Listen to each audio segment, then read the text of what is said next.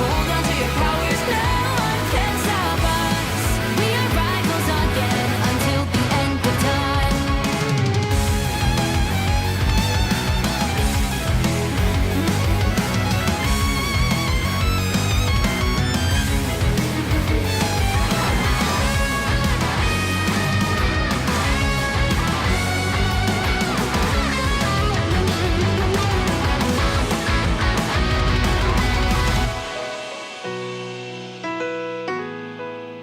Show me that you are still the only one that matters for me. I'll be waiting for you. Wait up, open your hands, holding on to your heart. Look inside you. Can you feel it? The sparks in you. And it up, unleash it up. Wake up, open your eyes, raising up your fists and smashing through time walls. Before the rift splinters yet again. We are rivals to the end and rise up, open your mind, hold on to your powers. No one can stop us. We are rivals till the end of time.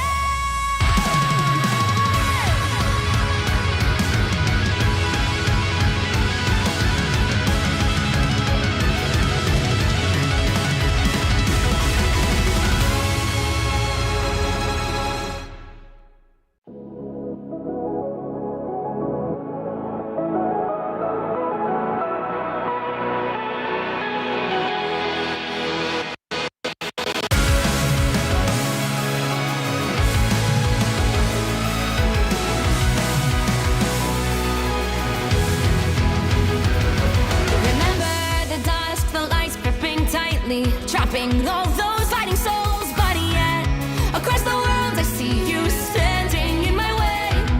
And remember the time, the place we used to fight, like the sun and moon. And I wonder if ever there was a time that we were friends. The night has fallen, shadows looming, and yes, that time has come for me to seek you out. We are set now for our last reunion. Break the chains, find your way, come fight me. Do you remember who you really are? Show me that you are still the only one for me. I'll be waiting for you. Wake up, open your eyes, raising up your fists and smashing through time walls. Before the rift splinters again. We are rivals till the end. Rise up, open your mind, hold on to your powers. No one can stop us. We are rivals till the end of time. We will clash, no matter where. We will fight, reaching across time and space. 'Cause you are my destiny to the end.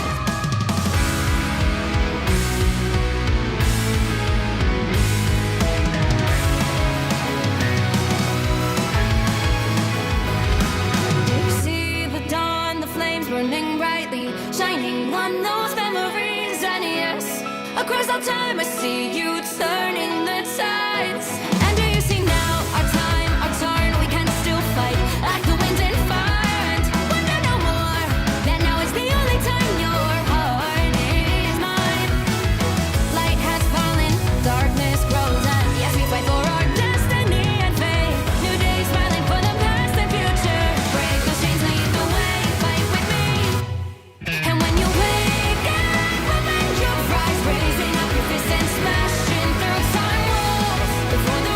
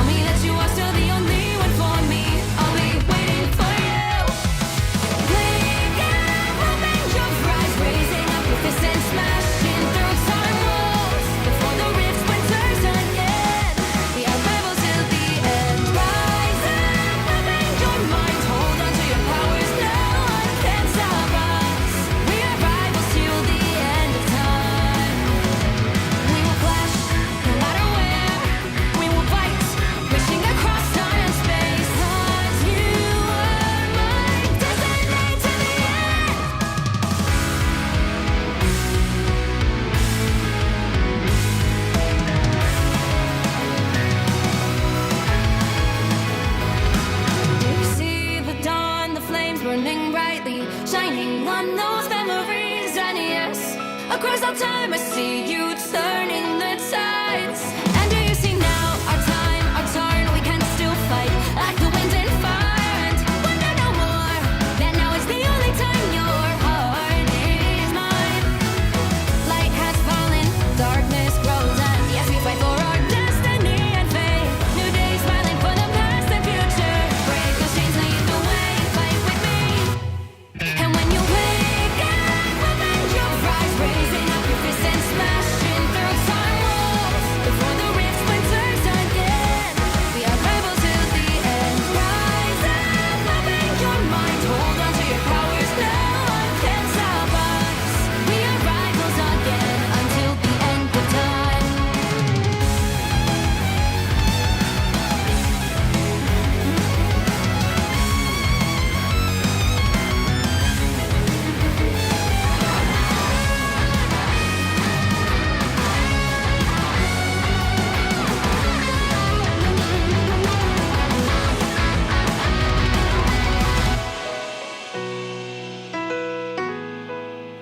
Show me that you are still the only one that matters for me.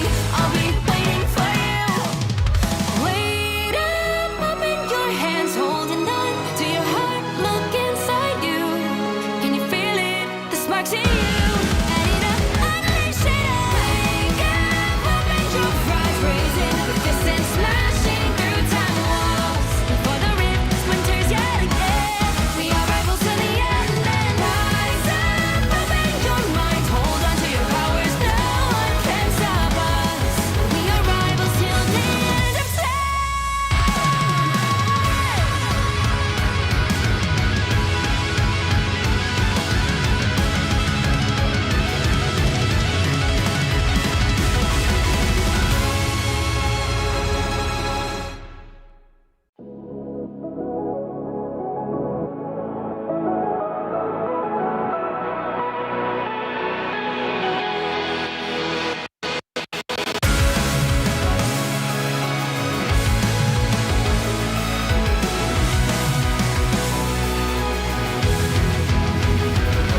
Remember the dusk, the lights gripping tightly, trapping all those fighting souls. But yet, across the world, I see you standing in my way.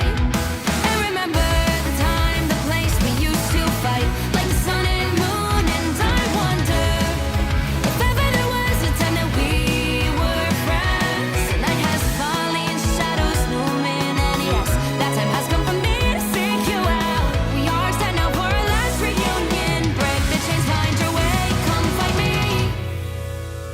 Do you remember who you really are? Show me that you are still the only one for me. I'll be waiting for you. Wake up, open your eyes, raising up your fists and smashing through time walls. Before the rift splinters again, we are rebels till the end. Rise up, open your mind, hold on to your powers, no one can stop us. We are rivals till the end of time. We will clash, no matter where. We will fight, reaching across time and space. 'Cause you are my destiny to the end.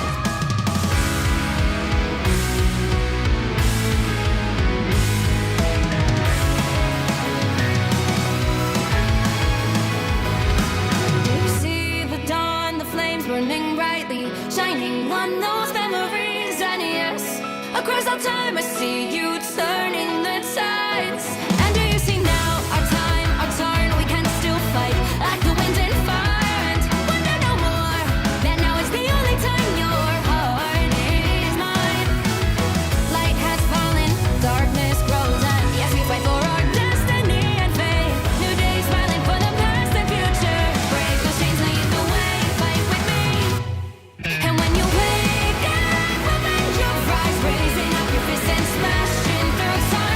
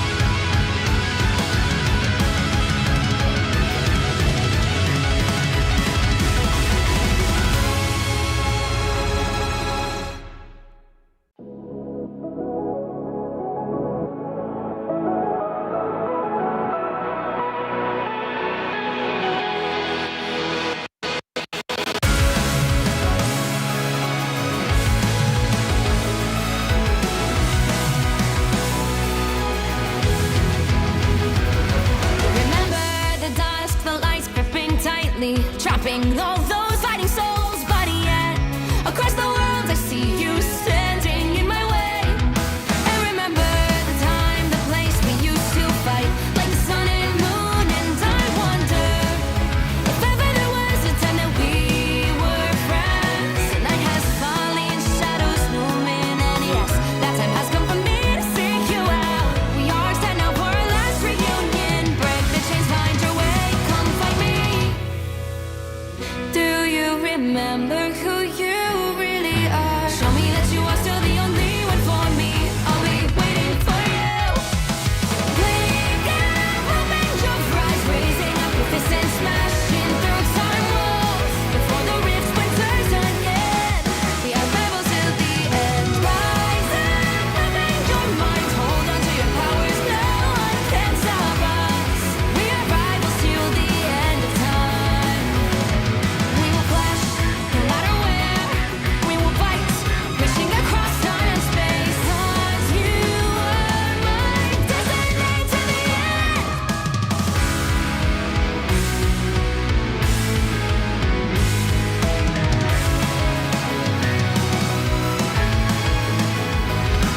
Do you see the dawn, the flames burning brightly, shining on those memories? And yes, across all time I see you turning the tides. And do you see now our time, our turn? We can still fight like the wind and fire, and wonder no more that now is the only time your heart is mine. Light has fallen, darkness grows, and yes, we fight for our destiny and fate. New days smiling for the past and future. Break those chains, lead the way, fight with me. And when you wake up, open your eyes, raising up your fists and smashing through time walls before the rift splinters again.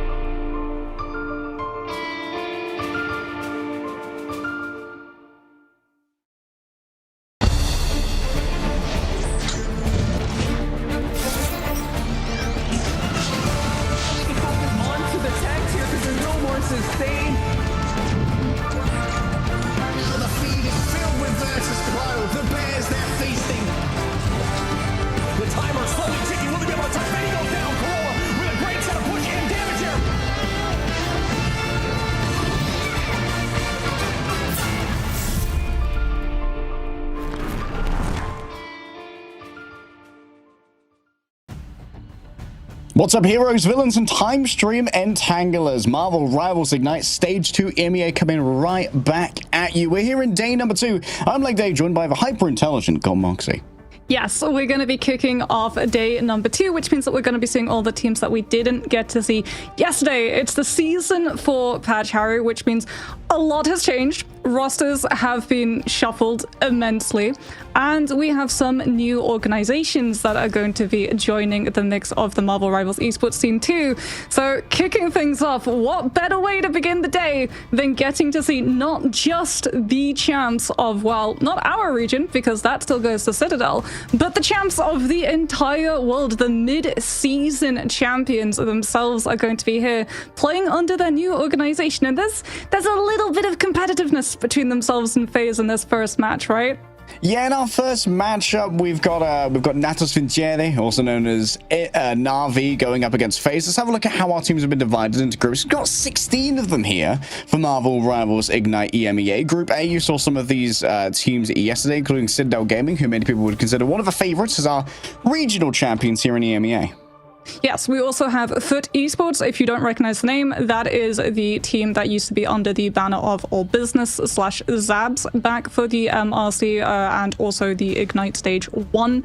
So we've got a lot of very familiar faces and also some teams that have never been on that Ignite stage. So we're going to be seeing a lot of debuts coming on through from teams all the way, like, you know, Ninja Creamer, that are going to be coming out. NJC, we're going to be seeing their debut, as they had a very bumpy break into the Ignite stage, given the fact that they had to actually qualify for Rad's spot when Rad moved over to NA. We didn't see it. It was not broadcast, but there was actually a match that went on and they were able to walk away with the position to enter in. Yeah, let's have a look at all of our teams' paths here, potentially towards the playoffs. With 8 teams in each group, only 4 can make it to the playoffs, Mox, and we're doing a double elimination style bracket to make it happen. Starting off with Group A, you've already seen 2 matches, with Citadel Gaming going up against Foxhound and Paradox going up against Chopped yesterday, both of those being 2-0s. Today we're going to have a look at Foot versus OG Seed and Revived versus Insomnia. Yes, we've been seeing a lot of 2-0s. That is sort of the nature of the meta at the moment. Love it, dread it. It's the bane of every single attacking team on convoy maps.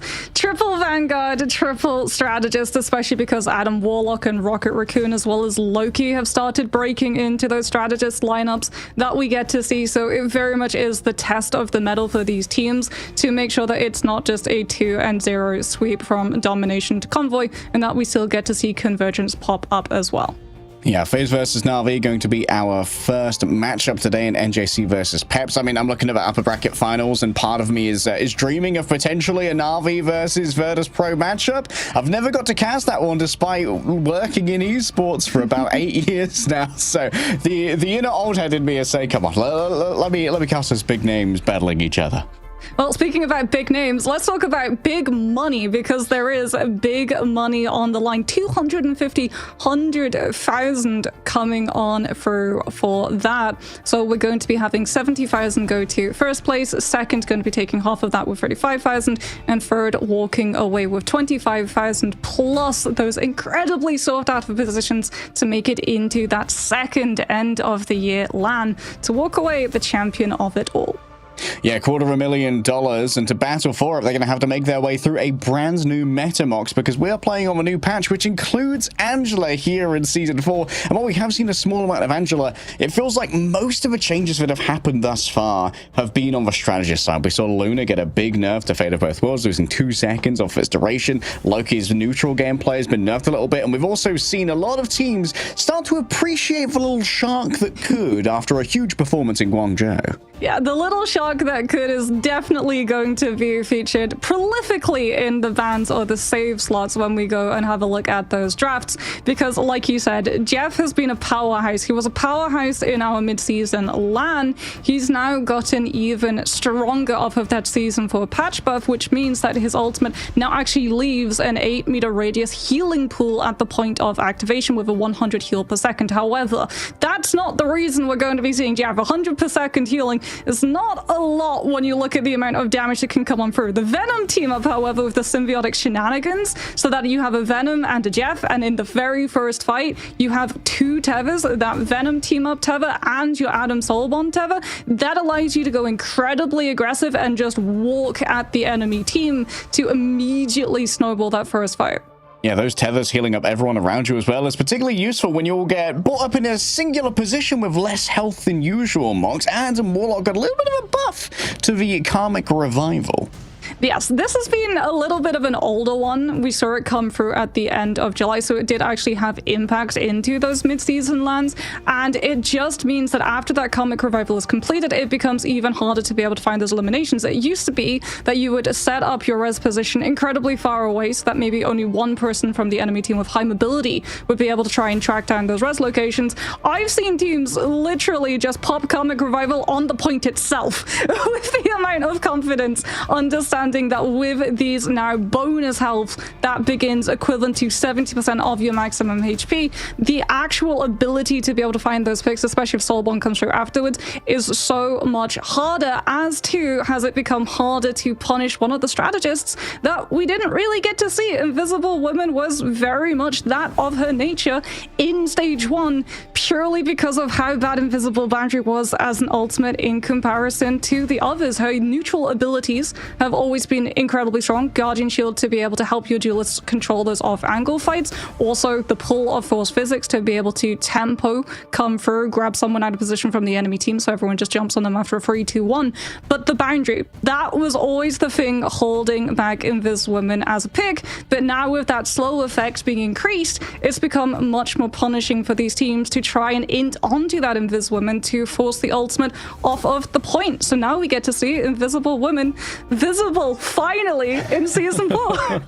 Yeah, she's become all the more tangential, and of course within that Invisible Boundary with the permanent 20% slow, it also means that there's a lot more of an advantage to a team that manages to take the fight within compared to before, where maybe the healing wasn't quite enough to make it a worthwhile pick. Let's have a look at what matches we're going to be seeing today as we dive on in. We have 8 teams that have to brave the new world of this meta, and we're going to be starting off with FaZe versus the newly picked up Na'Vi. So congratulations to the former Team 1, and before that, former Rad, before that, former Luminosity. Now they've landed with Natus Vingere.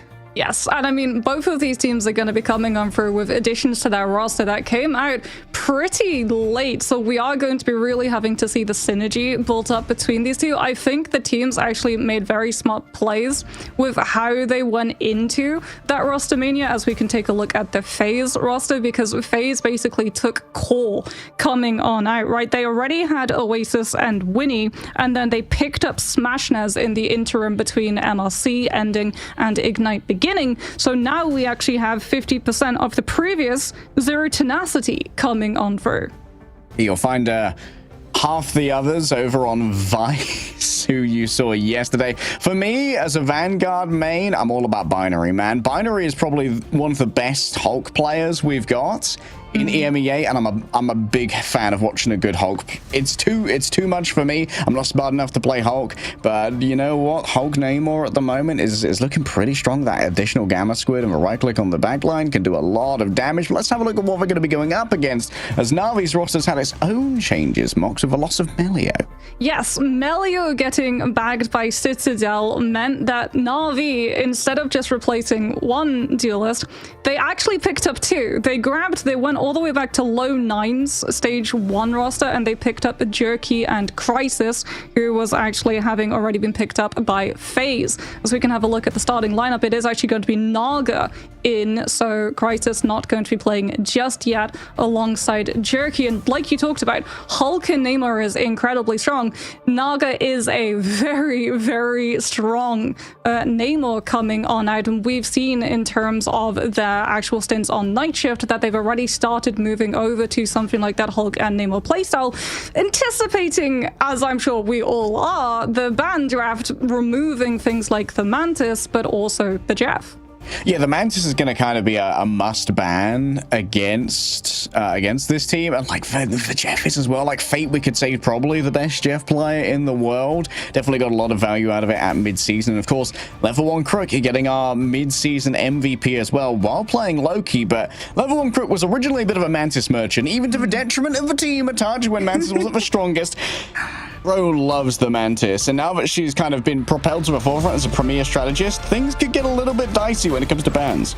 Yes, and speaking about bans, I believe we're going to be headed into looking at those bans, and before we do start doing that, we have to address the fact that these are going to be the Ignite bans, which means that they're not going to be universal, they are going to be one-sided, which means you can win the draft section very easily if you manage to secure one of these highly sought-after strategists with a one-sided pick. So I'm expecting that we're going to be seeing either the Mantis or the Jeff be that immediate insta-ban target, and indeed, there it is. The Mantis removed from both sides, because just like you said, level 1 Crook, very, very good at the Mantis, but so too is Oasis, known for his. Okay, FaZe are going to be saving the Luna here, which is not part of the classic triple strategist lineup that we've been known to see. Na'Vi prioritizing the Jeff. I imagine they might protect their own Jeff here. Yep, there it is. That is it.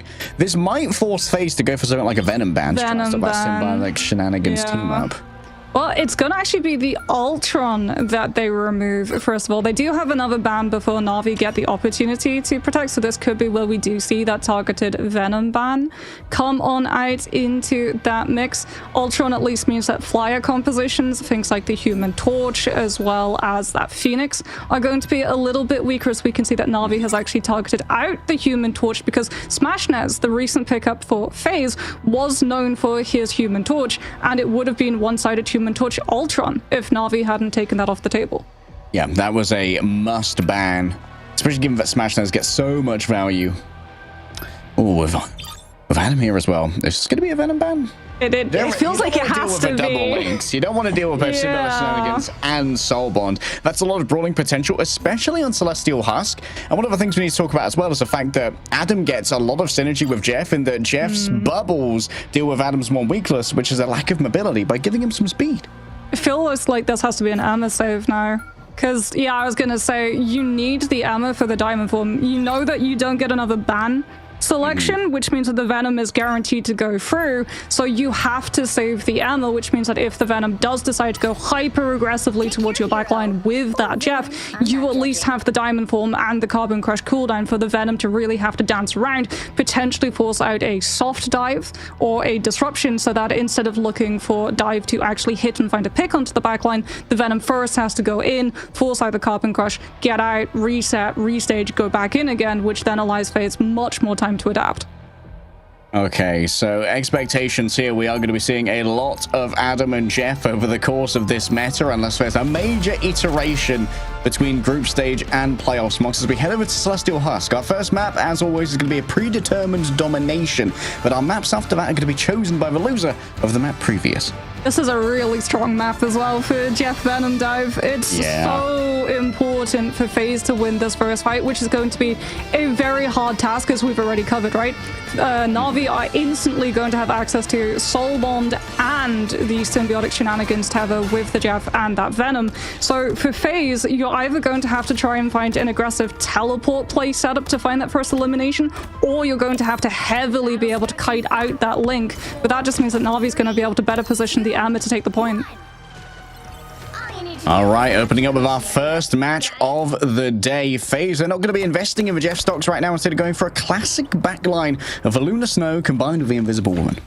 They do have that Psylocke for Smashnez to dive with the Venom, so they do have pick potential if it manages to get through, and that is going to be the big question, because Na'Vi have for sure on the Emma as well, so both of these Venoms going to have to worry about the sheer amount of CC as the dive starts to come on through. Binary's already being scouted out, but he is trying to peel for his backline currently, and Na'Vi are going to be able to keep everyone safe for the moment. Yeah, a lot of respect for Trust Me Dive there, instantly going for that counter dive. Naga coming in from the top once Smashnez will blast the barrage, might be able to secure it.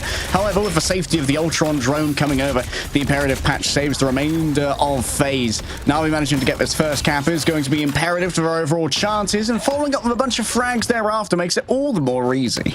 so much synergy as well with this Invis woman into the Star-Lord. Typically, we see Star-Lord paired with the Magneto so that he has that ease of access to go in, use the Blaster Barrage AoE spin to get the most amount of ultimate charge and all of those clustered up bodies.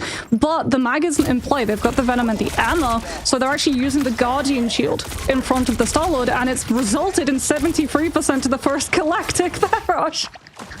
Oh, yeah, that Galactic Legend really is going to be troublesome here. Rajaro, do they want to invest their Diamond Form? So they're going to be saving it for Binary, diving in towards the back line on top of Jerky for now. Force out the first Bond. That's going to be the Soul Bond used. Jerky can't survive as Smash Test moves in towards the back. Wing Shurikens post-nerf, still doing plenty of damage. Rajaro next up on the docket, and Jerky is still 14% away from that Resurrection. So it's going to be FaZe flipping the point. FaZe are actually going to have really good tools as well to deal with that Karmic Revival positioning, because they've got both the Feast of the Abyss and the Dance of the Butterflies for the Psylocke, so they can pair those up. Na'Vi don't actually have the Invisible Boundary just yet, and Fate has the HF, but 100 heals per second is very little in the face of all the damage that FaZe can output, and indeed the Star's already been taken out, the Invis woman too. This is potentially going to be a Karmic Revival investment from Na'Vi, but the picks came through so quickly, and they've still been staggered from both the Venom and the Jet, plus lacking control of the point. There's no point investing it. That's a huge pull there from Winnie. However, they know that Jeff's playing a distractionary tactic right now. Can't afford to all chase after that and give up the positioning.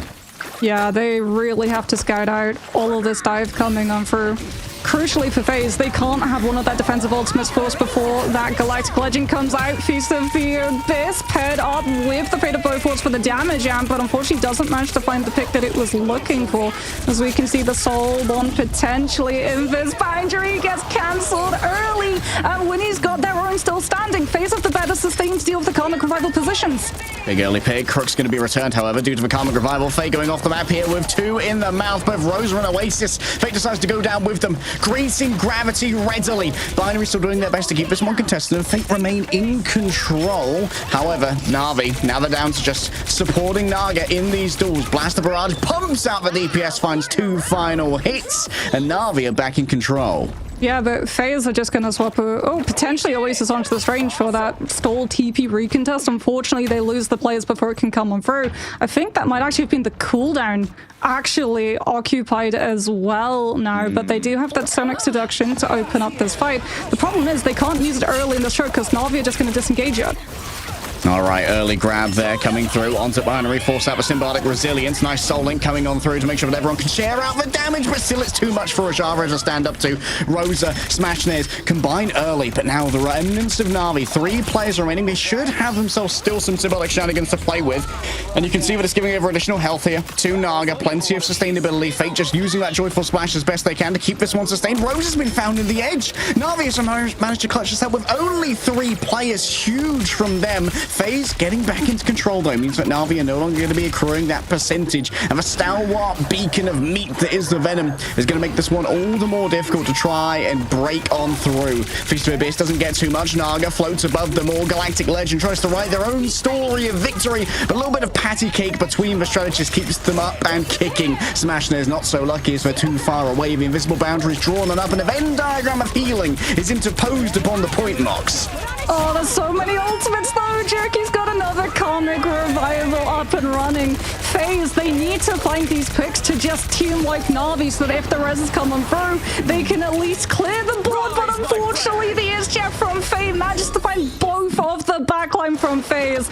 And that is going to be the fight over and done with, I am sure.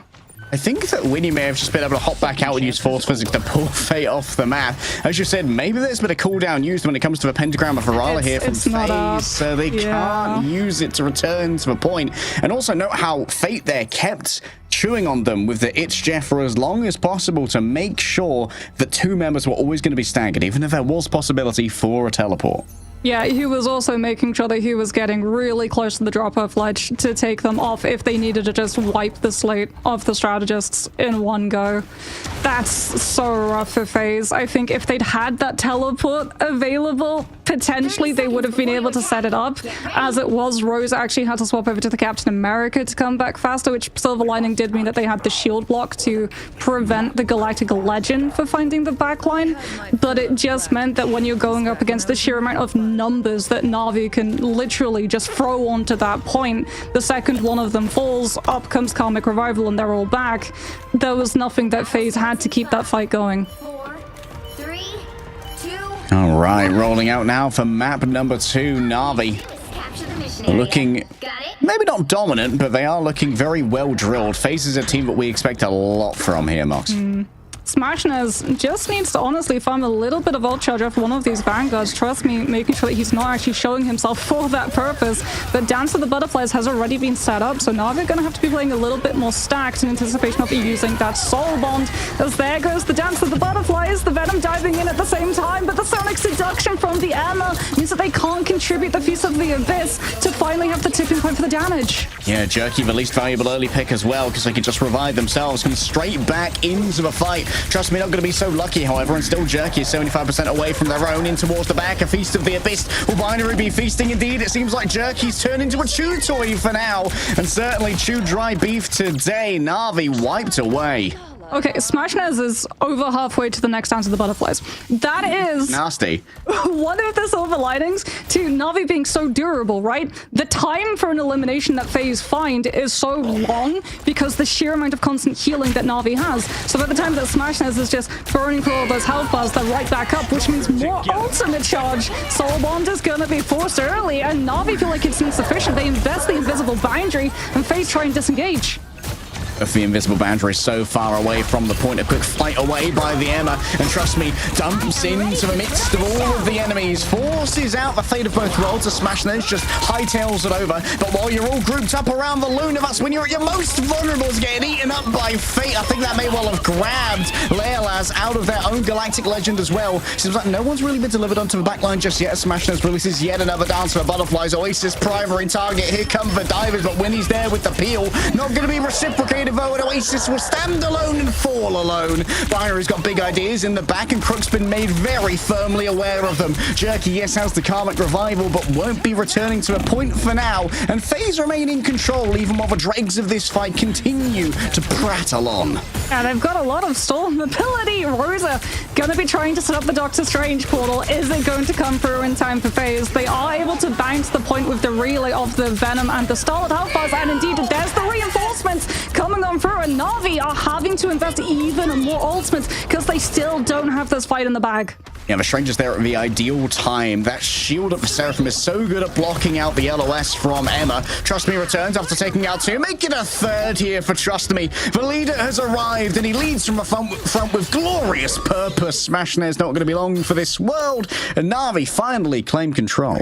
The worry for FaZe, though, is that with how long we've seen these fights go for Na'Vi, where they don't win them, they just refuse to lose them. As long as they're in control of that point percentage, we could very well see a 0 to 100%, especially with Karmic Revival being up. So it is imperative for FaZe that they find Jerky early to force out that regeneration cocoon before the Karmic Revival's up. Naga moving in early here. Cowboy hat is donned. Galactic Legend being written. Winnie's already down, and yet Smashnas and Oasis still think it's going to be a big investment towards the back. It's a full-on investment here from FaZe. They seem to have read it, and they've read that Fate is going to be overextended. Rajaro much too meaty to be burst through here by the element guns. A big investment for FaZe. Karmic gets nothing. Not much. Karmic gets absolutely nothing. It only brings back Fate. FaZe trigger the Adam ultimate and then disengage, wait out the 10 seconds, and can come back in with both Feast of the Abyss and Invisible Boundary. They just need to get close enough to the point to be able to use it. Soul Bond already used as well. You can see it on Naga at the moment. Shared out the damage. Binary with only a momentary little bit of life left in him. Uses the symbolic resilience here. That's going to be a Venn diagram once again drawn on up, and the healing is going to be conferred onto most of Na'Vi. 65% here, and FaZe are going to be systematically dismantled inside the slowing field of the Invisible Woman. Level 1 Kirk just invests theirs so late after Winnie's that it's still got a good 6 seconds duration left on it before phases his own fall. And we've got the Sonic Seduction, but they have so little time. And you can already see that Na'Vi, they're getting ready to just jump onto FaZe the second that they see where this team is potentially going to rotate, so they don't get the opportunity of playing into overtime. Oh, trust me, instantly disengages in an attempt to pull them back in here with the force physics. That could be an overly vulnerable Venom. Instead, it's going to be moving in towards the back, and it seems like one player's already been grabbed here. The follow-up's not going to be there, though. Rajara becomes CC immune by moving into the diamond form. Quick freeze there as Oasis and Winnie will heal each other up. Naga looking for the squishy members and is able to find them. The squishy underbelly's been exposed to the Naga themselves, and Jerky's able to resurrect themselves. Fate just holds two players within their mouth and chomps away as Na'Vi is chomping at the bit for their first map win. Yeah, it's not enough for FaZe. Unfortunately for them, the only ultimate that they had in play to be able to break through back onto point was Rose's Psionic Seduction. So when we actually see the POV of the backline getting that CC chain onto the Venom, the EMEA is just nowhere to be found because the EMEA has to be playing that front line, trying to play into that overtime. So it is just a matter of time before Trust Me is going to be able to find those picks. If Fate, or rather if Oasis and Winnie are looking at only the Venom, they're not looking at the rest of the team. So Naga with that Galactic Legend is free to come on through and break all of the health bars when there's nothing that FaZe can do, because if they try and hide away from it, they lose the point and they lose the map regardless. Naga walking away with an absolute barrel of final hits as well. Seems like maybe any duelist woes here for Na'Vi could be allayed early. FaZe are by no means an easy opponent. This is a team that we probably are expecting to make at least the playoffs, given the level of talent that's on this roster. And of course, a huge amount of our highlight package here is going to be the Star-Lord, who has become kind of the duelist du jour, Moxie, for this meta. I mean, FaZe had a really good play where they were able to bait out Jerky's entire Karmic Revival for just rezzing a Jeff and then disengage, wait out 10 seconds, because 10 seconds is nothing. It's a fraction of time in comparison to how long we know some of these Jeff, Venom, Adam, Invis sustained fights can go.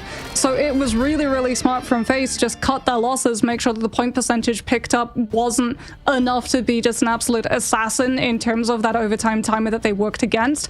But unfortunately, every single time they had to play into retake, they had no idea where the Jeff was, no idea where the Venom was, no idea where the Adam was poking from. And if you take time to clear one of those angles to look for one of those pieces, the others then find far more value in terms of either the poke or the dive setting up before you're ready to deal with it. Well, there's going to be plenty of dealing with it to do in map number 2. FaZe is going to decide where we go, and we're going to have a little bit of time to do that during this break.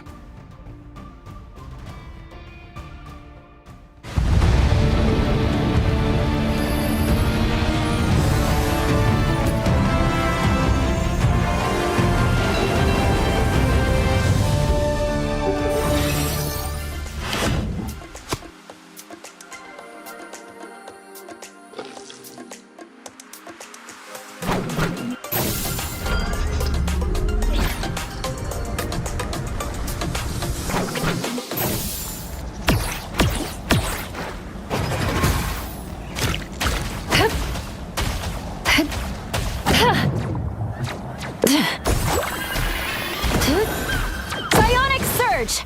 Force Burst! Disappear!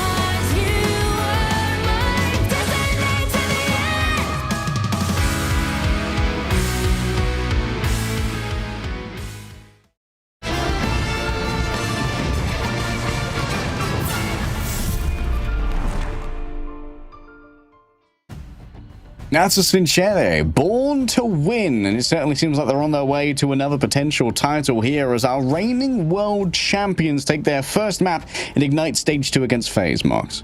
Yeah, and I think we're going to be seeing adaptations come through into that draft system. I definitely think in terms of compositions, right, we talked about the fact that they saved the EMEA, understanding that if the Jeff and the Venom got through, they needed to have some form of CC, even going so far as to keep the Invis Woman so that they had all of that CC chain to potentially just blitz the Venom down before he could try and get out. But if you're struggling into something like a Jeff, honestly, a pivot into the Ultron would actually be a-okay to go in terms of direction-wise, because Rage of Ultron gives you CC immunity. So the second that you hear that Jeff ultimate, you just pop the ultimate and then wait for the Jeff to show up and laser him down, as we're going to be seeing no changes, unsurprisingly, to the first ban, as Mantis is going to be removed from both of these sides. Quick handshake here. FaZe going to get our first protect. I believe last time they went for a protect on Luna straight away. Yes. And it's going to be the same once again. Luna is very, very good with that level of CC if you do have something like a Venom, because he is just a moving hitbox. Plus the ultimate, yes, it's been docked 2 seconds, but that's still 10 seconds of one of the strongest heal outputs per second in the game, as well as the strongest damage boost in the game with the 40% off of the Fate of Both Worlds, which when you line it up with something like a Feast of the Abyss, does manage to break through some of these other strategist ultimates, as we can see that Na'Vi is going to be mixing things up this time and securing themselves a one-sided Phoenix pick. Yeah, peeking the map here, Symbiotic Surface. That first point can be ruled by good poke, and of course Phoenix doesn't really have any up-close weaknesses like many hit scan do, becoming diveable, because she becomes even more dangerous up close thanks to some fun animation cancels. Faye is going to instantly be starting to weaken some of these resources that Phoenix could have access to, and indeed we're going to actually see the protection onto the Invis Woman as the off-angle control that Phoenix is afforded. She can play either on off-angle flanks or she can play with your team core. That's one of the true dangers of her, the duality of her playstyle. But if you do go for the off-angle, you want to have something like a Guardian Shield, especially now that the Ultron has been removed and you're not going to have that drone nor the idle aura from the Luna to be able to pocket your duelist. Yeah, it's going to require maybe a little bit more of a disciplined position. No wild flanks that can really be supported that much unless you get your primary healer in the Invisible Woman following you back. It's going to be yet another protect here. On to the EMEA, which is of course an attempt to try and control the Venom dives that might come through from Trust Me. Yes, this is definitely not as impactful a Jeff map in terms of value from its Jeff finding environmental picks. Symbiotic Surface only has like one real environmental hazard area, and that's right at the beginning of Attacker Spawn, which I don't anticipate FaZe to be aggressively forward holding in a triple Vanguard, triple strategist style of lineup. But like you said, you do still have to worry about the potential Jeff with that Venom looking for those off-angle setups. So we are going to be seeing once more that save onto the Emma Frost for Rosa, so that the Carbon Crush can be used to keep the dive in check and also pure for the backline. Healing can be everything here. We saw sometimes that there was a good bit of patty cake or cross healing going on between Winnie and Oasis over on our Celestial Husk. Often just good target focus could burn their way through as we head over to Symbiotic Surface. We're staying on the world of Clintar just to make sure we don't rack up too many frequent flyer miles moving between our matches, Mox. And of course, this is also a best of 3, so not a huge amount of depth to the series. What composition are we going to see coming on through? As we do actually have Na'Vi. They didn't get access to the Human Torch, so they don't have 2 flyer angles to be able to control, but they have actually put Naga over onto the Bucky, so that Winter Soldier is going to be coming on out and punishing FaZe if they want to try and either stack up or look for some off-angle controls. With the sheer amount of ultimate charge that you can pick up from these tainted voltages early on, you can see Naga just sending it essentially on cooldown to try and build up to that first Kraken impacts. Yeah, getting those free reloads of Rotter Stern and the overhealth as well can be important for surviving that early poke. The binary heads rising up. We're finally going to see the Hulk come out. This is what I was hyping up in the pre-show, but the approach is going to be rather difficult here. Yeah, they've got to take their time. You can see through the silhouettes. FaZe slowly developing these angles. They can't go for a full main control because they just feed into the amount of spam pressure coming through from both the Phoenix, the Loki, and the Winter Soldier. But because it's taken them so long to try and control this high ground setup for their Naval, well, Na'Vi just get impatient and walk forward. And without the buffers, that backline is incredibly vulnerable. And trust me, just absolutely slams them into the ground. Yeah, the no-look disengage also punished there with a double spinning kick into the corner of that box. That's a huge amount of burst damage to try and deal with. And Na'Vi just claim all of this space back yet again, so FaZe are going to have to do all their homework to work these angles.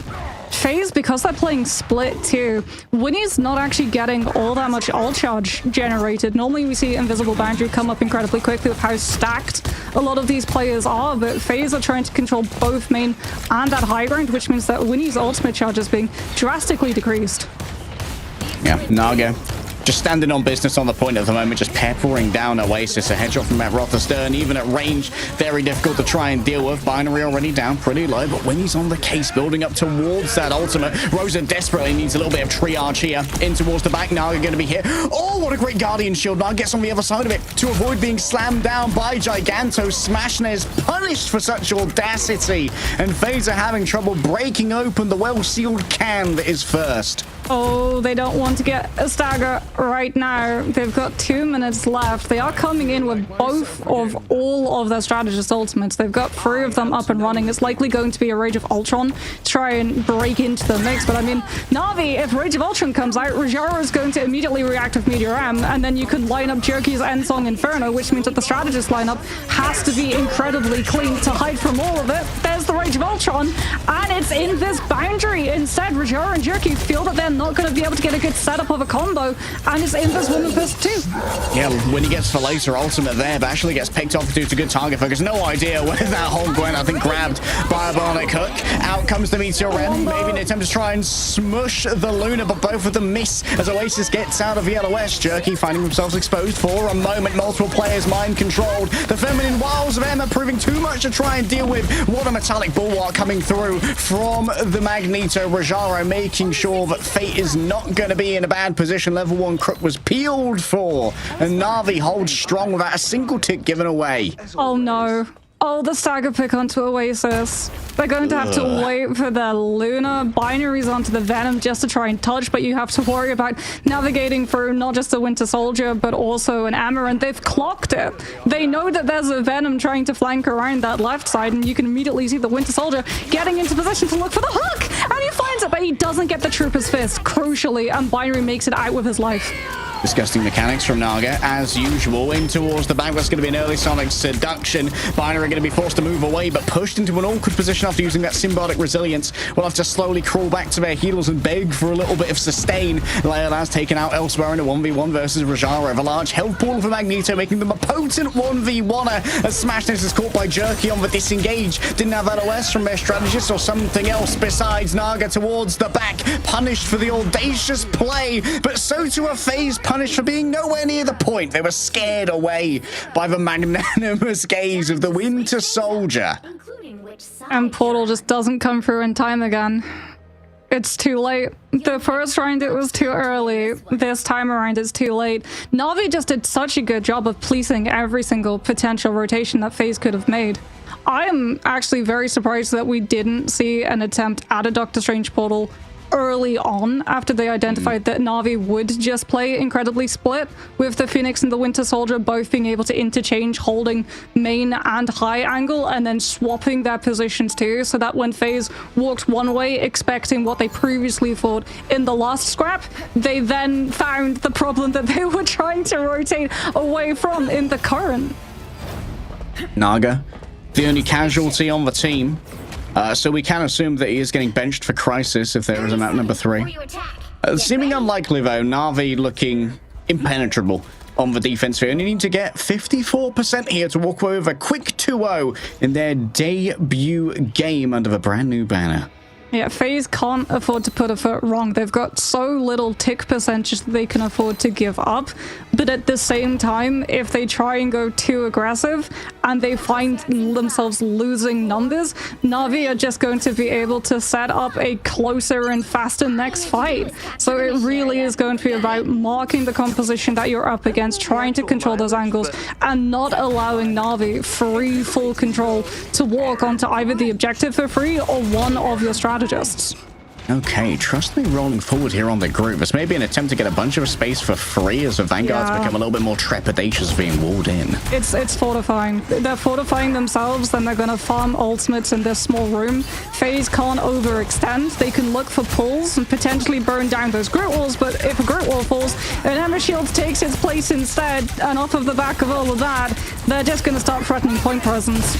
Double pull onto a pair of Vanguards, and guess who's stuck in? It's Rosa. There are no roses given for this performance. Oasis and Winnie just forced to disengage, chased down by the scary Diamond Queen of Rajaro. And it seems like this one may be over before it's begun. They screamed FaZe up, but I see FaZe down. And it's going to be a FaZe of a lower bracket that they're going to be looking at here as Na'Vi knock them down in their debut here at Ignite. Na'Vi, they just have so much crowd control. If FaZe try and match them in taking that fight and look for just some form of CC to pull someone out of that room, out of position into the enemy team, you have to worry about the counter force physics coming on through from the other Invis women, but you also have to worry about the bionic hook that Naga was just threatening permanently, as well as the Groot walls, to make sure that the CC from FaZe didn't find any actual landing, and that the CC from Na'Vi's end found so much more value in comparison.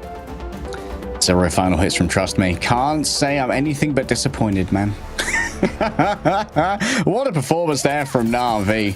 Just absolutely ironclad on the defense. Very few mistakes made, covering for each other super well. Very impressive Rajaro's usage of a metallic bulwark as well. It feels like this is a meta which isn't really punctuated by huge Magneto play. We used to see like Emma Frost and Magneto being these primary like high value bans, but now the Vanguards aren't so much for stars of the show as the strategists are, but still Na'Vi have a top class Vanguard line. Yeah, the thing about Na'Vi is that mechanically they're insane, but their minds, they're probably the smartest team. Like when they won against Envy in our mid-season LAN, it's because they had the better drafts and they approached the fights in a smarter way. We saw all of these adaptations coming on through. Level 1 Crook literally birthed the flank invis Loki dive playstyle, which then punctuated so many of ranked games for a good month or so afterwards. And you can see how they approached that symbiotic surface. They went somewhere that so few teams on attack actually decide to go, but for them it worked out with the amount of point percentage that they actually needed, because there was no opportunity for FaZe to give up point control. They couldn't actually try and restabilize behind the point and give away 2 ticks. They had to constantly scrap over control of that position. So instead of going for that like right side, getting boxed in, losing the players, and just being essentially bled to time bank burnout by the attacking side, defending side rather, Na'Vi understand that it's going to be an all-out brawl, and if that breaks out, they're in a better position to take it. Yeah, cool play to open that one up with the bionic hook as well, coming through from Naga. I wouldn't call it an off angle, as they were probably like 10 degrees off axis, just outside of the room compared to everybody else while they were looking at the Groot angle, perhaps, but it still managed to get both of the Vanguards with the Magneto and the Emma Frost were dragged in, which meant that Rajaro could wrap behind, get that spinning kick to make sure that there was no escape for Rosa, and then the follow-up on the Carbon Crush as well. Just unrescuable, unfortunately. And when your Vanguards are in that position, your strategists are dragged forward to try and maintain LOS, and then they're in the danger zone as well. Yeah, and I mean, you're also up against a Groot. So if you try and play your strategists safer, they'll be safer, but the rest of your team are going to be cut off from them entirely, because strategists don't have all that much damage into breaking Groot walls, because you don't get critical shots off of it. So yeah, Luna in a 1 versus 1 can find the critical headshot damage. Not against a Groot wall. You're gonna be that clapping for a very, very long time. It takes a while to burrow through those walls. I don't know if Invis gets like the back pull damage off the primary fire as well against a crit wall, since it stops it there. I'd have to have someone who's more familiar with Invisible Woman as a strategist take me through that one. But overall, I think that this is to be expected from Na'Vi. It's not a knock against FaZe, to be honest. This is probably the toughest draw you could have in a bracket, going up against the reigning world champions straight away. We're gonna have a quick interview, Mox. We're gonna introduce one of the newer members of Na'Vi to see how they're integrating. Hello, Jerky. Nice to see you again, hello. bud. We're familiar with you, but you're newer on this roster. Yeah, I'm a new signing, so excited to be here, replacing Melio. Big shoes to fill, but I think I've got it. So how has it been getting accustomed to the team? Because we know that you've been actually with them for a little bit before roster lock, because you had stints with them in Night Shift. Can you reveal now whether or not you were fully signed to the team at that point, or was that still the trial period? That was kind of the trial period. I was always supposed to be a sub player for the team, and Melio was going to be on the main roster. Obviously, if I perform better in scrims, we would switch that up and whatever. But there were some news with Melio leaving recently, and then everything kind of shifted. But yeah, I was signed with them even before. Yeah. We're seeing a lot of action from you, Jerky, on both the Ultron in Night Shift and on the Adam as well. Were those newer additions to your hero pool with like the changing of the meta, or had you had a bunch of hours on them previously? Because we knew you as more of like a Solog prodigy. Yeah, exactly. I never really had hours on Adam or Ultron, so that was quite an uncomfortable pick in Night Shift. I think that showed in my gameplay as well. But now we put in way more work into it, and I think it's getting very good, very fast. Definitely. So talk us through a little bit about the Adam, because obviously it's not just as simple as you hit Soul Bond and you get to walk forward on the enemy team. What exactly does, without leaking all of the strategies, obviously, what exactly does going into making a Jeff, Venom, and Adam composition on a domination point entail? I mean, it's kind of all over the place, right? And a lot of players don't expect that, because you're used to the normal 2-2-2, right? 2 Vanguards, 2 Duelists, 2 Strategists, and now you suddenly have a Flying Strategist, a Strategist that's underground behind you, and you also have an Adam that is not really ever gonna go down, so you just have a lot to think about, and I think that overwhelms players a lot. And obviously you have a lot of sustain. Venom is really hard to take down, and you also just have Star-Lord to spin and do a lot of damage and a lot of distraction, so I think it's a all-around versatile comp, so it overwhelms people more than any other comp, and I think that's the biggest perk to that comp, definitely. Without leaking too much when it comes to strats, what's the big hero pool differentiator between yourself and Crisis? Because we know you both as like fantastic hit scans, but like when does the sub happen? Well, this is our rule, and I don't know if my team minds me saying this or not, but this is our rule. We have 3 DPS players, right? Me, Naga, and Crisis. And whoever performs the best, that's the player that's going to play, right? We all have pretty similar hero pools. Everyone can play every hero that the other person can play. So it's not about subbing in Crisis because he has another hero that I don't or something like that. It's mostly like the guy that performs the best is just going to be the one playing officials. That's how we see it, and I think that's the fairest way to approach it. So yeah, that's basically our secret. And in your opinion, obviously we had MSC, but MSC was played on a previous patch. Season 4 has come on for so many teams as well, have had so many additions to themselves.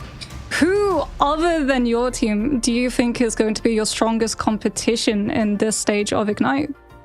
Well, honestly, being completely humble, I think there is only one other team that is a competition to us, and that's obviously Virtus Pro. I think they're the stronger team, right? Like top 3, it would be us, VP, and Citadel Gaming. I think those are the ones to look out for, and those are the names that everyone knows and everyone expects me to say, so I don't think there is much hot takes there. I think it's definitely VP and Citadel Gaming.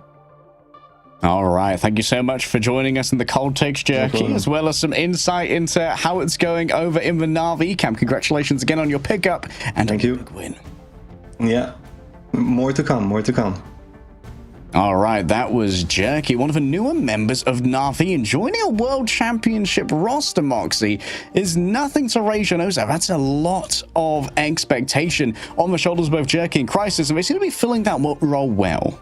Yeah, and I mean, there's going to be not a lot of time for them to have to adapt into that too. You know, we were talking about potentially having that previous synergy between Jerky and Crisis, given that they both played on Blow 9. But as we heard from that interview, it does feel like that duelist lineup is going to be a little bit more up in the air. So there's going to be a lot of rotating pieces around that team composition, which I think could actually be pretty beneficial because it makes it harder for enemy teams to be able to predict your playstyle off of looking at player lineups alone, right? Some of these teams that we have, when you see a certain player in that lineup, you're like, okay, well, so-and-so's in, so they're definitely going to be looking to play a composition like this. But if you don't actually know what composition Na'Vi is going to be breaking out, how do you try and approach their ban draft system? And that was one of the things that's always set them apart, no matter which organization they've played under.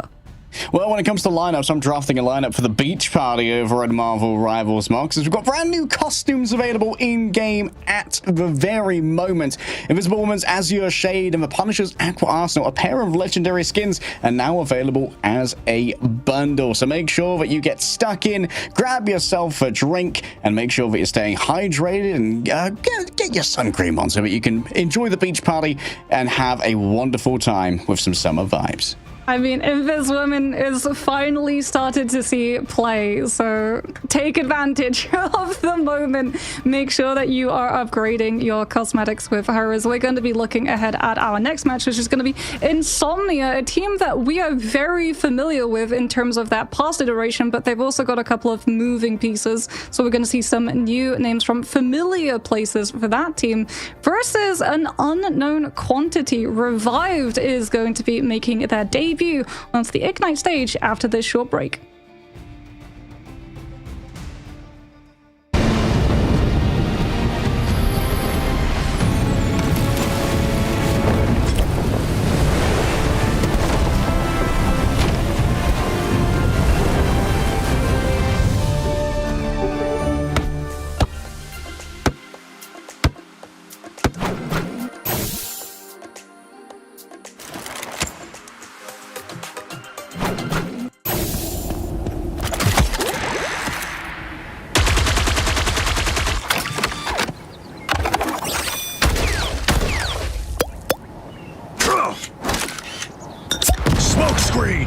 I'm hunkering down.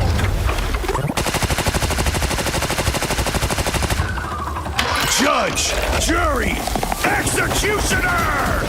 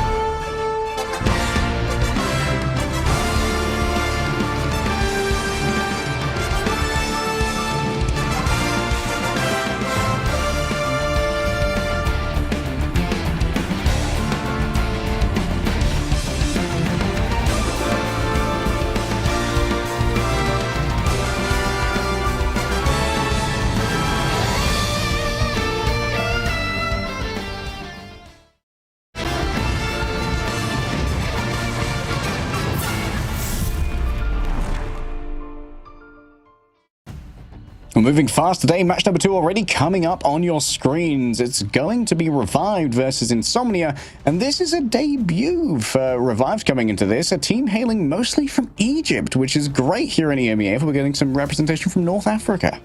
Yes, coming in as one of those teams that, as we said, are going to be making their debut onto the Ignite stage, and they're going to be facing off against Insomnia. And Insomnia impressed in the last stage. They got a lot further, I think, than a lot of people were expecting. They've managed to keep, for the most part, their core components together.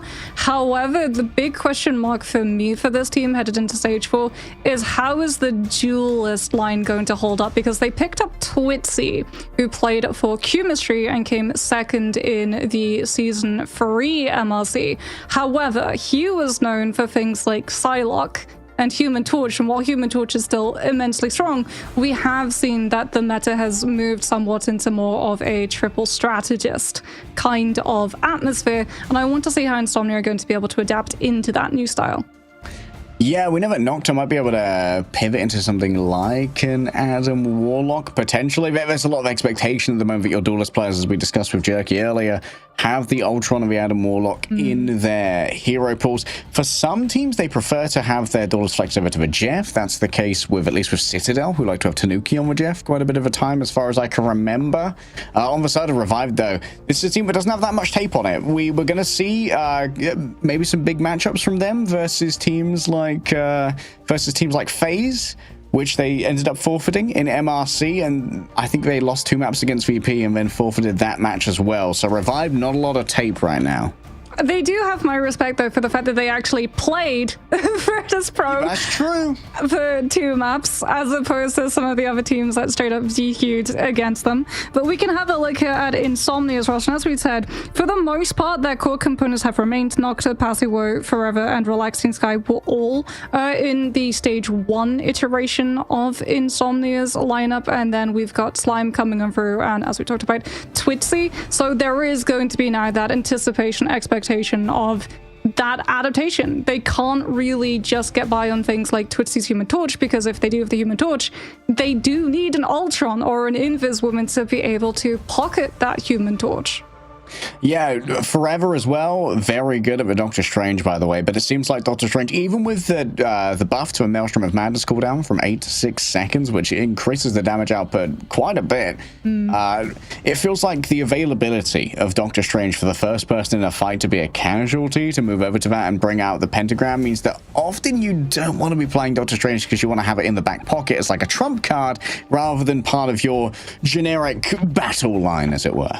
Yeah, not just that, Emma is still very much in the meta and making it incredibly hard for Doctor Strangers to be able to get much done, even if they manage to land Eye of Agamotto through the Carbon Crush. The CC immunity of just Diamond Form from the Emma means that as long as the Emma is in that state, you can then grab the Doctor Strange afterwards to make sure that Eye of Agamotto isn't translated into, like you said, that souped up Maelstrom of Madness, which now does come up much more frequently. Yeah, I guess for Doctor Strange also isn't as good a team-up anchor in many cases. Like the Psylocke team-up is a lot more valuable, the Gamma Namor is a lot more valuable, the Symbiotic Shenanigans a lot more valuable when it comes to those Vanguard lines. On the other side, we have ourselves Revived, as we were saying, we don't know a huge amount about, but we're still looking for like the 2nd generation of Marvel Rivals Esports pros to rise up. This happens in every single scene without fail. The old guard always wither away to be replaced by brand new talent. So when I see a roster full of players that I don't recognize, it gets me excited to think that maybe we could have the next Sparker among them. Yeah, I mean, I would say it's even now the 3rd generation of Marvel Rival pros that we're getting to see, because all the way back in January and March, February, we had the Invitational, where we had a lot of players coming on through who were pros and former esports titles, and they immediately got to start with the advantage ahead of everybody else because they had the base mechanicals, but also the macro understanding of how to play the team kind of tactics coming out. So you had like your Virtus pros, and then we hit, stage 1 of Ignite, and we got to see players like Tuzi, who was so feared that not 1, not 2, but 3 ban slots is actually directed towards removing his hero pool. So like you said, getting to come into stage 2, now there's a sort of expectation of anticipation. Who is going to be those next players that we find ourselves turning to as the esports scene continues and evolves? Yeah, we have players like Fate comes to mind on Na'Vi as like a player who never really hit big heights in other titles, like gave it a good college try, but like had trouble breaking into like the tier 3, tier 2 scene. But in Marvel Rivals, maybe it's just a game that suits them better. Maybe they've got a good tactical mind for it, and also a bit of innovation on their side as well.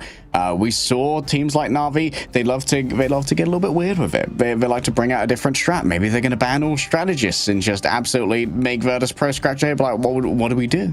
There's always going to be a next level of innovation that can be brought to the table, and maybe it's going to be from teams who don't have like the rigors and the discipline of a certain methodology printed into their mind. As usual, we are going to be starting off on a domination map, so we can expect a little bit of a preference towards things like Jeff to get that speed, because speed's also incredibly valuable in these maps where getting more fights can be a big macro concern. Yeah, I mean, even before Jeff actually came into meta, we actually had teams min-maxing their spawn rollouts, where they would have one of their players on Jeff just for the speed bubbles to get everybody out of spawn that little bit faster. Because like you said, not only is speed being able to set yourself up to potentially have a better position on the point itself, but if you're playing some of these compositions that rely on setups like dive, you need to be in that position before the enemy team is in position to scout you out. Things like the Venom move into that spot incredibly quickly, but something like a Psylocke is a little bit slower in comparison, so you do have to play a little bit of catch-up. Yeah, being able to get the advanced positioning in some of these more vertically orientated maps can be a huge advantage when it comes to getting the drop on the enemy backline and finding a strategist early, and then being able to snowball that one into a fight win. So we'll see when Revived come up if they've got a different look. Of course, Revived, this is going to be the first time we see them on this patch. I believe it might be the first time we saw a little bit of Insomnia, I believe, over a night shift.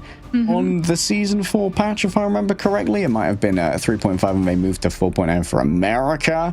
But I think that I've got a lot of faith in Passuo and Forever as a solid duo when it comes to this Vanguard line. I think that there's a lot of capacity there to be able to have a real rock solid foundation for the rest of the squad to be able to revolve around. Yeah, Passuo has always been one of those players that when we're thinking about Captain America, prowess has always come up in the conversation. And on Domination, which is a map type which, even if you're not winning the fight, as long as you have players who are going to be able to bounce your presence on the objective itself, you're going to be able to keep that point percentage moving, which in turn pushes the enemy team a lot of the time into having to over-invest their ultimate just so that they can win out the fight faster, push you off of the point, and start taking up that point percentage. And that's good in the moment. But if, say, you have 99% and an enemy team is starting off from the very bottom of 0%, smart teams, they force you to overcommit, and then they just wait for their opportunity for the next one. Yeah, sometimes it could just be a macroeconomic battle. For that, you need some clear leadership, though. Once again, I'll bring up Na'Vi, players like Trust Me, who run those macroeconomic calculations and then plan the fights around that. But some players just have that gene in them to be able to think about the whole picture, play it more like an RTS than a hero shooter, you know? But while we wait for our teams to be ready, I think one of them is we're still waiting for them to get into lobby.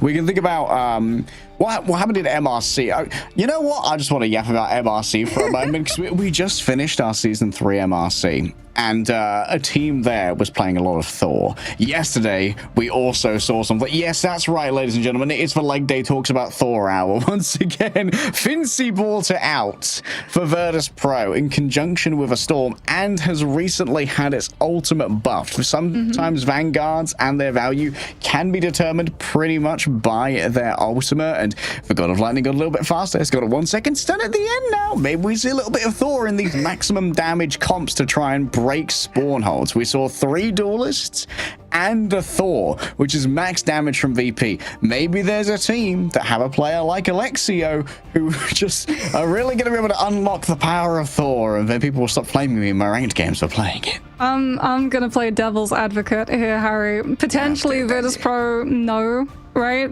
That so many of these teams look to their compositions for directions of where meta is. And because they showed it that early on, I don't know if they're just playing 5D chess to make people think, oh, maybe 4 is good, guys. Maybe we should put time into learning 4 compositions. Because it feels like you don't want to reveal your immediate strategies now, because the way that we always see these sort of tournaments go, right, is especially so close to a patch just having come out. Meta at the beginning of this tournament is not going to be the same as meta at the end of this tournament. Everyone is still very much in experimental phases at the moment, especially because so much is viable and so much is also determined on what you have available after ban draft is through. For these teams, they play this game a lot. I'm talking like double blocks of scrims every single day, a lot, as well as theory crafting, VOD sessions with coaches and analysts and all of that. However, because there are so many different things that you have to practice, there's also so many compositions that you have to be able to rotate through. And I feel like by adding another weight to these teams to have to adapt into, Virtus Pro are taking away time that these teams have to be able to adapt into things like the Adam, the Ultron, the Mantis, and the Jeff. I'll leave it up to the audience to decide whether Moxie crushes my dreams for business or for fun as we get into our bans. These are different from comp bans, Mox.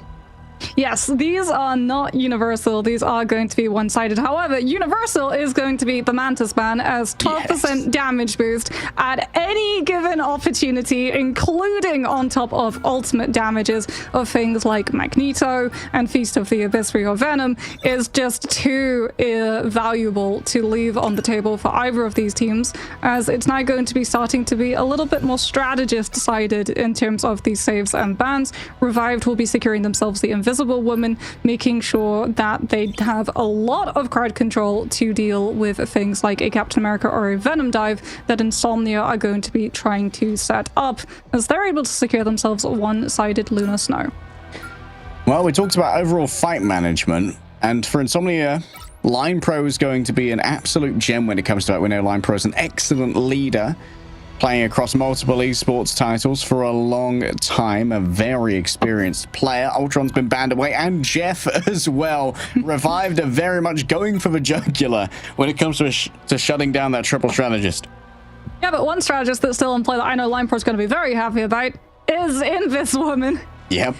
In fact, do we see a save onto it? No, Insomnia are going to be saving that Adam Warlock as it is domination, and as we've talked about, the ability to just extend these fights as long as possible and also just outlive your opponent. Even if they commit all of these ultimates, you have to make sure that you have something else for when that Karmic Revival comes on through, as there it is. Revived are going to be removing even more of these strategists. The Invis Woman has gone, as it does feel like Insomnia had 2 questions open. Was it the Adam save or was it the Invis? And they opt for the Warlock.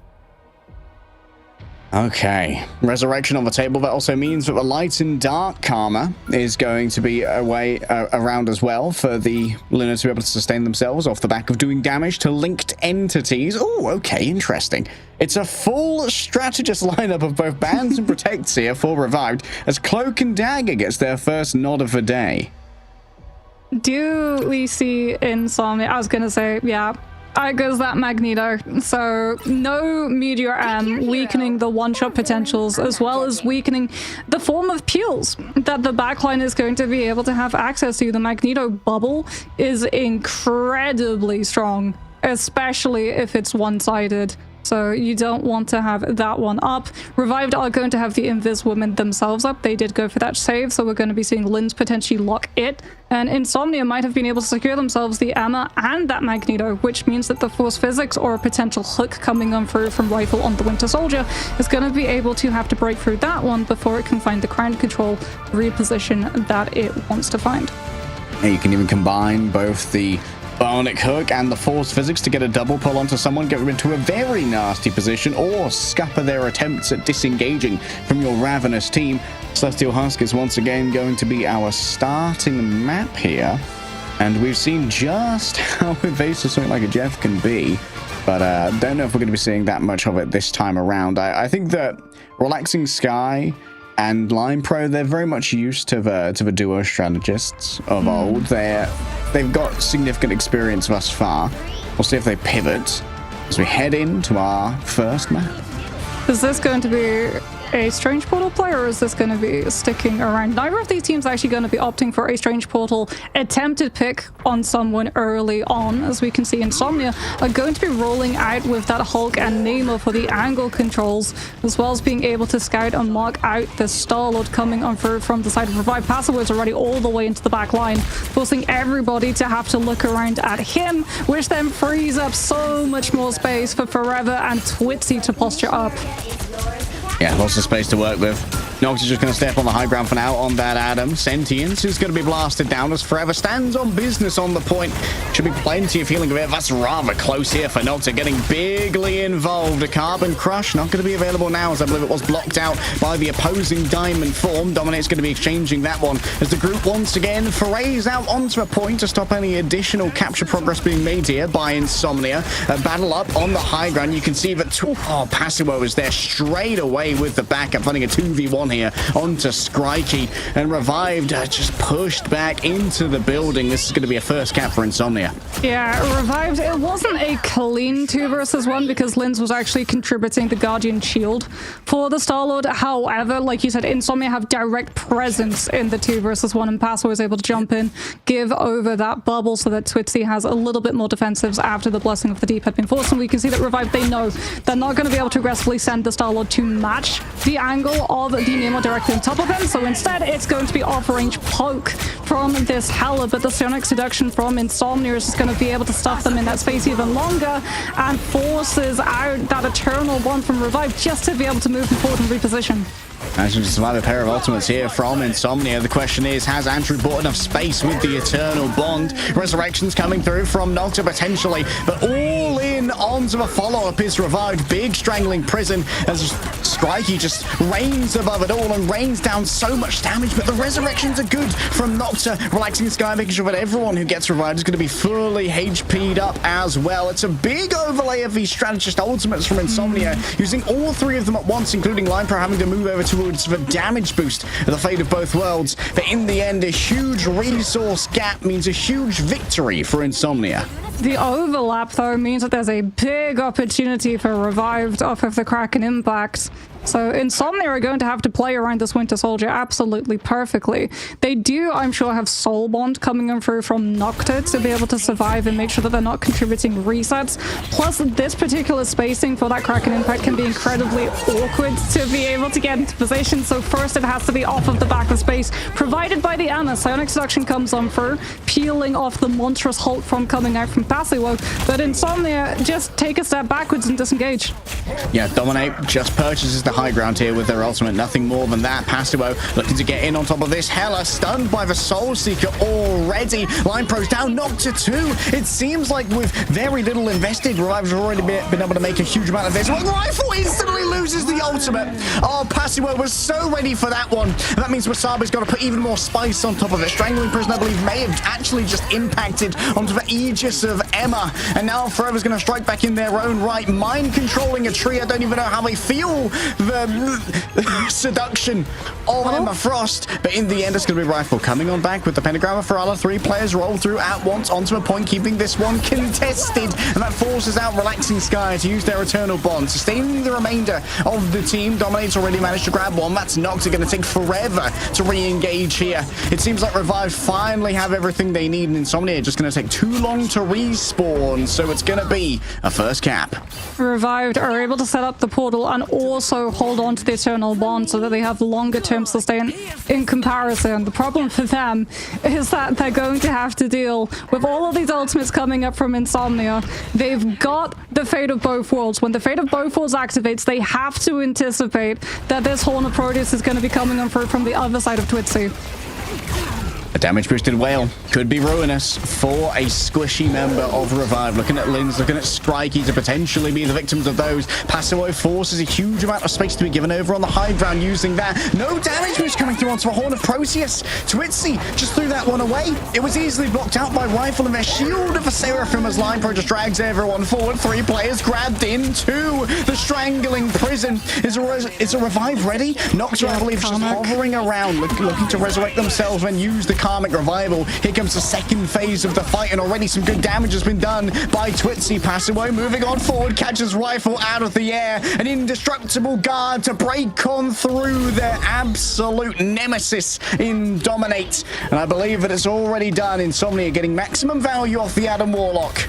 Yeah, Nocta just sets up the angle with Karmic Revival, and Revived, unfortunately, the Hela is in ult form over the point itself, so she's not able to use the shift, move into that position, and try and challenge those players before they can stabilize as they get rezzed up. There is one pick onto Relaxing Sky off of the AoE damage impact coming on through from the Goddess of Death, but it is not enough. Although I do like that they immediately went for that Hela pick. It was having far more impact than that Star-Lord, which was just getting absolutely shredded the second that Passivo showed up for that 2 versus 1. And Hulk, his jump not being tied to a cooldown, means that Passivo was in and out dealing with that threat and then immediately into the backline of Revived, so very little occupation of attention was even coming on through.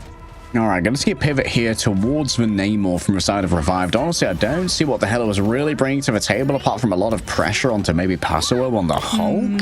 Feels like Hela's kind of a remnant of a bygone era. Most players now prefer the Phoenix because if you get on top of the Phoenix, then she threatens you rather than you threatening her. I mean, one thing you can do is Hela into a pocketed Guardian Shield duelist is that you could potentially use Soul Dragon. You're just trying to sell a 4 agenda here, Harry. I see right through you. As Insomnia are going to be able to open up this fight potentially with that Sonic Seduction, and we can see Revive just having to hold themselves on this high ground, looking for an opening of their Namor. They're going to be immediate fodder for the Emerald ultimate. Okay, in comes the Horn of Proteus, stuns Rifle down onto the ground. The follow-up's not quite going to be there, but it does mean that Dominate's going to fall through the cracks finally forever. Finds their target, and Linz for disengagement is not going to be on the table. Do you think that maybe this is a slight overinvestment? Oh, the stagger. Oh, the stagger. Oh, that's going to be brutal. Goodbye, Wasabi. Eaten up.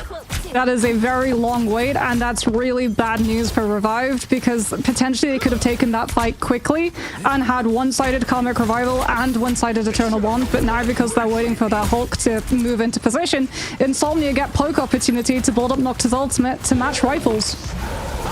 Yep, being able to match those revives is everything. Forever doesn't want to actually commit here to getting on top of the Adam. Believes it's too far gone, and Passivo starts knocking players out of these strategist ultimates. Oh, the grab in midair onto Strikey. The blessing of the deep was not a protective measure. It just exposed you to Passivo. A resurrection once again in the back. Karmic Revival brings back 2. Both Strikey and Linz re-enter the fray, as that's going to be a big shield coming through. Unbreakable guard stops the damage of the Horn of Proteus. Dominate falling rather low, but still, it's going to be Hulk taken down into Bruce Banner form first, which is still getting some value here out of a Monstro spawn, but Revived are trying to turn it around once again. Nocta read it like a book, though. 3 resurrections off the bat straight away. The second phase of a fight has only just begun, and Revived still haven't found themselves early control. Twitzy around the back. A quick right click means Berserk Squids just tear through the strategist, and Wasabi is likely to be staggered once again. Yeah, Revived weren't even able to lobby the Karmic Revival position from Noxa into a point flip because Forever just holds the position down with the Sonic Seduction. Twitzy is picked by overextending, but I mean, the reason they've overextended is anticipation of a potential portal coming on through from Revive's end. Dominate will be able to set it up and send the members on through, but you've got to worry about stacking too many players too close to that Horn of Proteus that Twitzy's still holding on to. Yeah, Twisty's going to come back in the middle of the fight as well, so might not be as accounted for. Already the Soul Bond given on over. Forever punished for exposing themselves to the opposing Emma. Rifle's going to be in big trouble. In comes the Horn of Proteus, and it puts Adam Warlock down on the floor, and that's an opening for Nocta to get themselves a double. Passivo's turn now, rolling in with a big old slaps. The back line. It's taking so much to try and stand up to this pressure, and they're getting blasted away from the remainder of Revived as well. Dominate finds himself overexposed, and Insomnia flip the point and claim the map.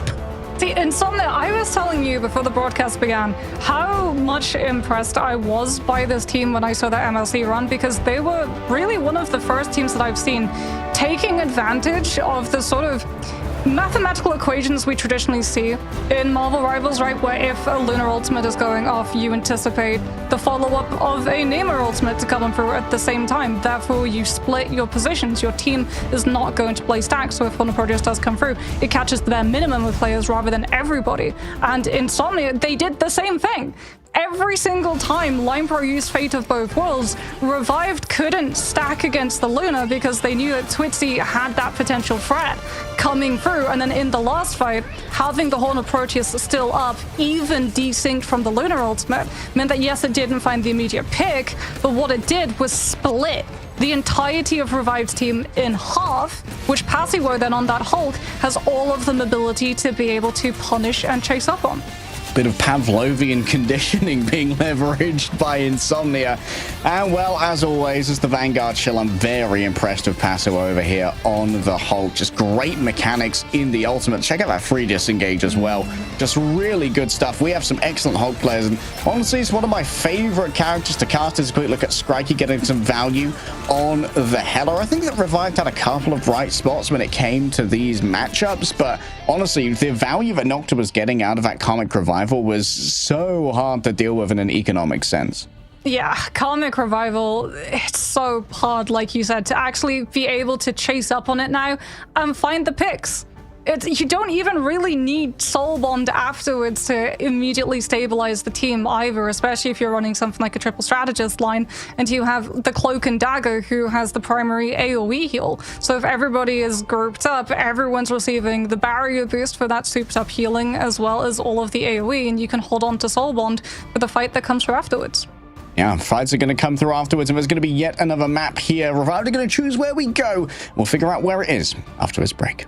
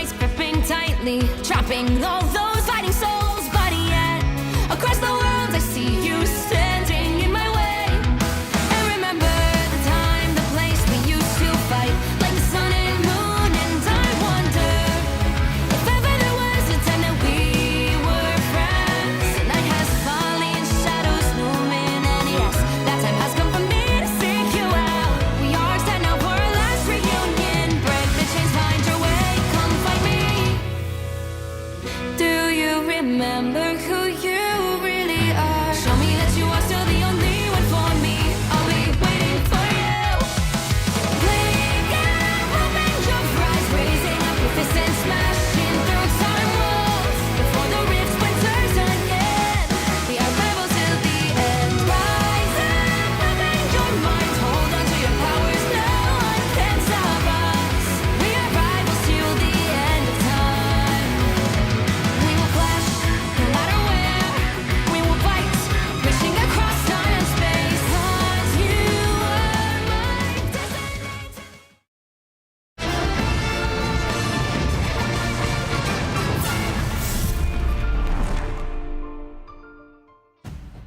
Insomnia are awake and kicking on Celestial Husk, walking away with a pretty easy 1-0 off the back of some excellent Karmic Revivals, Marks.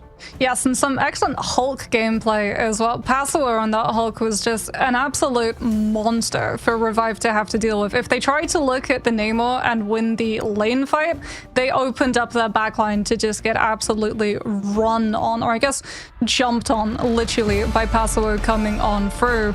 So I'm sure as we head into our second map, Revive are going to be making some adaptations in terms of that drafting section, as it feels like going for just the target ban on the strategists allowed Insomnia to still have open the Adam, the Cloak, and the Luna, which when you have Luna and Cloak open is still very, very strong picks. Luna is still a premier pick and strategist, and Cloak and Dagger has not devalued in the slightest. Yeah, especially for some of these newer teams, there's a big chance that Luna's like the most practiced because she doesn't get banned that often in ranked.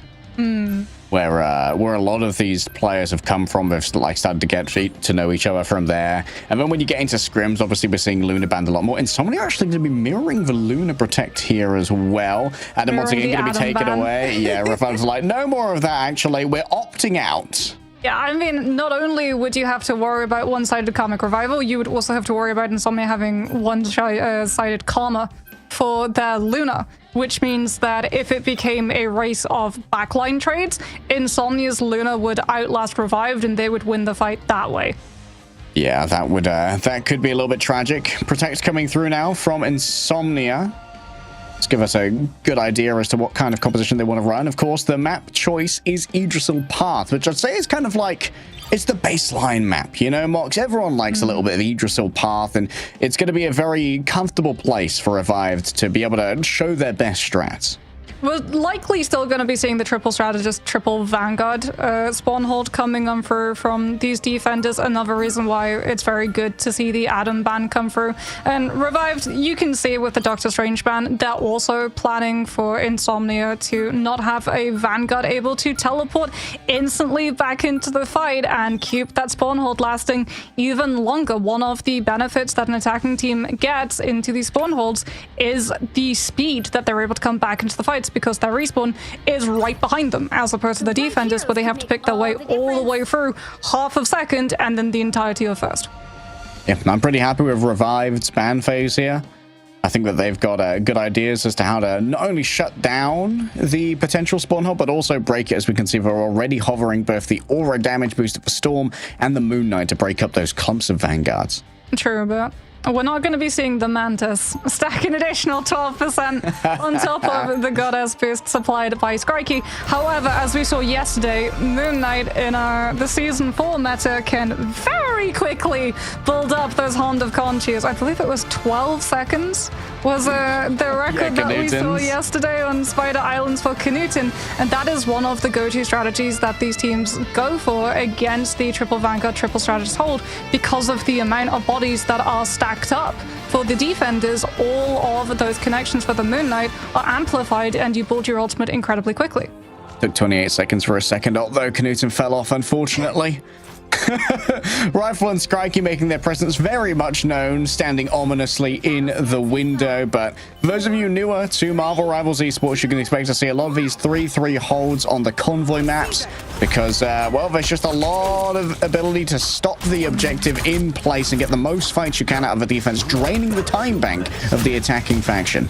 Well, it's not going to be a 12-second build-up of Hand of Conchi because look at how split Insomnia are playing. Like I said, this is a team that are smart into the equation of expectation. They're playing split so that the Moon Knight isn't really getting all of that connections, and they can just bounce their presence of these Vanguards continuously. The Groot, the Ammo, whoever has the better cooldowns and health bar, moving into position to act as a buffer against the attack.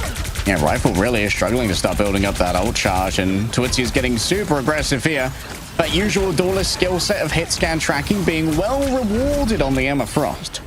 Insomnia too have knocked her on the rocket, so even if one of their Vanguards gets picked, they're just going to be able to revive them straight back up with the BOB station.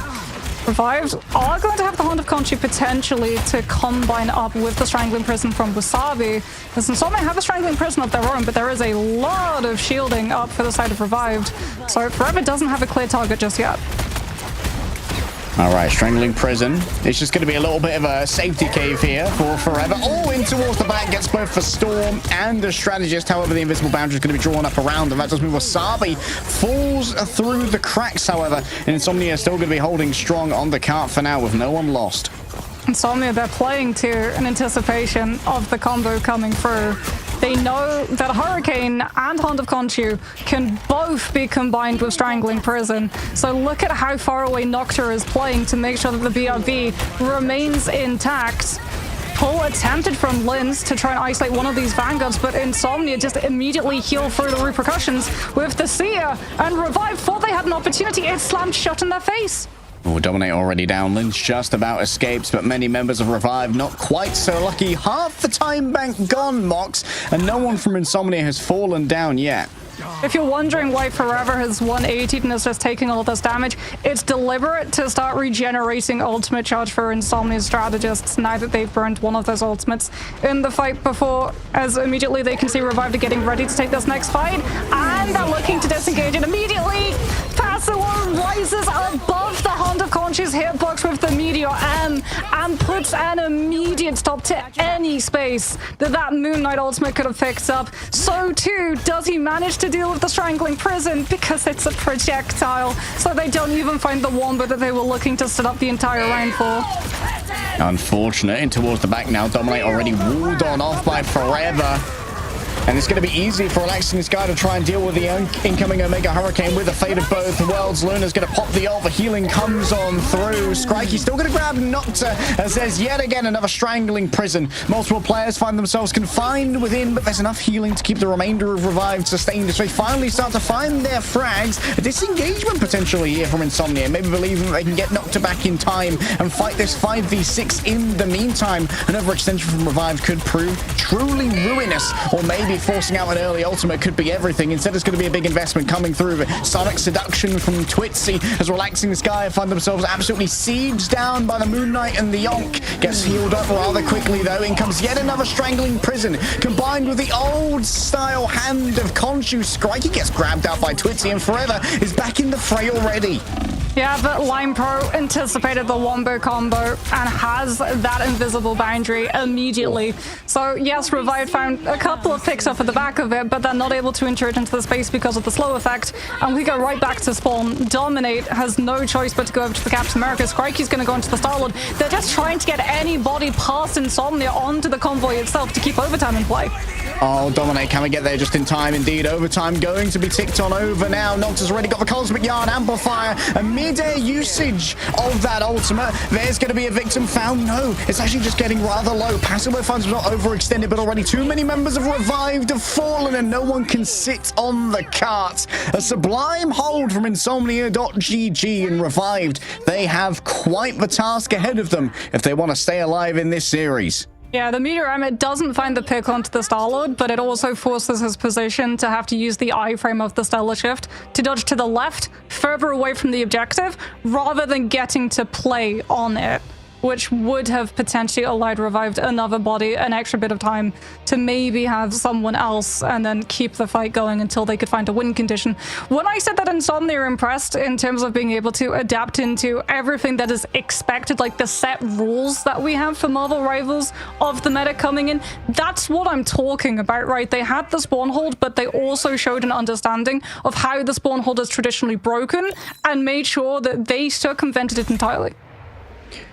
All right, so it's only an attacker spawn, so it's just a hover, but we have seen Angela present some value as a spawn hold breaker for grabbing something like a Groot and putting them into a position that's a little bit harder, never mind, to try and... I'm surprised you're not talking about the Passive 4 hover that just showed up before we headed over to they only just moved to it, and now we're looking at Idrisil. I've got world trees to think about, right? I mean, I think the Thor would have value with the overall damage output. It's actually going to be a cosmic fastball from Nocta here. It's all about dislocating these vanguards and putting them in nasty positions. Well, from the Will Tree, we go to the Weight of the World and Revived Shoulders because they do not have a lot of space to be able to give this up from. And unfortunately, they've already had all of that space taken away from them because of the fastball pressure from this Wolverine. The Vanguards have absolutely no answer but to give up space and backup because they already lost that Invis woman and they were waiting for the BRB to bring her back into position. And this is just Revive taking space further and further away from the objective. And Harry, they're running out of space left to give. Thor supremacy continues.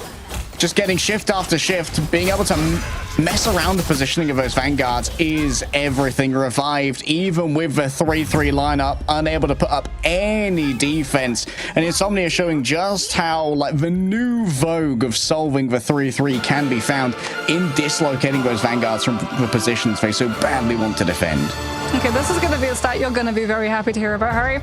4 has a 100% win rate in Ignite.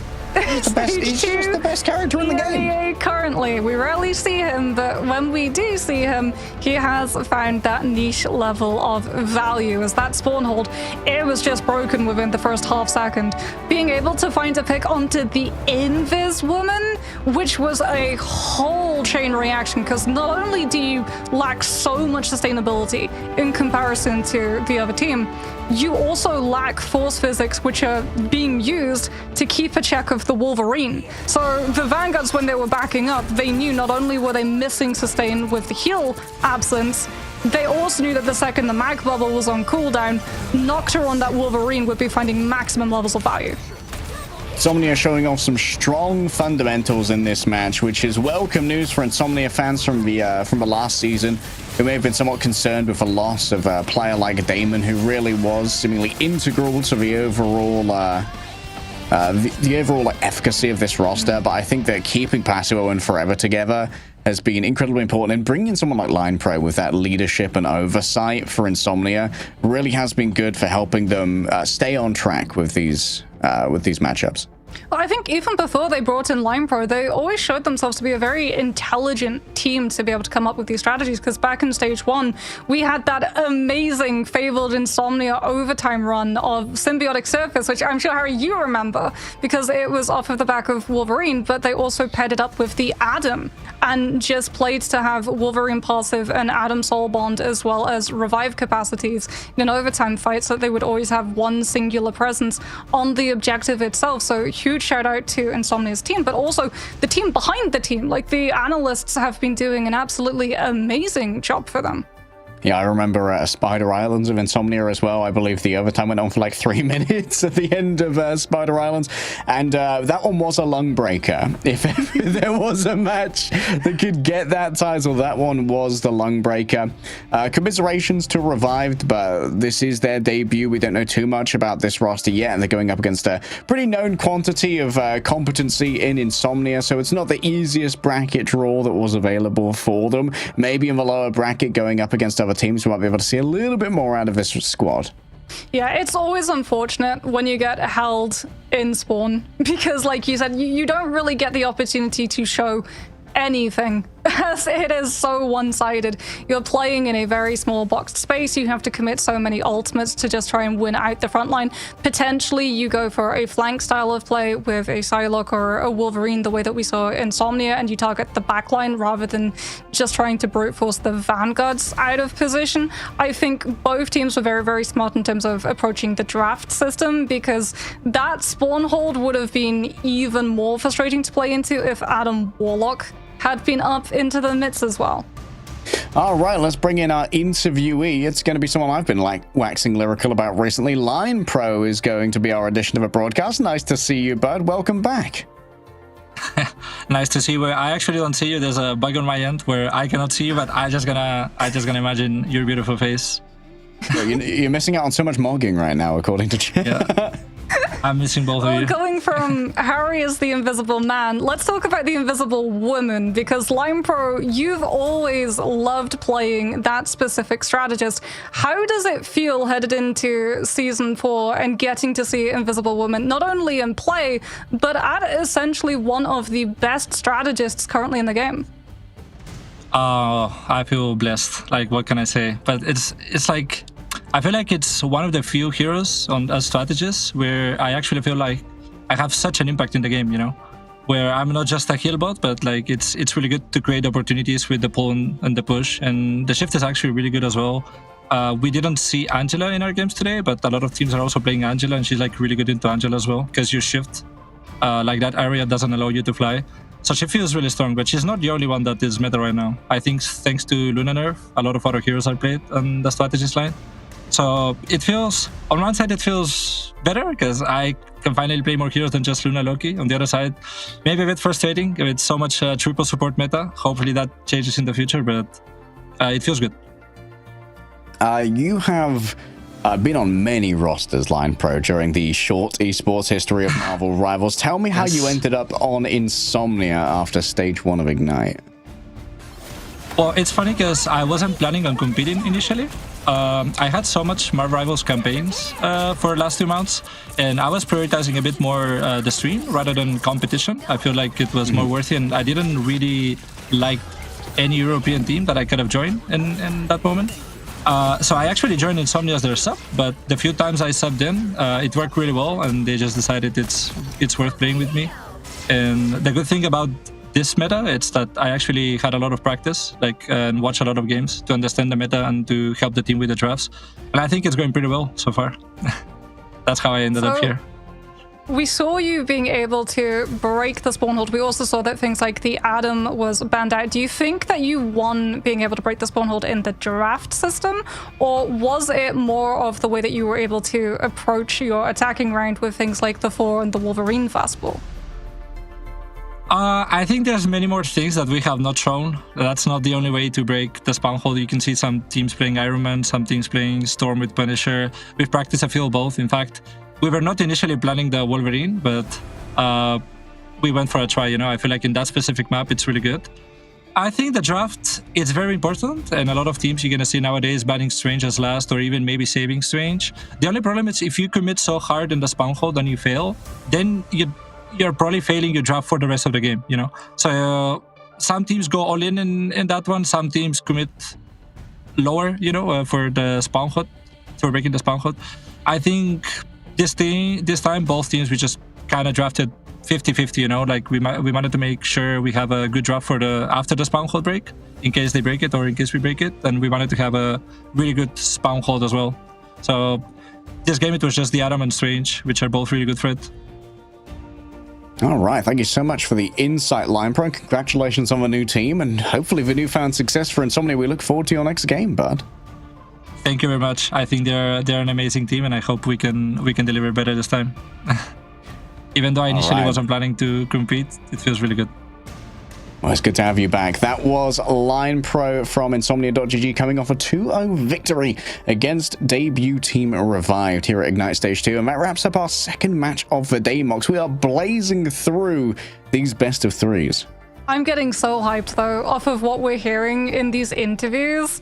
You know, we got to hear that Angela is good for spawn holds. We got to hear that Angela is potentially going to be finding other levels of value at other parts of the map, which means that she's immediately going to be starting to enter into that Season 4, which means it's been a race for a lot of these teams into figuring out the mechanics and how best to be able to not only adapt to playing her micro, but her macro as well. All right, here's a quick look at how our bracket is shaping up. You can see that Foot Esports versus OG Seed needs to populate the last point of our winners and losers bracket. We'll be moving into that one later. That's going to be our last game of the day. But first, we have the French Civil War, Team Peps versus NJC. It's going to be our next matchup here, Mox. And well, both of these teams, they are very beloved by their countrymen, and we've got a lot of names from other esports that have managed to surface once again. I think I've been casting hardest for a majority of my career.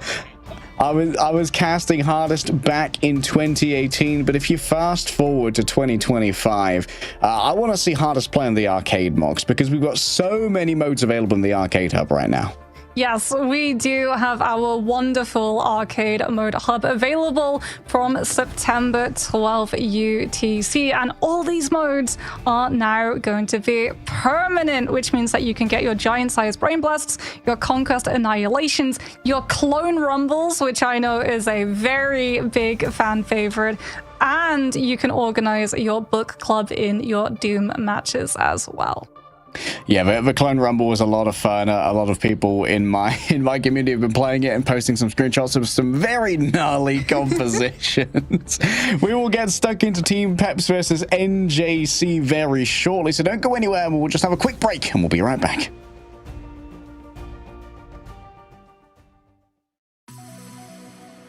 Welcome in, everyone. We have a very special interview here from former Rad Esports / Team 1 duelist Melio, and now on Citadel Gaming.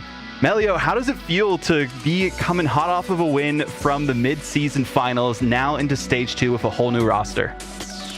I mean, it always feels amazing winning things like these. It's of course something I'm going to remember for the rest of my life, but it also feels amazing trying new options and exploring what a different team would feel like for the coming stage.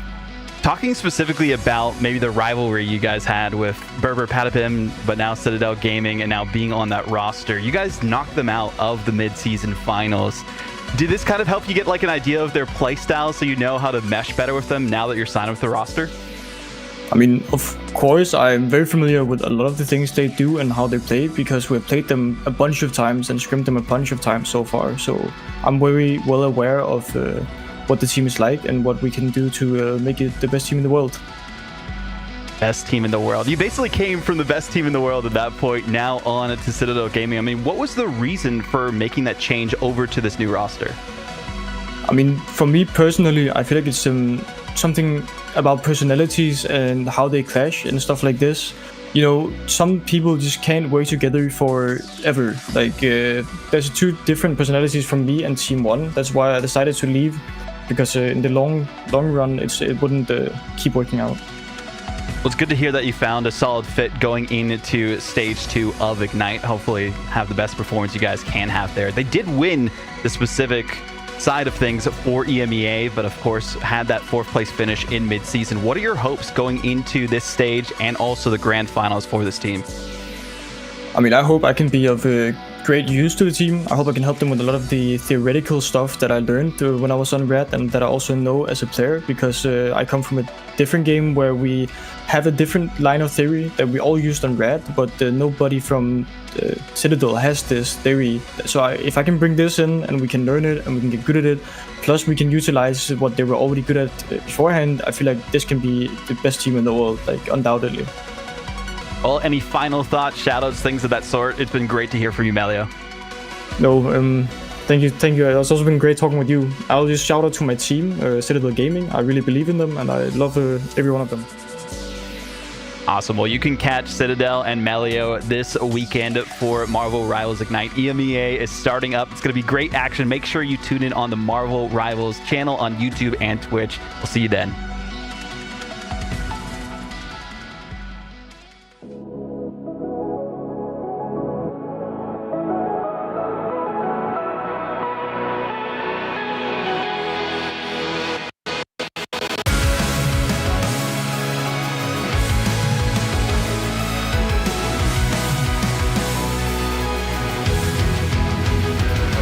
Remember the dusk, the lights gripping tightly, trapping all those fighting souls.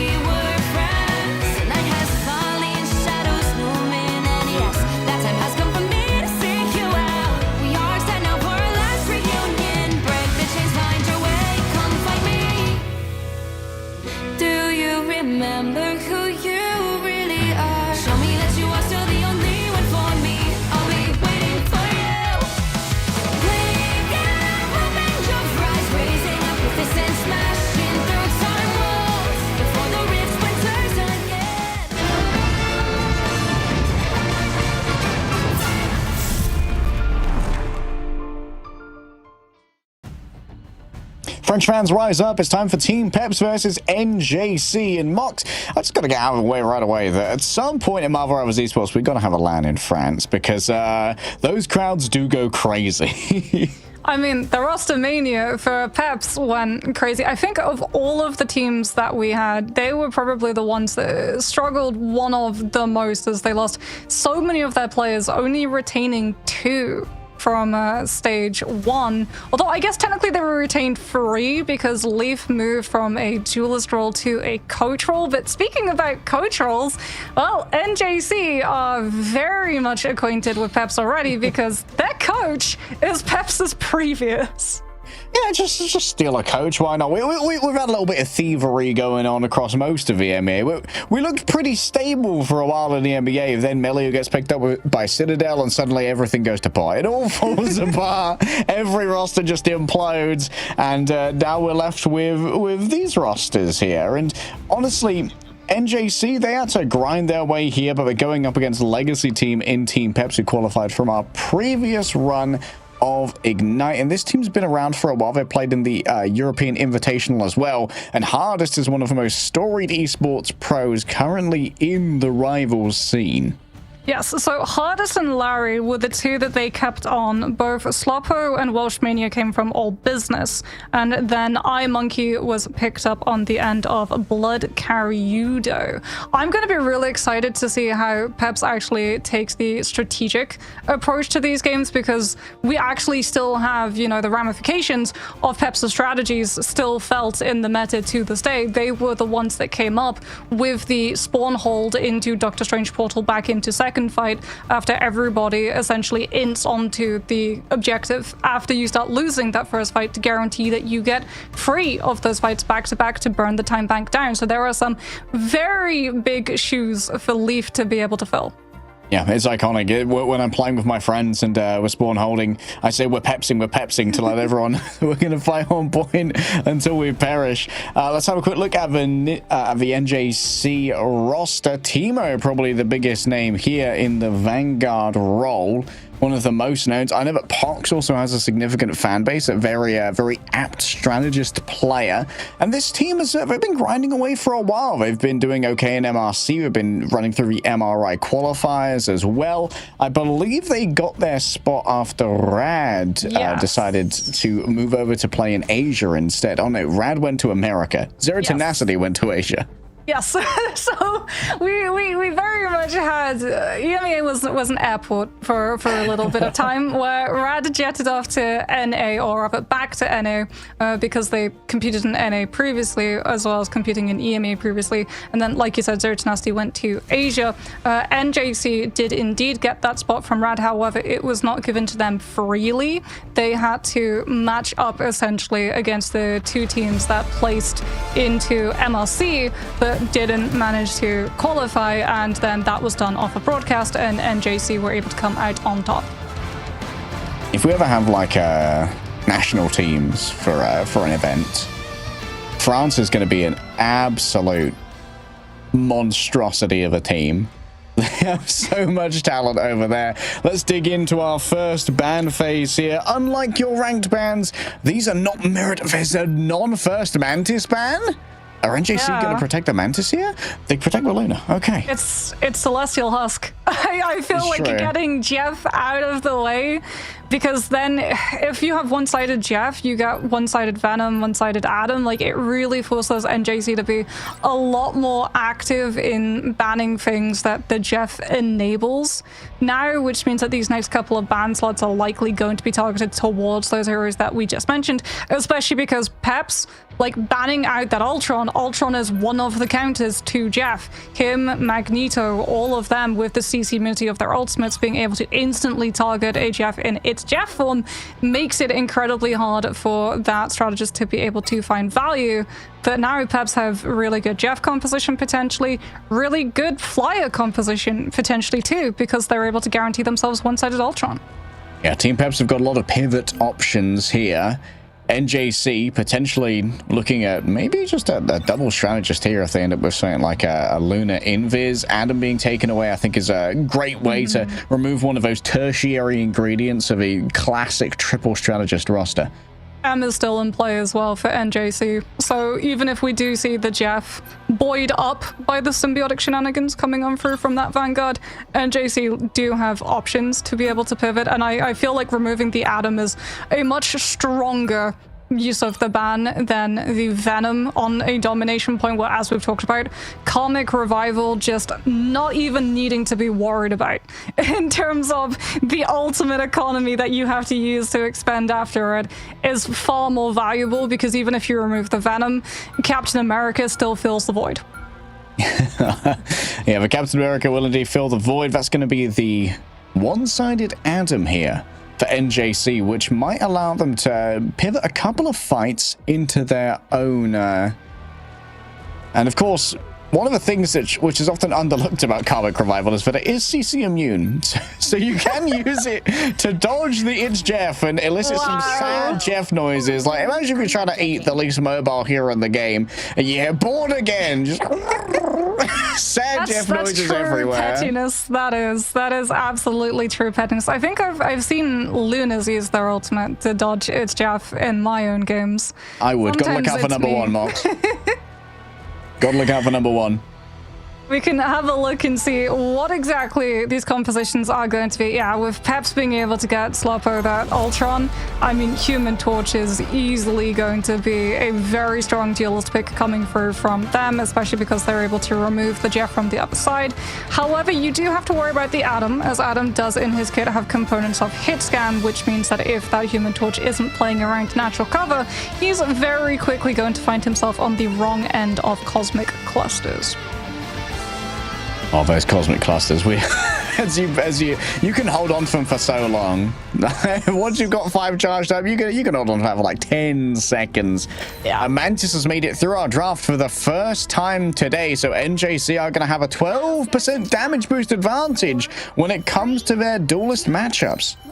Not just that, but it's also going to be potentially given over to things like the Adam, or indeed the Star-Lord, or the Feast of the Abyss too, so that you can have that break point and potentially find a pick through Peps's end. However, there is not really a lot that Feast of the Abyss is going to be able to target. Exo can just iframe it with the Dark Teleportation, and Walsh Mini can just bubble it.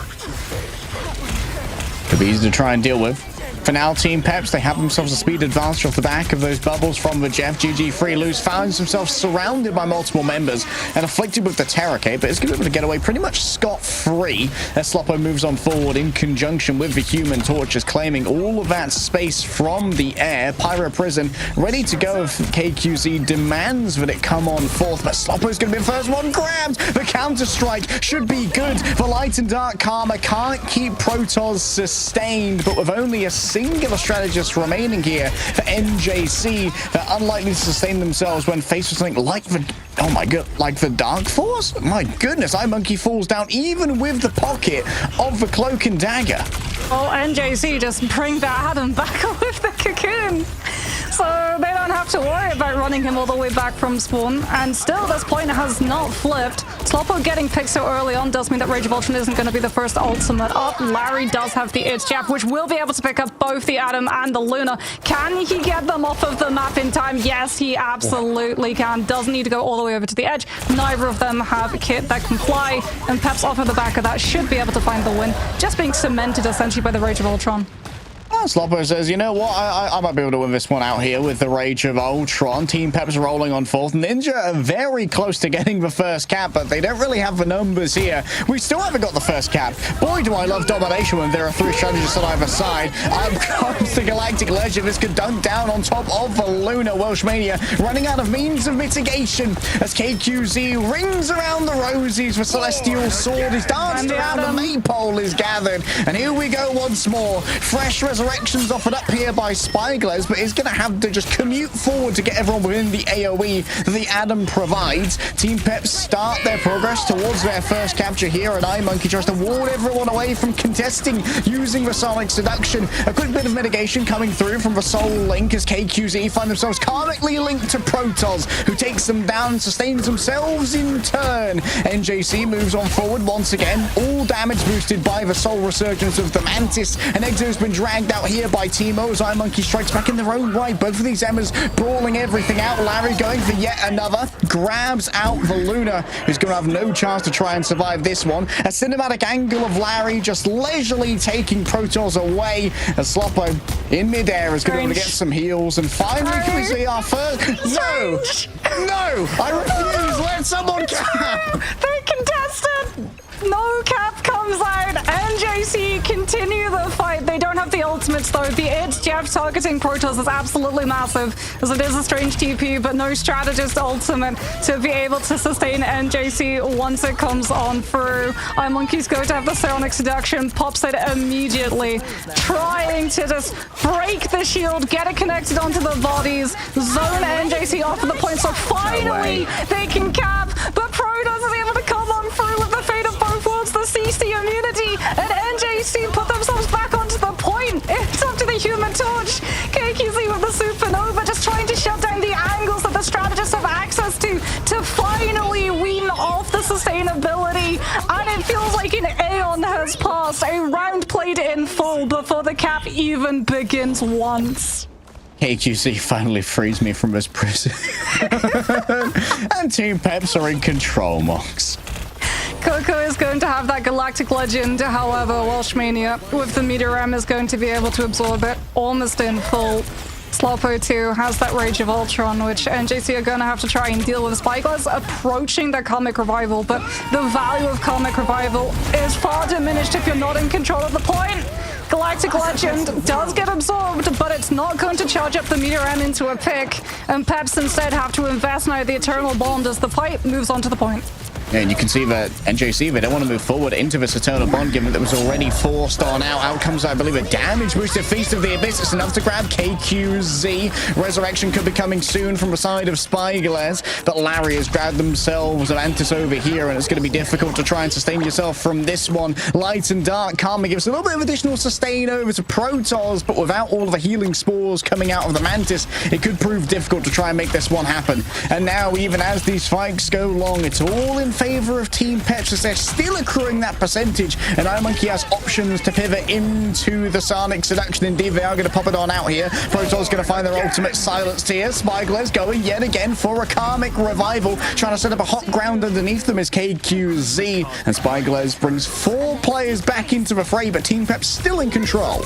Yeah, Peps don't chase into that res position, and it means that NJC gets a hold on to the fate of both worlds for this fight next. They're going to have the Galactic Legend too, and Welshmania doesn't have the Meteor this time around to absorb it, which means that KQZ and this Human Torch is about to become very vulnerable, as that Galactic Legend is so good at picking the Torch out. However, with the natural cover, the Torch is able to avoid it and dives directly into his own Jeff ultimate.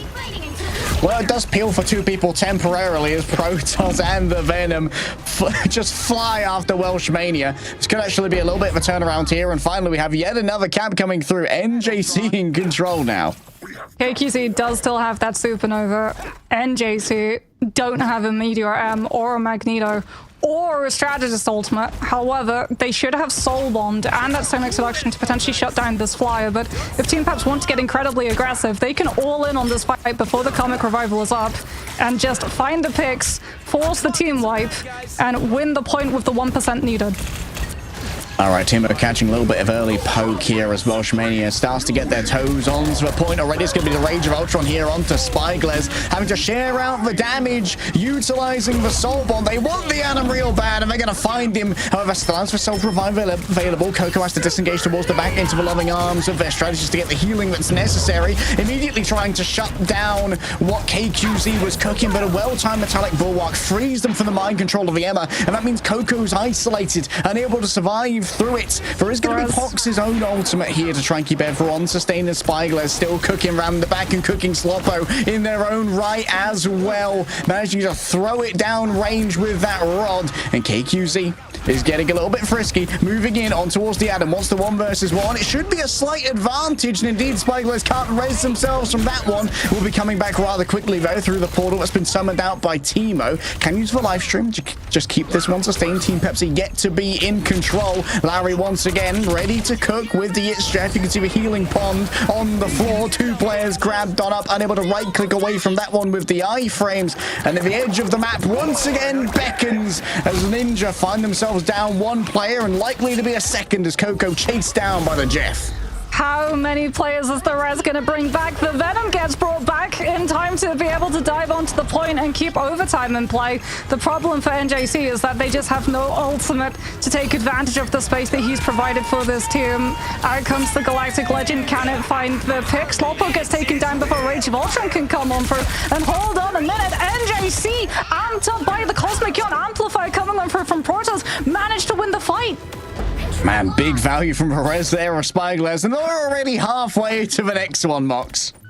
EXO is onto the Doctor Strange. Team Peps know that they get 1 opportunity, but they're going to have to use Portal to be able to find a touch rather than halfway through that fight. Feast of the Abyss has to be something that they worry about, especially because it's backed up by that Terror Cave. The Team Peps have the Rage of Ultron, and they just get to play aggressive. Great target focus there onto Pox. Spyglass still points away from that one. Teemo 8% away from the Eye of Agamotto. Could get big value onto a team that doesn't have it amazingly. Oh, 4!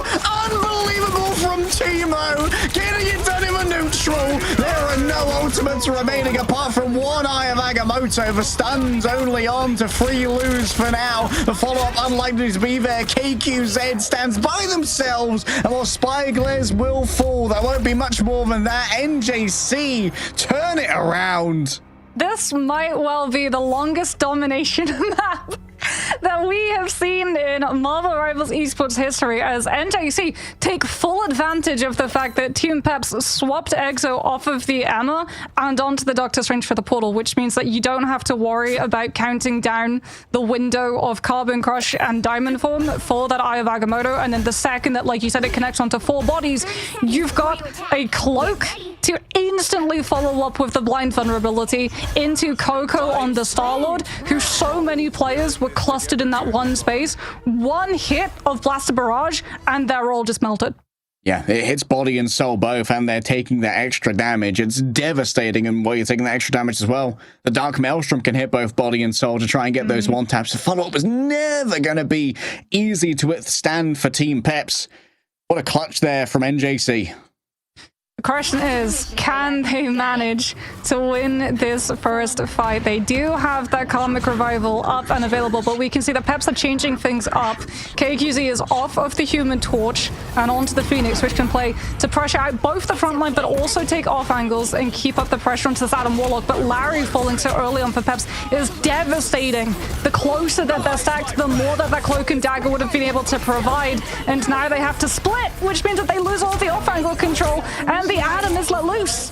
Yeah, the Adam has to get the quick res there to bring Coco on back. Peps have lost the high ground, no longer have the damage of the Namor either. They're just going to be relying on Welshmania to make it happen with the Diamond Form. Carbon Crush, that's a miss onto their compatriot here. Not so lucky on the other side, as Pox is easily able to shut down that back line. Both the Lights and the Dark Force combined for a much faster first fight here in favor of NJC. Yeah, Welshmania this time is over onto the Amma, so they sacrifice the Magneto pick off of the back of it, which then means that Galactic Legend from Coco gains some more value. Every single time Peps try and swap one of their heroes to deal with a different problem, NJC have something else that immediately gets to punish the absence of the previous. Horn of Proteus is going to be up and available. Larry too is going to be coming into that Eternal Bond. You can see NJC already starting to give respect to what this Namor is looking to set on up. As Slopo tries to send in those Monstro spawns and cut off the disengagement, but NJC, they baited it! They faked that they were disengaging to the back of point, and they boxed themselves in so that the backline is entirely untouchable. Yeah, Eternal Bond already used. That's going to be so much off the back of a combination of Giganto and the Phoenix with a beast force of Team Peps against Ninja. They managed to just carve through them. The Namor angle wasn't able to find anything with just the dry primary, but by boxing themselves into that small space, Horn of Proteus and Ensong Inferno ramped up in potential value, as NJC are actually going to be swapping Coco off of the Star-Lord now over to that Winter Soldier. So having the hook, being able to grab one of these players from Peps' side out of position while also pressuring the off-angle lane control with the Tainted Voltage to match up to both the Phoenix and the Namor. You can see that the regeneration domain has already been popped out here by the Loki as well. Like, so not going to be wanting too much for it, though. So they're going to be out that second Eternal Bomb off the back of a God of Mischief copy. All about the high ground control here to begin with, though. An early stun coming through as well onto the Doctor Strange. Still Welshmania stuck down on the low ground, and Teemo quickly manages to punish the end of that CC immunity. Resurrection coming on through. Exo going to be stunned on out as well. Maybe they can shut down the copied ultimate. Indeed, they can. All of the pathing on the floor is now punished away from Team Peps, and iMonkey slept in their own right as well, sedated by Pox after popping the most angry of Hulks. Protoss down on the floor, courtesy of Giganto, but the healing's going to be there, and guess who's surrounded? iMonkey going to find themselves unable to contest while in that immune form. Oh no, and here comes the mean stuff. Yeah, the sedation onto iMonkey, and then they're potentially going to try and body block. They get their freeze, and then potentially the EMEA as well, looking for the grab so that he doesn't get to find the environmental ledge. That's actually huge for NJC because they burned Comic Revival to bring Coco back into the mix because he had a Kraken impact, and they wanted to be able to take advantage of the doppelgangers left up by Exo for those resets. And it means that NJC, their ultimate bank, is somewhat depleted. They're going to be starting things off with just Sonic Seduction so that Peps don't get any space to try and take angle control and put pressure onto the backlines. And because they're just lengthening out this fight, lengthening out this approach, they get so much more point percentage.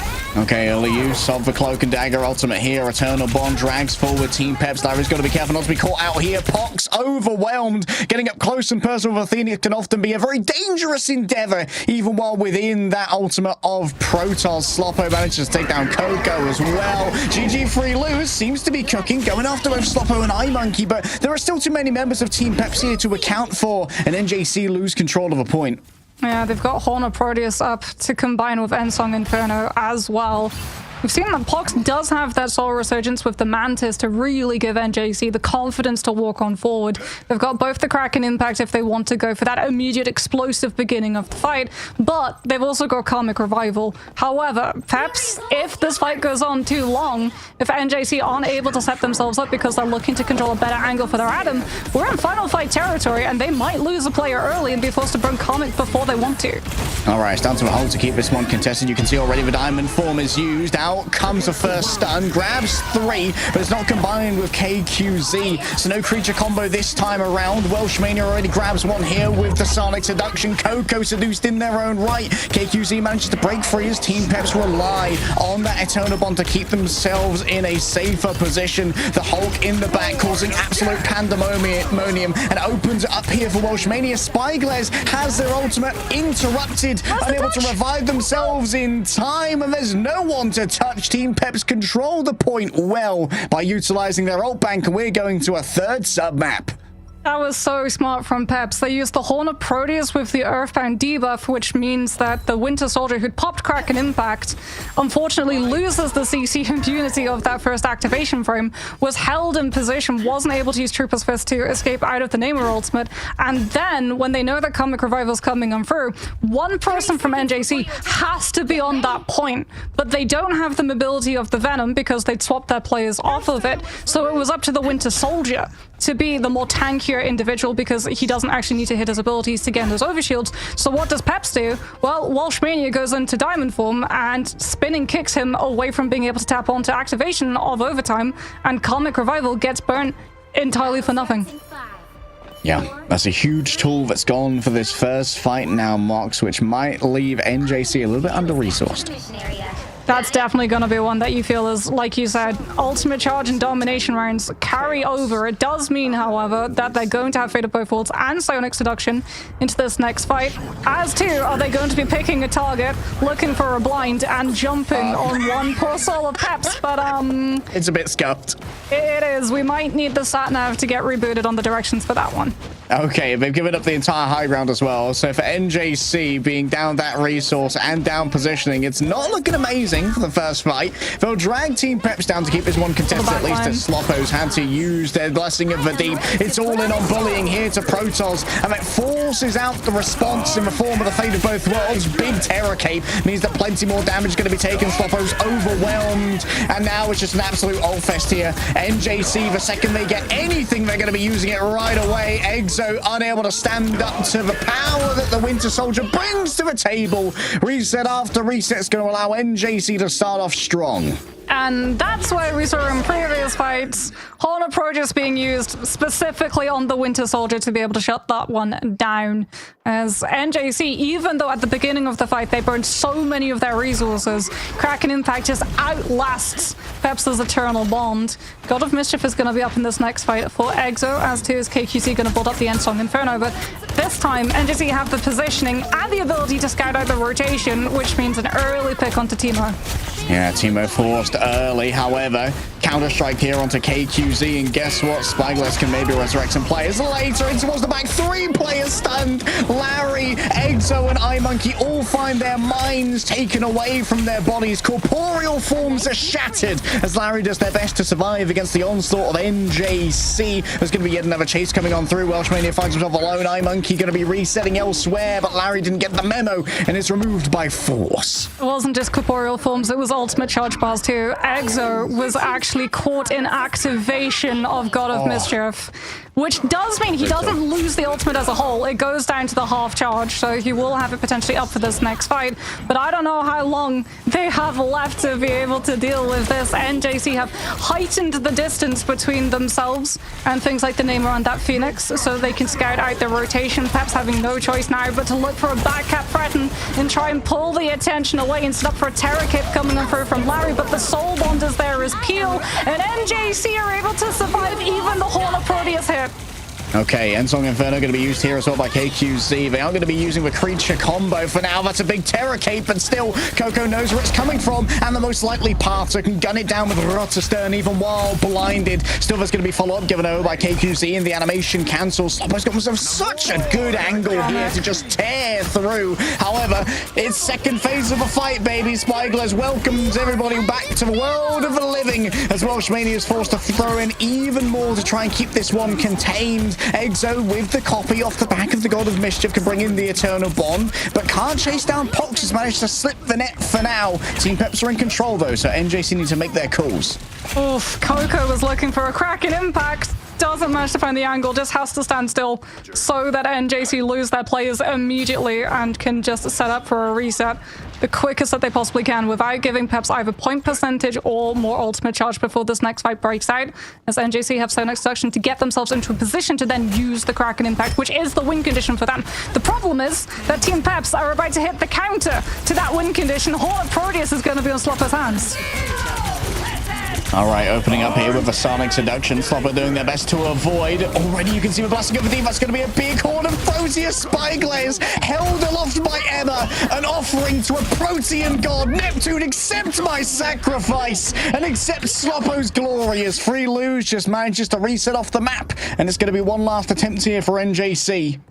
The min-maxing coming over from Peps. They knew Sonic Seduction would be used to break choke. Sloppo purposefully hides himself behind the rock, then sets up for the Blasting of the Deep. Not because he's coming under pressure, but it gives him the better angle to set up for the Horn of Proteus immediately before that Sonic Seduction can find the silence. As NJC looking for a portal, they found the Cloak and Dagger. They know where Larry's positioned, and Larry's trying to hide himself away from the rest of the team, which ironically means that he's in more of a precarious position now, but there's so little time left that NJC have to play with. They've got to just go into the point itself.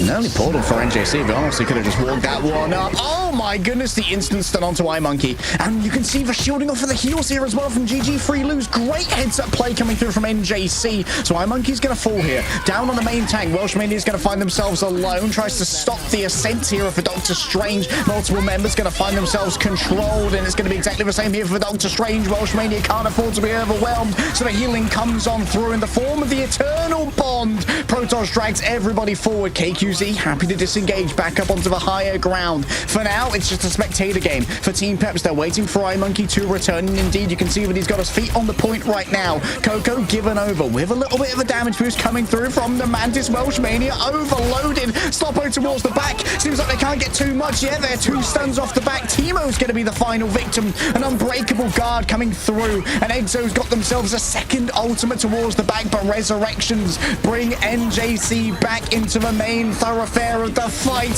The Ultron's under so much much pressure. Daggers of the Dax stab into metallic flesh. And NJC seem in a position to take this one away and upset over Team Peps on map number 1. Oh, the res, it's a race. You have to find the pick onto the Adam Warlock. The longer that fight goes on, the closer they get to setting up the res. And then even if you find the pick onto the Adam, you have to worry about Coco coming on through with the Kraken impact. This is the danger about fighting a Comic Revival fight in overtime, because the rule when you're fighting into Comic Revival, you can't burn your entire ultimate economy before that Comic Revival comes through. The enemy team want to burn as many ultimates from your end as they possibly can before Comic Revival, because now they essentially get a full reset, especially in overtime, because if you step off of the objective to chase down where that res is, you've given up objective control. You lose in overtime because you don't have bodies on the point itself. So it's just not only a full revive for the team, it's a full heal for the team, which then allows them to have better angle control too, because they're coming from all of these different directions, and the Winter Soldier can find those openings onto the Loki doppelgangers with Kraken Impact, as opposed to Peps, who are having to just fortify their position on the objective itself. Running through our highlights now, I fully expect for Diatonic and Tetra, their content this week is going to have a fully timed out version of that first fight to see how long it took to win the first fight / get the first capture. It felt like 4 fights in one, and this truly is some strategist that's happening. There's no other way to put it. Freelu's getting so much value off of a Strange. We talked about it earlier when we were doing a little bit of filling before the revive. We talked about Doctor Strange having that little buff to the Maelstrom of Madness, being able to put it out every 6 seconds and being able to charge up rather quickly as well, means that you can build up towards those Eye of Agamottos rather quickly. And when there's no opposing Doctor Strange, the reliability of opposing shields can be a little bit here and there, and we saw huge value come out of GG Freelu's when hitting those huge 4-person Eye of Agamottos. Yeah, I think as well, it was the reliance on things like Horn of Proteus to be able to shut down Kraken Impact, because you had a Loki, which means that even if a defensive ultimate is coming through from the side of Peps, those doppelgangers are still going to go down, which then affords a prolonged 7-second window of reset for that Kraken Impact to continue. And with the length of ultimates that we've talked about, right? We talked about the fact that Luna's ultimate was nerfed. It went from 12 seconds to 10 seconds. That means that Fate of Both Worlds has a far lower likelihood of being able to outlast those resets from Kraken Impact. Well, we'll have to see if Peps can outlast NJC in this series. They get to pick where we go next after this break.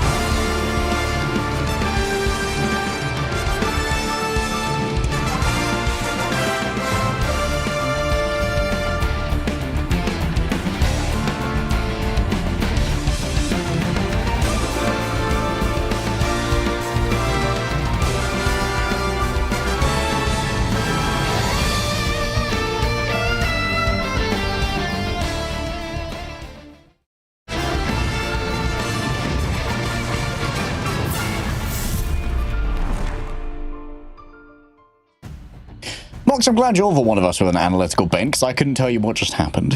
Celestial Husk goes the way of NJC over legacy competitors Team Peps. But now Team Peps get to decide where we're going, and surely this time Adam's getting banned. I mean, Adam or Doctor Strange, to be entirely honest, because especially that first cap fight coming on through, yeah, a lot of the time that was allowed to build the comic revival positions coming on out was the Doctor Strange portals successfully allowing players to stagger themselves onto the point, even though we didn't have things like Venom to be able to come on through. As long as one person was on, comic revival was always going to be able to find the value that NJC were looking for. And I mean, it's Peps, they're down one. I would assume we're going to be seeing a convoy map come through immediately afterwards. Well, we'll see it at the top now. It is indeed going to be Idrisil Path. Well predicted, Mox. And, well, if we know anything about Idrisil Path, it's that 3-3 can rule the day. Okay, surely it's going to be an Adam target ban coming out for both of these sides, as it is going to be Mantis getting removed for NJCs, and immediately Pep's also going to be yet again recycling the insta ban onto that Jeff. So far, both Adam and Rocket and Loki are all going to be in play for the triple strategist lines, which does mean that the stall composition potential is going to be incredibly high. I mean, honestly, the Loki did invite the Coco pivot as well, as you kept outlining the doppelgangers giving that 7-second reset timer. Can be very good when you're going up against a strategist ultimate of limited lifespan overall. And still, we haven't seen the ban on the Adam, which seemed to be somewhat problematic for Team Peps to try and deal with. Well, there's the Doctor Strange ban that we were expecting to see, given the fact that, as we talked about, the strategy for these convoy maps, if you're defending, is that you take the first fight, you try and stall it out for as long as you possibly can. You either win off of winning that first fight for the entire round, or you start losing it. Everybody then goes on to the objective, make sure that you get taken down on it, and you set up a teleport to come in immediately afterwards for Yggdrasil as well. Having that teleport in play allows you to instantly take control of the high ground adjacent to the point, which a lot of the time means that the attackers lose their momentum. However, with it being a Doctor Strange ban, that does free up the save for the Adam, as we can see that NJC, they're not thinking necessarily about removing heroes from the defensive side. They're weakening the spawn hold break potential for when Peps are on the attack.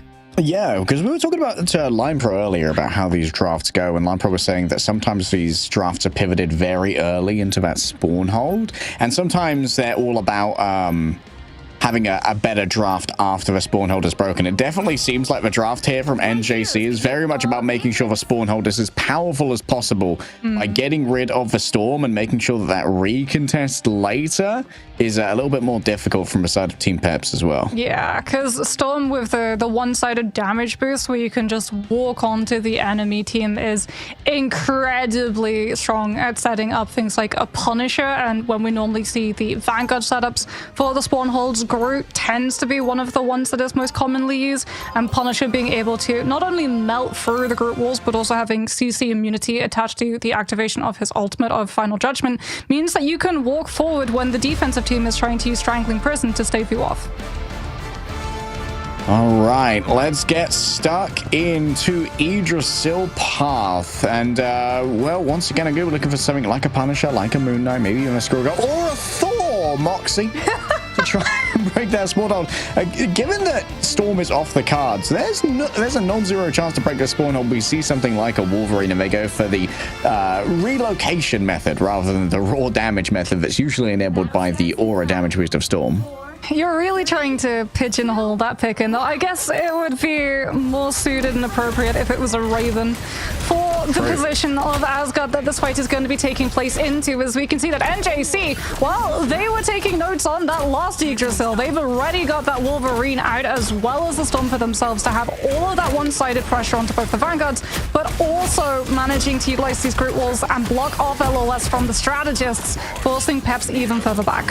Yeah, it looks like Stopper was actually taken out of position, wasn't in range of the battle recall beacon. Coco getting dangerously close to that Groot, and you know how this one ends. You've seen it a million times before, and that might well be a free resurrection there off the back of the battle recall beacon. Stops the Adam self-res though, so a lot of space is going to have to be given away here by Peps.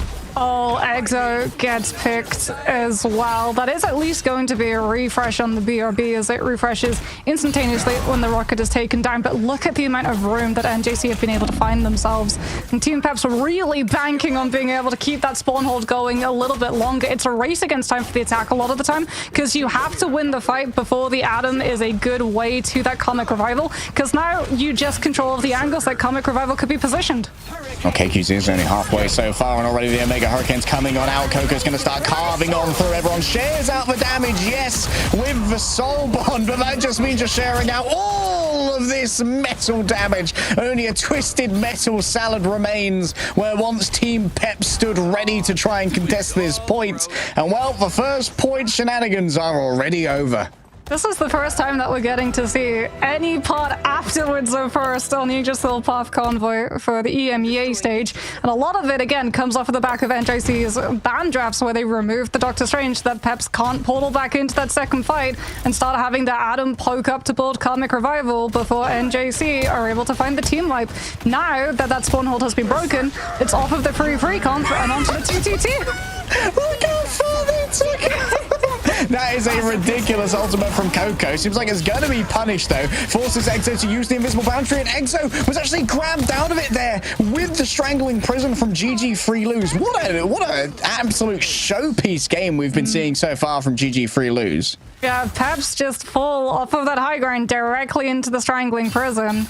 Protoss does make sure, however, with the Eternal Bond that NJC are able to keep up with Peps trying to play as aggressively in the face of the attacking team as they were, which does mean that Eternal Bond is not going to be up to counterplay the Kraken Impact. The problem for Peps is, do they get the space to get that Winter Soldier into position before NJC gets second?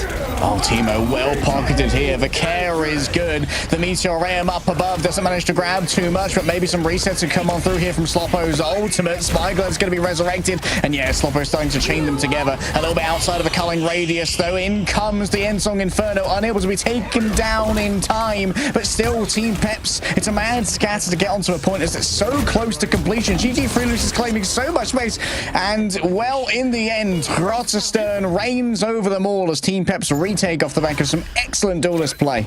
Yeah, Kraken Impact being up and no Strategist Ultimate being available for the side of NJC, nor even a one-shot potential with a Meteor M, or potentially trying to crowd control the Winter Soldier's position with that Strangling Prison. As we can actually see, the swaps are going to be coming on out. It's going to be Coco moving over to that Namor to provide an off angle, which is going to draw away a lot of the pressure from the rest of that team's core as they move from that front side. Well, they attempted to pick Unbreakable Guard used by GG Free Lose as a response right there, and Spyglass back over on to the Atom. Peps, though, they're not getting to hold as close as they were because of this pressure splitting from that Namor, which means that their ammo isn't in a great spot to utilize that Psionic Seduction. As we can see that NJC have been able to successfully poke Spyglass back onto that Atom, is building Karmic Revival within this fight. All right, Welshmania opens up here using the Sonic Seduction. Multiple players going to be afflicted by the culling aura. If any of them fall, it could be a reset, but it seems like everyone's going to be cleansed. The time was not met. Meteor M, good to go. Timo slams down on top of other players who are already weakened by the Giganto strike. No resets here for Sloppo, though. Already the damage has been done. The resurrection's going to come through rather quickly, though, as two strategists fall, crushed under the metal management of Magneto. Overwhelmed potentially here, the Emma could be. Welsh desperately needs a little bit of healing. You can see that there's an attempt to cut it off using the metallic curtain, but was drawn on up there by the Magneto. Still, there's not going to be enough to try and make it through here. GG Free Lose runs out of overall uptime. The Ensong Inferno can't be downed in time, but Coco going to try and catch the other side instead. Berserk Squids are doing a bunch of damage, and Free Lose is there to follow up as well. But still, Team Peps, they're so close to their spawn that their reinforcements are coming in no time at all. Welshmania is bubbled by the metallic bulwark, allowing them to safely channel their Sonic Seduction and shut down the momentum here from Ninja, even as one player gets stunned by the strike of Giganto. It's not going to be enough, though. Peps are going to be able to recommit back into this fight with Invisible Boundary and Kraken Impact. NJC, it has been absolutely huge connection direction of this Meteor M, finding the pick that it's looking for, but it looks for KQC instead. Out comes the Kraken. Impact directly finding the connection onto the Atom, who'd already burned the self-res, and NJC know that they get one more opportunity. They can't afford to allow Sloppo to just keep Kraken Impact going. It's Teemo onto that Doctor Strange. Pox is going to have to almost immediately burn the Soul Resurgence from the Mantis too, and hope that Comic Revival is going to be able to win them this fight in the long run. Interesting that Teemo's already swapped over onto the Doctor Strange here, considering that maybe a player who fell early could have been the one to move over and channel that pentagram of Pharrella to bring everyone back. Still, Teemo's going to be putting themselves in dangerous positions on the front line here, so we're likely to fall first. Anyway, extra speed given over here already by the Mantis in an attempt to try and chase down KQZ as they're exiled away temporarily by the Hulk in towards the back line, sharing out the damage via the Soul Link itself. Larry on the disengage, Light and Dark Karma means that the opposing Luna's going to have plenty of sustainability here. Oh, KQZ was stunned by the grab of the Hulk on the way on over. In comes the big whale. That's a huge impact given over there by Coco. GG Freelose gets mad at being denied so long in this position. Welshmania is going to be unable to make their way towards Tooth Gnasher and Tooth Grinder, as finally the time of day here on Yggdrasil will change and the cart rolls forth. Yeah, and if you're looking at the Hulk in the back line, you're not present on the front line, so NJC will be able to pick up second. It's smart as well for them to not go for the teleport recontest, because they had to hold on to Soul Bond in the likelihood of needing it to stabilize after Karmic Revival had been cast on the side of Spyglass. Plus, it means the teleport would have been up, even if that fight continues and you need to get one person back into the fight a little bit faster. Watchmania does have Psionic Seduction. NJC have to position accordingly in anticipation of it, because if they get seduced into it, it will be seduced directly into a Kraken Impact follow-through. As the Eye of Agamotto from Teemo finds KQZ, and they think that this is their opportunity. Aggressive Karmic Revival to push directly into Pep's side. Shield available as well here from GG Freelose if the remainder of our team need a little bit of reinforcement when it comes to that meatiness. Sloppo looking for an opening here to try and use their own ultimate, a quick exile onto the opposing Magneto. You can see that Soul Bond's already been used here to share out the damage, democratize it amongst the NJC roster, and Protoss still has their emergency ultimate in the back. That's going to be the fate of both worlds already popped out. Sloppo and Monkey both already fall, but KQZ waits patiently here. It seems like they've been tracked already. 5 players get raised, but KQZ falls down in their own right. The healing's going to be good from Larry as KQZ can res themselves. 6 players give it on over. Teemo with the double. Coco follows up even more so. Protoss is overwhelmed here by Sloppo. A disengagement is given over by the metallic bulwark. Teemo could be overwhelmed as well. Rotterdam just keeps hitting headshots after headshots, one after the other, frag after frag. Sloppo's nowhere near the cart, but GG Freelose is the one who has to keep that one contested. A mid-air uppercut to stop gravity's embrace from dragging the Hulk down to the objective, and NJC are finished early. Yeah, but I mean, they got so far in comparison and contrast to what we typically see on convoy maps. And remember, NJC, when they approached the draft system, they went at it from halves. They weakened the spawn hold and the potential for Peps to be able to come back into those fights quickly by taking out the Doctor Strange, but they also weakened the spawn break by removing the storm potential. This could well be a 2-point push from NJC's end into a full hold first against Team Peps. Yeah, this draft definitely prioritizing making Peps' attempts to break through a spawn hold a little bit toothless. Oh, they're running the Loki. What's worse than one Karmic Revival fight, Harry? 2 Karmic Revival fights. Dare you invoke the ancient evil smarks? We were so close to freedom. We were nearly there. We just saw Triple Res leave.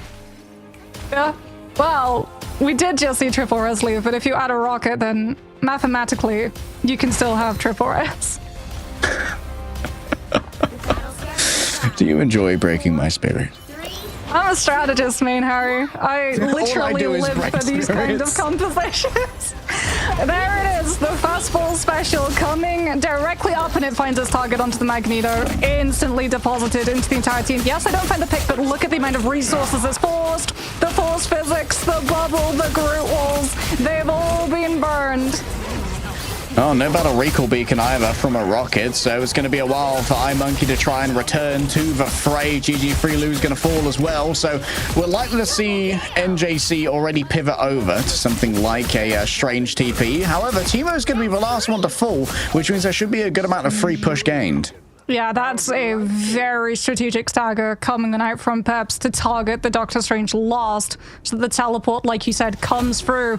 Very much delayed, because this now is going to have a run-on impact into how much ultimate charge Protoss and Coco have available. KQZ is actually going to be ahead of charging up that first Karmic Revival, so we can see NJC are going to be setting up the port to take high ground control. Slowpoke was waiting, just lying there, wanting someone to walk through, and he finds his target. There's the Doctor Strange.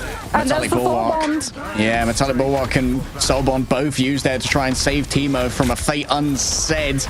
And Slowpoke so close to that last stand as well, can try and reposition any players. NJC are still so far away from any of their strategist ultimates as well. GG Freelu's under massive pressure here from Welshmania. Forces out the counter usage of the Soul Bond from the side of Team Peps to try and survive this one. Big stun onto the Eye of Agamotto. Huge heads up play there from Sloppo. And then just a follow up in the aftermath as well. Big brain Wolverine.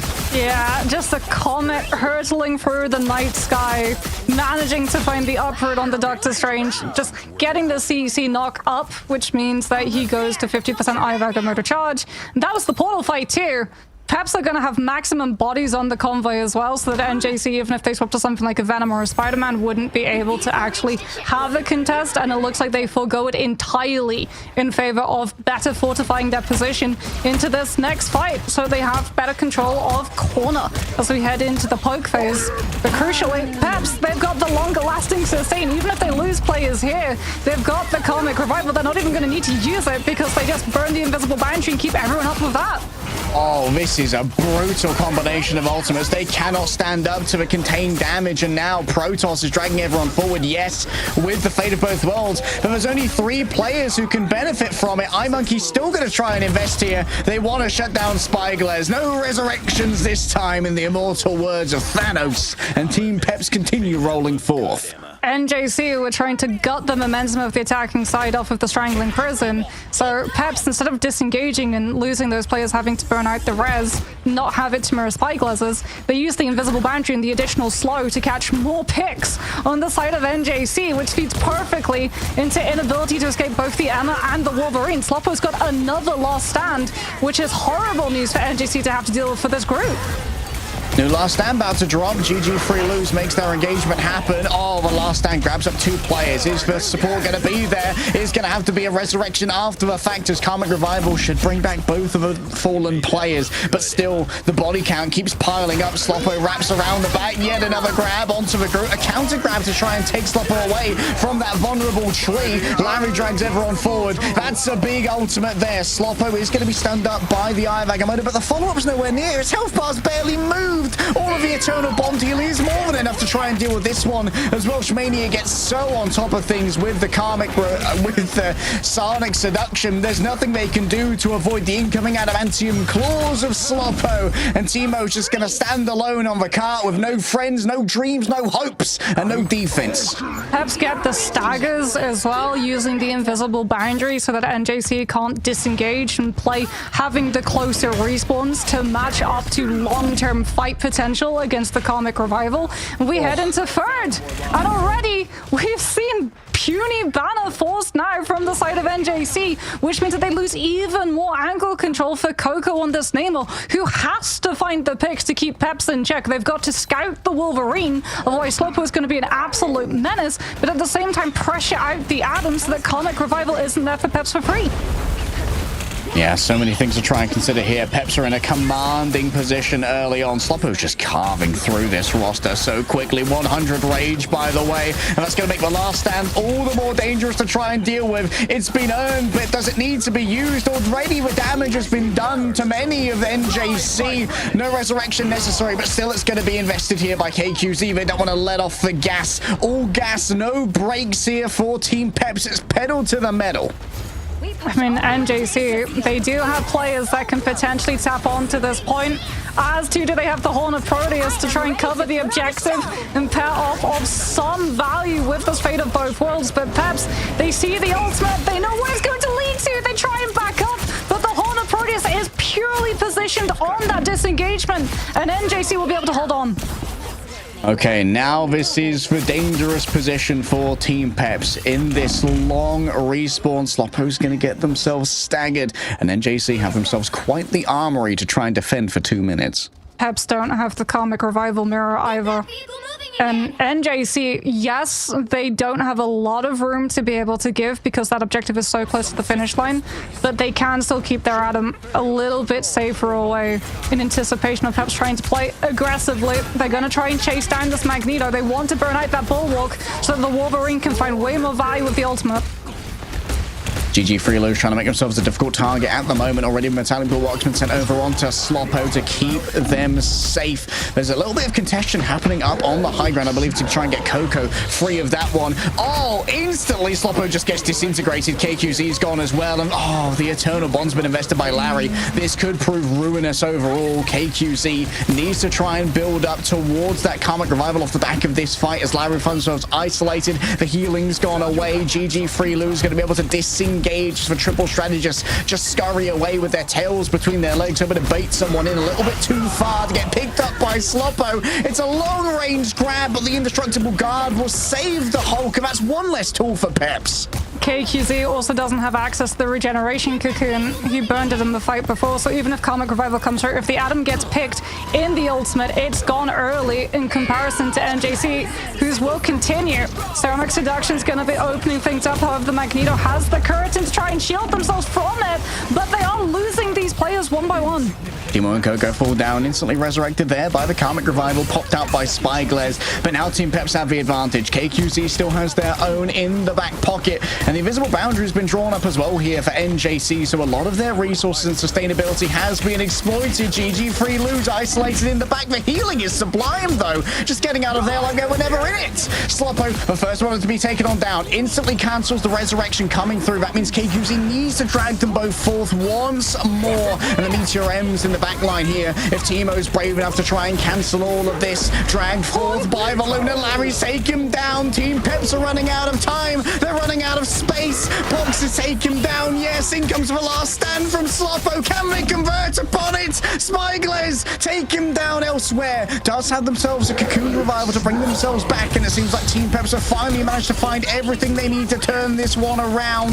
GG Freeloos dances for their life on the point. Doesn't want to back off too far to keep this one contested, but has to make sure that their health bar gets the maintenance that's necessary. Coco's returning. Off the back of this, Timo still holding on to a Meteor M. They want Larry so bad they need to try and shut down that Luna. They settle for Exo instead, and KQZ's taken down elsewhere. There's not enough healing to keep Welshmania up, and you know that Spyglass almost has a resurrection available. NJC at the last moments, they've been able to clutch it out. Sloppo's returning on the Iron Man, but Jarvis, you're going to have to clip this one because Team Peps are slain by the upstart Frenchman. Oh my goodness, GG Freeloos just had the absolute outplay of the entire round. He activates his Hulk ultimate, which has iframes. You can't hit him when he's activating Worldbreaker Hulk. So he actually activates it when Sloppo goes for the Feral Lunge. And he slides right through the Hulk hitbox. And that gives enough time to NJC to start setting all of these pieces in motion. They swap Pox over to the Rocket Raccoon for the BRB station, which then actually brings the Adam Warlock back into the fight, which is the perfect hero that you want for an overtime fight, to have that sheer amount of sustainability plus your soul bond that the other team doesn't have access to. Continuous pressure that Peps have in the back of their mind where they're thinking Adam is still in the fight, Karmic Revival is going to be incredibly close. We now not only have to control the objective itself, but the side lanes too, which is why we see things like the Wolverine going as far away from the point as he does to make sure that Karmic Revival isn't having any of those levels of setup. And NJC just managed to find the turnaround because of a Hulk ultimate. Oh, Mox, it's a 2-0, but not in the way that anyone would have expected. What a surprising performance here from NJC. Upstarts going up against Legacy team in Peps. really showing off how much talent this roster has, and I am so excited to see more, especially from GG Freelose. What a magician! I mean, again, we talked about the strategies, right? We highlighted how intelligent Peps as a team for the entirety of 2025 have been, not just off of their players, but off of the staff associated with the team too. And it appears very much that that intelligence has continued on the side of NJC. I am so excited to see how their ban draft is going to evolve as we can have a look at this absolutely insane play, like the Meteor M being able to come on through and find things like the Jeff when he's trying to disengage. Not just that, major props to Protoss as well for holding on to the fate of both worlds as long as they did, to have it still up and available to match wits with the sustainability that Pep's own Invisible Boundary had when they came back from their Karmic Revival and were trying to place Invisible Boundary and have one-sided sustain and also that slow effect on the objective itself, to the point that potentially it would spook the positioning of the defenders into giving up the space and allowing Peps to find the momentum that they were looking for, and without the picks just get that last little bit of space that they needed, but they hold on to it for so long. And then we have the Horn of Proteus coming on through as well, being able to catch on to Larry with the Cloak and Dagger's Eternal Bond being cut short. Every single person on NJC's side stepped up massively in that overtime fight. Yeah, it was a hugely intelligent sequence of plays that came out from NJC, and I'm thoroughly impressed with a team that was essentially fighting for their life to even get here after the Ignite, the second set of qualifiers. But like, okay, well, they were fun to watch in the qualifiers, we won't see more of them. Then Rad went to NA and there was a chance to do the play-in for them, and they played out of their minds over there. But damn, GG Freelose just had so many impressive plays. Oh, and we're going to be able to talk to the brains behind the operation. Let's bring in the poached coach for our interview. It's Idan. Nice to see you both. Thank you for joining us, and congratulations on the new pickup. Hey, can you see me? Can you hear me good? Yes, we can. Perfect. How are you guys doing? D tier, by the way, in the back. Yeah, D tier, by the way. Everyone put us in D tier. Yeah, we're here to shock people, you know? We could never. We were talking about how excited we were to see the strategies behind the team in anticipation of potentially a full hold and also then breaking that full hold. Can you talk to us a little bit about what it's been like as a coach having to approach into Season 4 and understanding that there are so many compositions that have such insane levels of sustainability that you have to teach the team how to keep up with the sheer amount that's happening for as long as it is? Yeah, I mean, that's a strategy everyone is pretty much doing. Like, the goal is to try to find out, like, what's the most optimal way to do it. Like, I don't know if you saw in the draft, for example, like, we try to manage something in the draft to make it maybe easier to hold. Sometimes working good, sometimes not. But yeah, the whole goal is to find something to optimize it, because everyone is gonna look for like the GOAT's composition, like triple tank, triple support, right? On defense. So when you came into this team, did you have much to do with the roster construction? Or if not, what was the main thing that you brought to this team in terms of shaping up their performance? So I pretty much joined them after they qualified to the Ignite. They were like, hey, Dan, do you want to join us for this adventure? So I was like, yeah, sure, let's do it. It was that's a good challenge, because I didn't know the roster before. There's a lot of players where it's my first time that I work with them. I've been working with Team Peps on Season 1, but yeah, it was pretty much a new atmosphere for me. It's like all French, you know, so you know how it is with the full French roster. So yeah, my first time working with those guys, and I joined them recently. So talk to us a little bit about the environment within the team, because is it sort of like you have one IGL go-to, or is it a little bit of everybody talks in separate locations?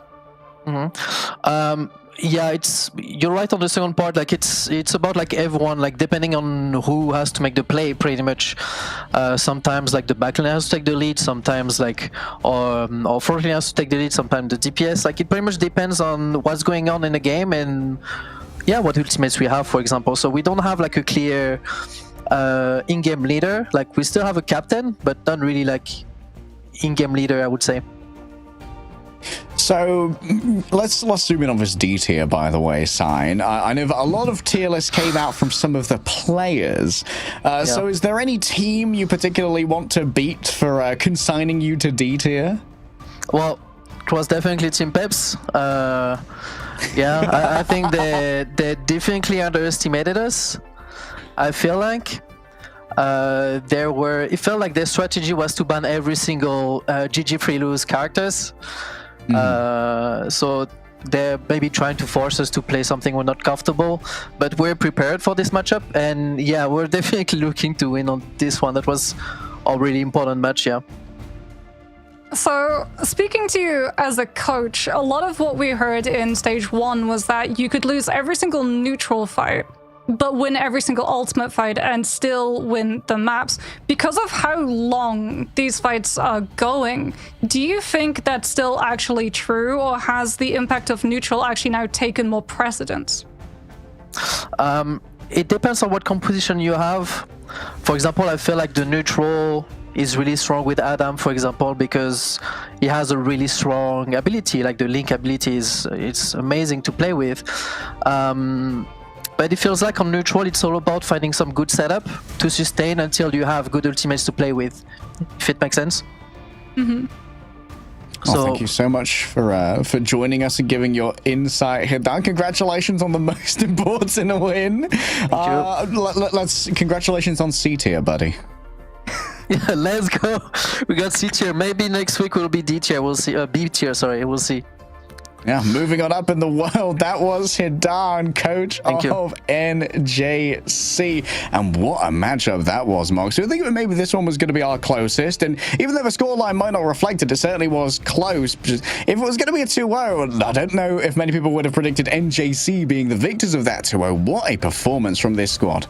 I mean, I feel like with the length of domination that we had on Celestial Husk, we still essentially got free maps for the price of a 2-0 scoreline, and we can see how that's actually going to be impacting our schedule, as it's going to be Peps falling to the lower bracket to match up against FaZe. NJC are going to be matching up against our current mid-season champions in Na'Vi. So that's going to be a very fun one to watch, especially because I feel like they have two very unique ways of approaching the draft, and I feel like out of a lot of teams, if they do start weakening that spawn hold strategy, we might see convoy maps against Na'Vi go a little bit longer.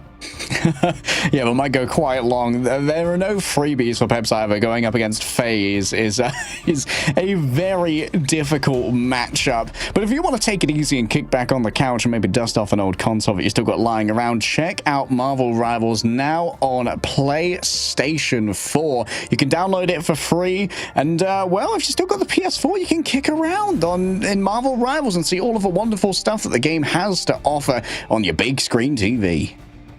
Yes, and thankfully as well, that is not the end. We still have a potential for a free map series, as we get to see Foot Esports, previously All Business and Zabs, when they had their MLC stint, go up against OG Seed. So this, I feel like, is going to be one where Foot Esports have to show dominance. Because coming out of MRC, we saw a lot of teams like really shine, but we also saw All Business having to try and find out their new identity after Tuzi was grabbed by Chopped. Yeah, a couple of poaches put All Business in a difficult position, but now they're feeling a little bit more comfortable with Foot Esports at their back. We'll see how they're going to perform in the matchup right after this break. Hello, Rivals! My name is Diatonic, and I'm here with your results breakdown for the first week of action for the Marvel Rivals Ignite Asia Group Stage. To kick things off for day one, Pacific MRC Season 3 champs Crazy Raccoons sank their claws into newcomer squad Incipients. They snagged a comfortable 2-0 win for themselves in the first bout of the tournament, with Crazy Raccoons' newest addition, NX, leading the charge. Next up, the sole representatives from Vietnam, OEG, took on Rocket University. OEG has some Stage 1 veterans on their team, and it showed here as they took Rocket University to school, picking up a 2-0 win. The last match of the day was another Group A showdown between Assemble Fire, who are returning from Stage 1, and Onside Gaming, making their first Ignite appearance here. But it would be the newcomers besting the veterans here, with ONG taking yet another 2-0 over a Symbol Fire. Day 2 opened with a marquee matchup as the newly signed Asia roster of Zero Tenacity upsets the Stage 1 Asia Champs Reject in a close 2-1 series. Stage 1 vets XOXO01 were back in action against U-Winx, a new team formerly known as Rivalry. It would be XO picking up that one with a clean 2-0 sweep over the newcomers. Gen.G's new roster made their debut on this day as well, picking up a solid 2-0 win over Down Payment to kick off their Stage 2 campaign. Crazy Raccoons in X continued to impress on Day 2 as they took on a Symbol Fire. They played a bit of an unorthodox game, but it was that outside-the-box thinking that delivered Crazy Raccoon another 2-0 win over a Symbol Fire. Rocket University and Zero Tenacity kicked things off on Day 3, with Z10 picking up a 2-0 win after their upset over Reject the day before. Incipients was still on the hunt for their first win in Ignite as they took on Onside Gaming next, but ONG would take the win on this day 2-0 as well. The defending champs Reject were back at the plate next, battling Vietnamese squad OEG, a match that Reject would win with a shutout on both maps. And for the last match of that day, Crazy Raccoon had their third matchup, this time against XOXO01. Crazy Raccoon would deliver XO their first loss here in the group stage, winning in 2-0 fashion and ending week 1 without dropping a single map. The final day of the Asia group stage started with a matchup between OEG and Down Payment, with Down Payment getting their first Ignite win 2-0. A Symbol Fire were up against U-Winx next, and U-Winx ended up leaving a Symbol Fire without a win here in week 1. Gen.G was back in action next against Rocket University, who'd also exit week 1 not having picked up a win quite yet. And in the last matchup of the week, Onside Gaming looked to keep their flawless record alive against XOXO01. But XO had other plans, handing ONG their first loss of the tournament 2-0. And at the end of week 1 of the Asia group stage, Crazy Raccoon emerges as the frontrunner with an astonishing 3-0 record. In Group A, XOXO01, ONG, and U-Winx are still in the chase for the playoffs. Zero Tenacity and Gen.G both have 2-0 records as well, making them the only other undefeated teams here in the group stage. And on the Group B side, Reject and Down Payment are still in the hunt as well. But with another week of group stage action still to come, it's anyone's game. Thanks for watching, Rivals. Enjoy the rest of the show and get ready to ignite the battle.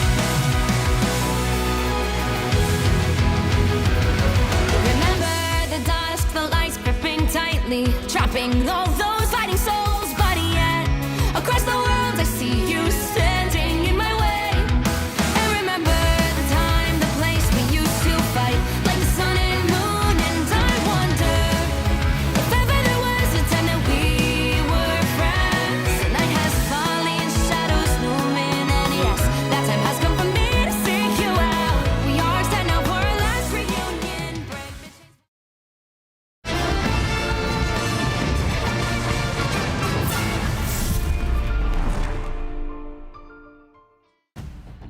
FUT Esports going up against OGC next. Some big names in esports, Mox, and we have high hopes for FUT recently picking up the squad previously known as All Business or SABS, if you're in the know. Yes, but as we talked about before we threw to that very short intermission, they did not get unscathed out of roster mania. There's been a little bit of time for that dust to settle for them, though, as Tuzi was lost before MLC kicked on off, as he went off and joined Chopped. So we can have a look at the duelist that they picked up to be able to make up for his absence, which is going to be Demon, who was previously on Insomnia, as well as Monk Mutter, who was previously on Yoinkanda.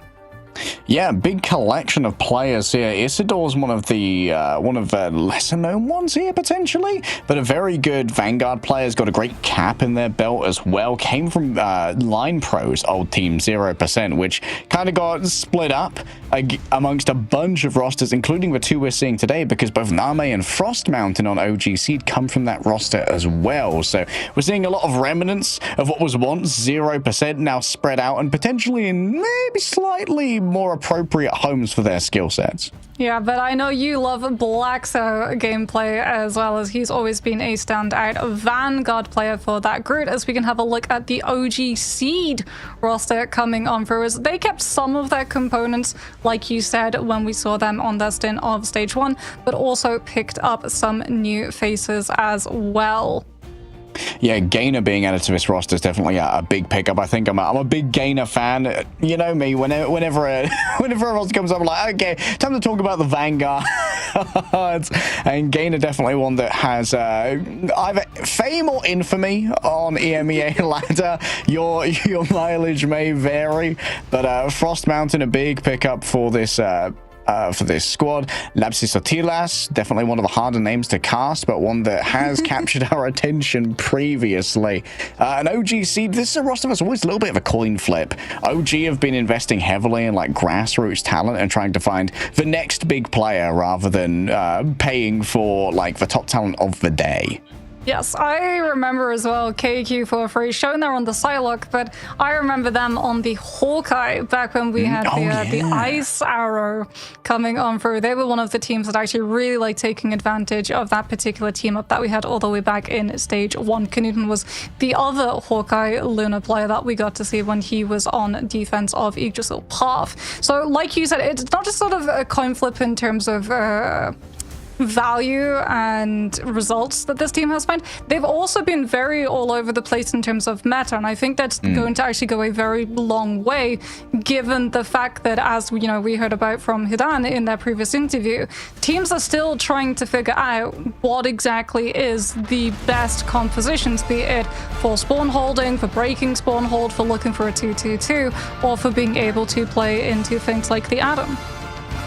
All right, let's head on into our ban phase here. It's not like your comp games. If you're unfamiliar, maybe you're a FUT Esports fan who's tuning in for the first time, these bans are asymmetrical, meaning the ban is only for the other side rather than for both teams.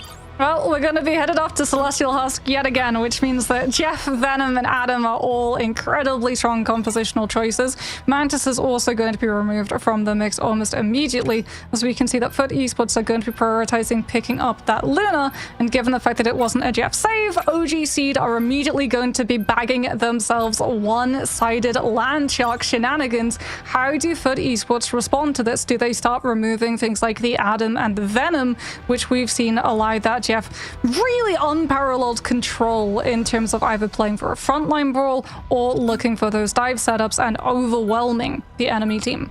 Okay, so it seems like first port of call is getting rid of Luna, which at least means that there won't be a light and dark karma team up with something like an Adam, but now you got to think about getting rid of Adam, yes, maybe getting rid of Jeff to remove that symbolic shenanigans. You don't want to be going up against the double links. Invisible Woman's going to be removed, so it is still fairly focused in on the strategists, but not many ingredients of that triple strategist have been taken out just yet. I do worry though, because OG Seed, not only have they got Jeff, the It's Jeff is going to find a lot of value because Ultron's being removed. Ultron being removed also weakens a potential Human Torch angle, as OG Seed are going to be able to secure themselves Cloak and Dagger. However, they haven't secured Cloak and Dagger for FUT Esports, as we talked about, this ban format is not universal, so that Cloak and Dagger into something like a Jeff could still prove to be problematic, and OG Seed could use their last ban slot to target it. See if that's going to be the case here. As FUT Esports decide to remove the Ultron. And one last protect here for FUT before OGC decide on our last exclusion from the time stream entanglement. FUT Esports here. Maybe there's a world where they can keep something like the cap safe, but might not be too much of a priority. They are going to make sure that Invisible Woman is available. So they do have the Phoenix still available for them currently, as too is the Emma available, something that OG Seed could decide to try and remove from the mix, having seen that the Jeff is going to be able to make it through, and it's actually going to be the Hulk that they remove, which is in turn going to domino impact into a Namor stability pick, which means that Jeff Venom is going to have a much easier time of being able to find those backline dives, because not only is Hulk not going to be able to be there to meet you on the dive, jump onto his own backline, and provide peel in the form of bubbles. He's also not going to be able to be jumping into OG Seed's own backline and putting pressure and forcing resources away from the frontline brawl. I'm rubbing my hands together like a devious clown right now. Remember the #1 rule of casting, which I know. Talk about the composition that has been locked until they're out of the spawn doors, if it's something that we don't traditionally see. Yeah, I don't know if this would be the place to play Angela either. Usually you want to be near a drop pit. Something like a Rocco first is a very popular point for Angela. She is going to be appearing. But Blacks is a player who has played a little bit of Thor, but mostly has been playing a lot of Groot over the course of their competitive tenure. I will say Angela could actually be pretty good at dealing with something like Venom. In case the Venom tries to dive and then it's out of spawn. It's real? You get your wish. It is real. This is going to be the first time that we get to actually see the Angela played alongside the Fool and the Hela as well. So there is a lot of CC to just pull OG Seed into some really awkward positions. We've got the Raw Storm as well here from Frost Manta. This might be a little bit of a scout coming through, because Isidore and Blacks can definitely offer a lot of pressure onto a flying duelist. But for the Lightning Realm of the E, being able to ground them, and just the mid-air harass that Angela can bring to the table, it is going to make it a little bit more difficult, though, for the side of Foot to actually keep themselves contested on this point. Nice counter punch there with a Trooper's Fist. Gets a mutual stun onto Isidore, interrupting that Assassin's Grasp. You can see that Blacks is mostly just going to be charged on down here, even with Damon on the other side. Does not have Ragnarok Rebirth to bring back the Angela, but she's going to be able to come back in quick time anyway with her fast movement speed. Still, no point caps just yet, and OGC do have a really good composition for just fortifying themselves and sustaining through these fights. They see the Angela come in, immediately go for that Diamond Form, look for potential Carbon Crushes. For Esports, they have to weave themselves in and out of these fights, which opens themselves up for taking a lot of pressure permanently from both the Loki and that Winter Soldier. God of Mischief is already on the field, and Name is actually going to cast it aggressively to invade into Foot Esports' position and weaken up that backline. Big early ultimate there. Gainer decides that just one player will do. One's just not to be removed, but Monk was more than ready for that. 4 players are going to be revived off the back of the Karmic Revival. However, this has granted OG Seed first capture priority, which means that this entire matchup is going to be giving them an extra percentage towards victory.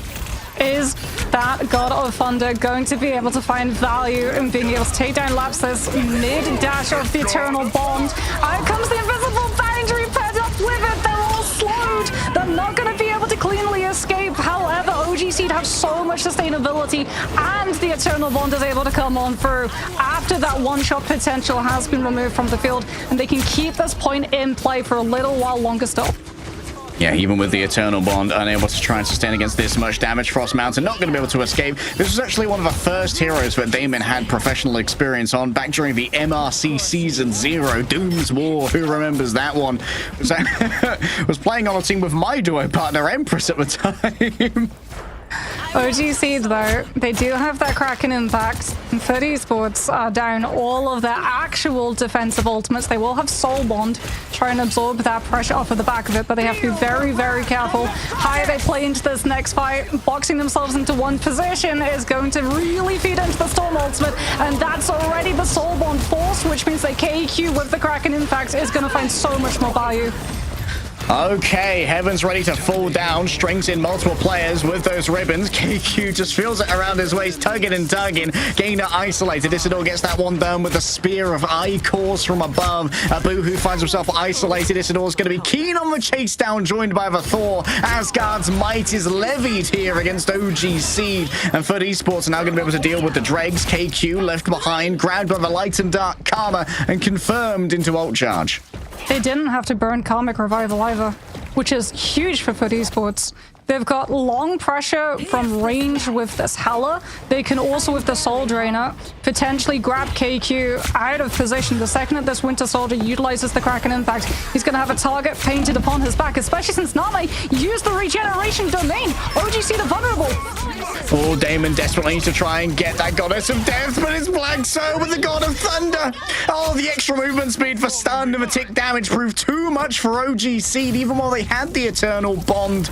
And now they have to look at how they want to try and make this one happen. They need a TP. These puts are just waiting. They knew that it was going to be a TP play, and Angela's already playing forward up to try and find the reposition on the street. And they found it. They boop Abuhu back into spawn, which means that no strange teleport can come on through. And OG Seed have to just throw one of their players onto the objective, try and pressure out a backcap, but that gives up the space to try and corral and deal with the Karmic Revival when Footies was cast it. Oh, quick Soul Drainer and up to the sky with about 1 HP remaining. Damon just making sure this backline has no safe space to play in. Oh, Lapsis Artilas, you better turn around, buddy. It was a little bit of a bait and switch there from Closar, but falls in their own right for it. There's the Karmatic Revival coming through from Monk. Closer and Damon both brought back into the fray as Gainer stays safe inside of the regeneration domain. Frozen up on the point, only a sliver of overtime left remaining here in favor of OG Seed. They don't have any healing to try and play with. It's just a Boohoo and KQ who isn't going to invest their ultimate, instead going to offer it up later. Foot Esports with a unique look, winning out in map number 1. I kind of love pairing Karmic Revival with Heaven's Retribution, because it means that everyone from OG Seed is tethered up and can't chase down the res positions. The only person who could have maybe avoided the Angela ultimate with the cast of Kraken's Impact had already been targeted out of the fight early. Foot Esports with the target focus perfectly on the Winter Soldier, the one who in OG Seed's composition could easily move from the low ground of the point itself with that frontline fight to wherever the res would be on the verticality, was always target number 1 for Foot Esports to take down. I'm just saying, we could be looking at a 3-0 Thor scoreline. Let it be real. Harry's Odin, I beseech thee. You've got your cake and you're trying to eat it too. I mean, Foot Esports, if it isn't broken, don't fix it. They're going to be rolling out with the exact same thing. And this part as well of Celestial Husk, it opens up all the more for flyers, because look at the amount of space that this Andrew is going to be able to have to fly around. Not only that, the natural cover of every single one of these rock formations and plant life. Yeah, there's a lot of vertical cover to try and exploit here if you are an Angela. Black's just going to be rotating around this central spiral, looking to try and find an isolated incident. Gainer already harassed here by the Angela. You better believe an Assassin's Charge going to be coming from behind as well. Forces of disengage from the Venom, but still Damon's able to put down so much damage from elsewhere. Frost Mountain shows himself here on Majev. God of Thunder in towards the back. 2 players stunned. Lapsis Artilas and Abuhu both going to be victims of that one, but KQ is making space on the other side. An Awakening Room to start pumping out the damage as a Terror Cape afflicts many members of Foot Esports. Frost Mountain goes for an he only manages to find the opposing Invisible Woman here as Loki's taken down by their brothers. Oh, the double jump. Oh, turn around potentially. No, for just in time, the Jeff manages to make it back here. Heaven's Armory was awakened. Lapsis Artilas taken down by the Awakening Room. Black Soul's got all of the accuracy that's needed to get value out of a Thor here and maximize for damage output. Gainer taken down. Frost Mountain, even with their tiny hitbox, can't do anything. A quick eviction from the point here of Abuhu off the back of the Assassin's Charge, but still lacking much sustained. Foot Esports can't get too aggressive.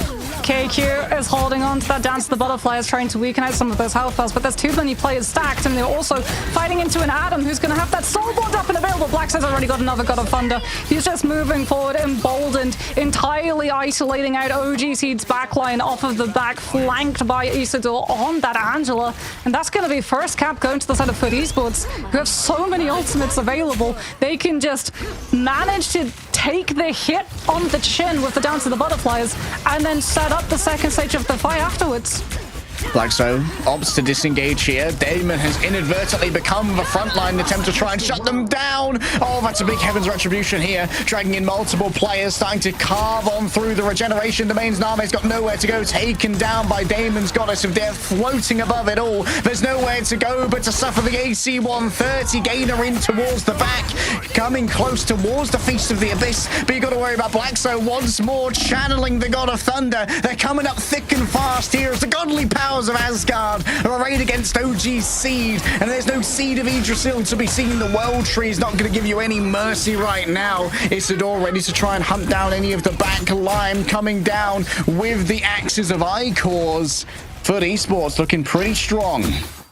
The synergy, Demon's just going for the Soul Drainer, and then Isidor's following it up with the Descent to get the most amount of attack speed up and health. Out comes the HGF onto Monk, who does have that Karmic Revival, but there's no spot for Frost Mountain to be able to take them off of the map.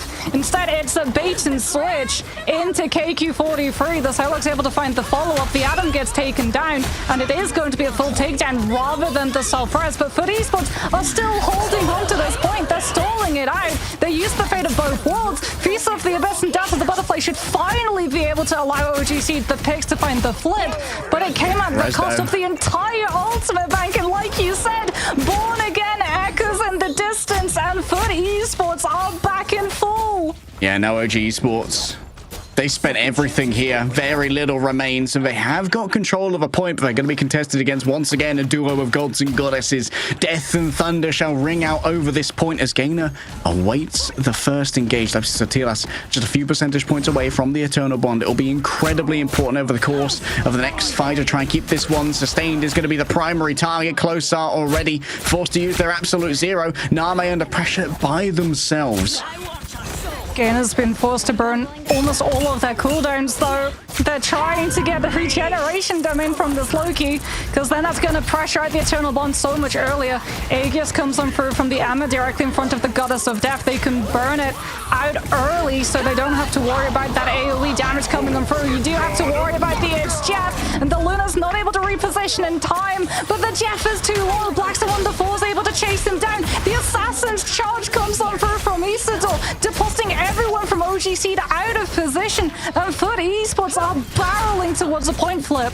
A preemptive God of Thunder to make sure that Jeff couldn't survive. Neither the ticks nor the impact. That's Atilas once again under so much pressure. Assassin's Charge does go wide, but the damage might well already be done. Frost Mountain returns to the fore with the pentagram. The Pharrell Abu, who tried to seduce but was shut down. Left swiped in record time. A Feast of the Abyss blocked out by the Shield of Heaven here. And there's more than enough sustainability off the back of the fate of both worlds here. Portals closed, only Gainer remains, but there are no gains to be found. FUT Esports off the back of Heaven's Armory bring glory to Odin's name.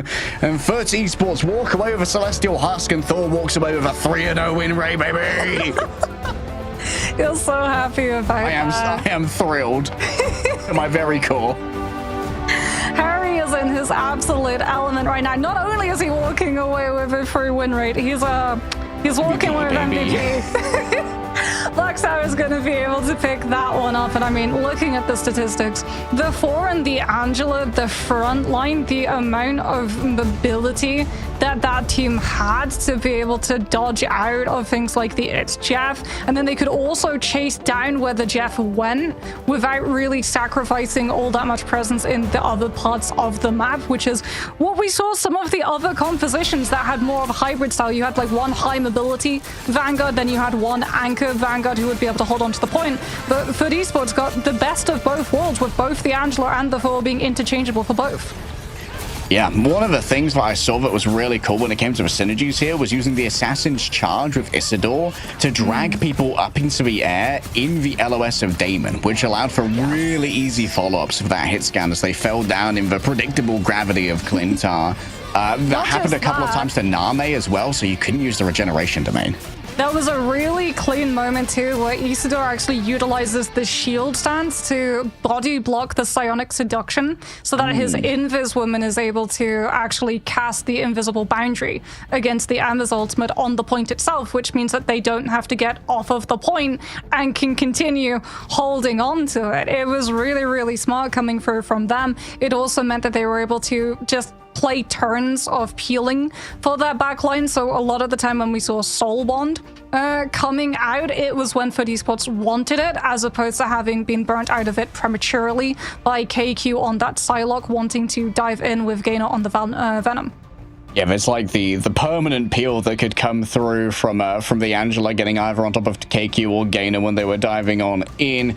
Oh, this is definitely a new look. I wonder if it's going to impact the ban phase at all. You can find out the answer to that question after this break for map 2.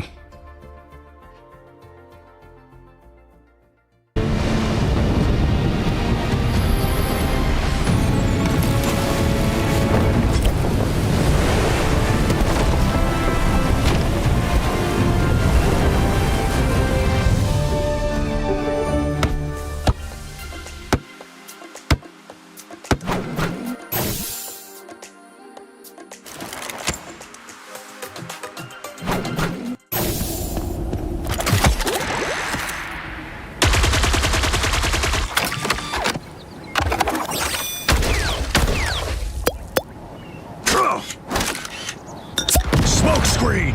I'm hunkering down.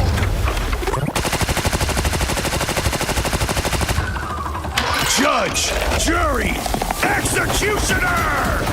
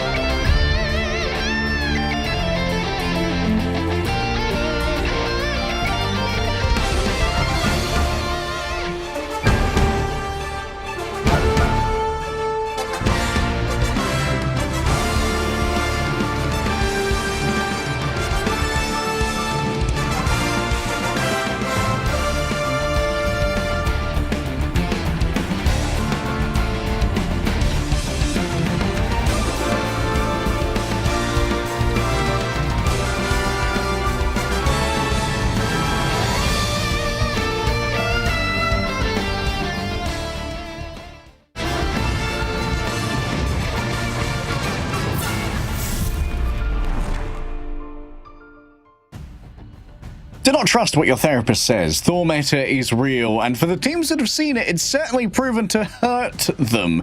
FUT Esports going 1-0 up over OG Seed with the first Thor-Angela duo we've seen. Heaven's Armory, Mox, has been opened.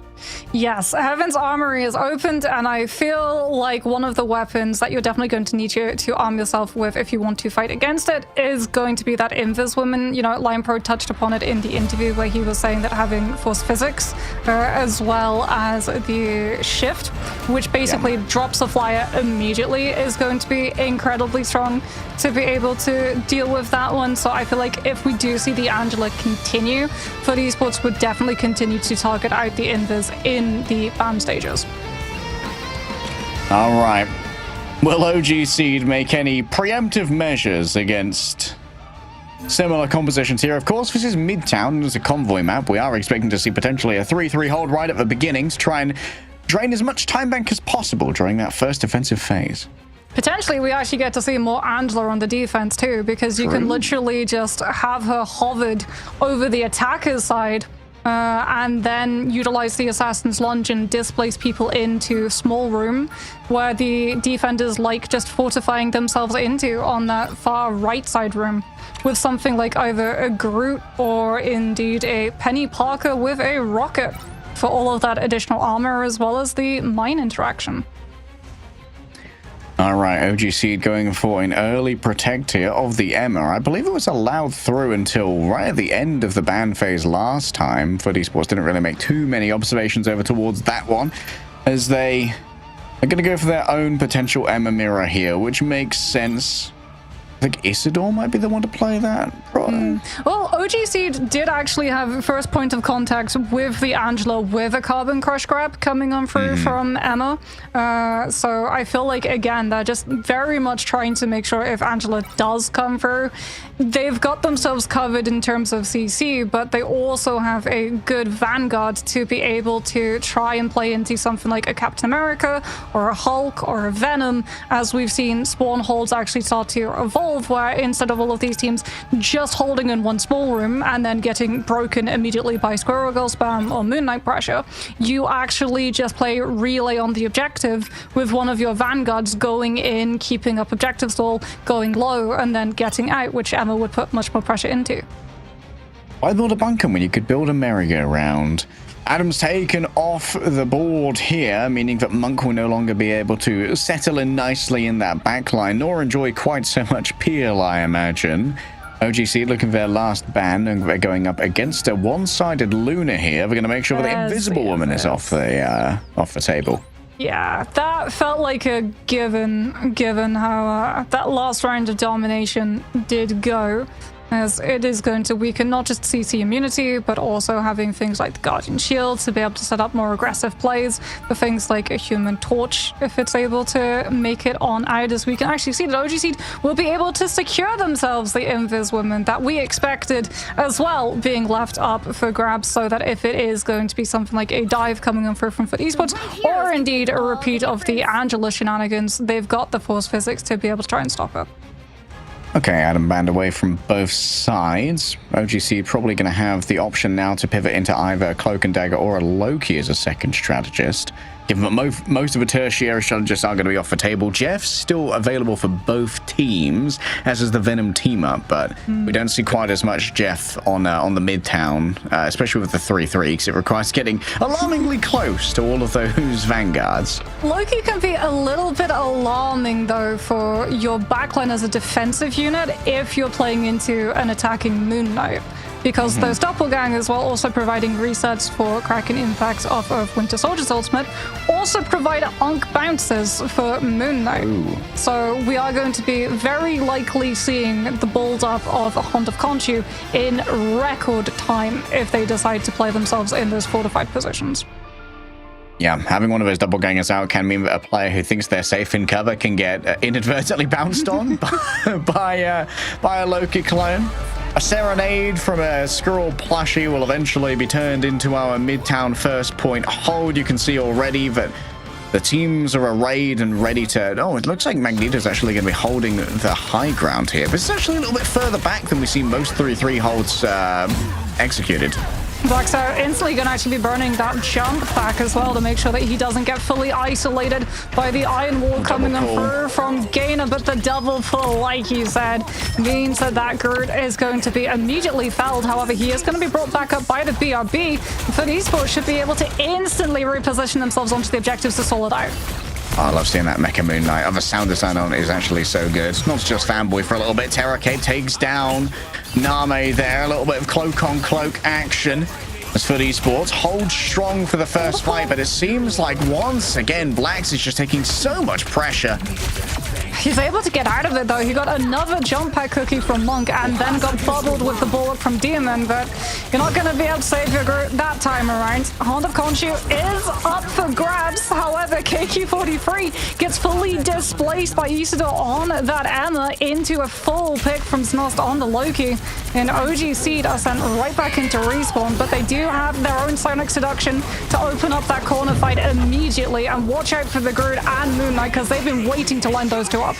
Okay, Cosmic Yarn Amplifier now given over. It's over on the high ground, so it's going to be very difficult to try and deal with maybe a mid-air here onto Frost Mountain. No, instead settles for KQ43. Khonshu crushed under masses of metal, and Znost in the back has got access to their own Fate of Both Worlds. Not before Closer falls on down, though. It's going to be resurrected. Out comes the Strangling Prison, and right on top of it, maximum damage from the hand of Khonshu. Blacks have returned on the Thor for reasons unknown. He's going to have the God of Thunder on the retake, though, as the remainder of Foot Esports just stream onto the card to keep it contested as long as possible. Is that a double force physics frag? Yes. That was.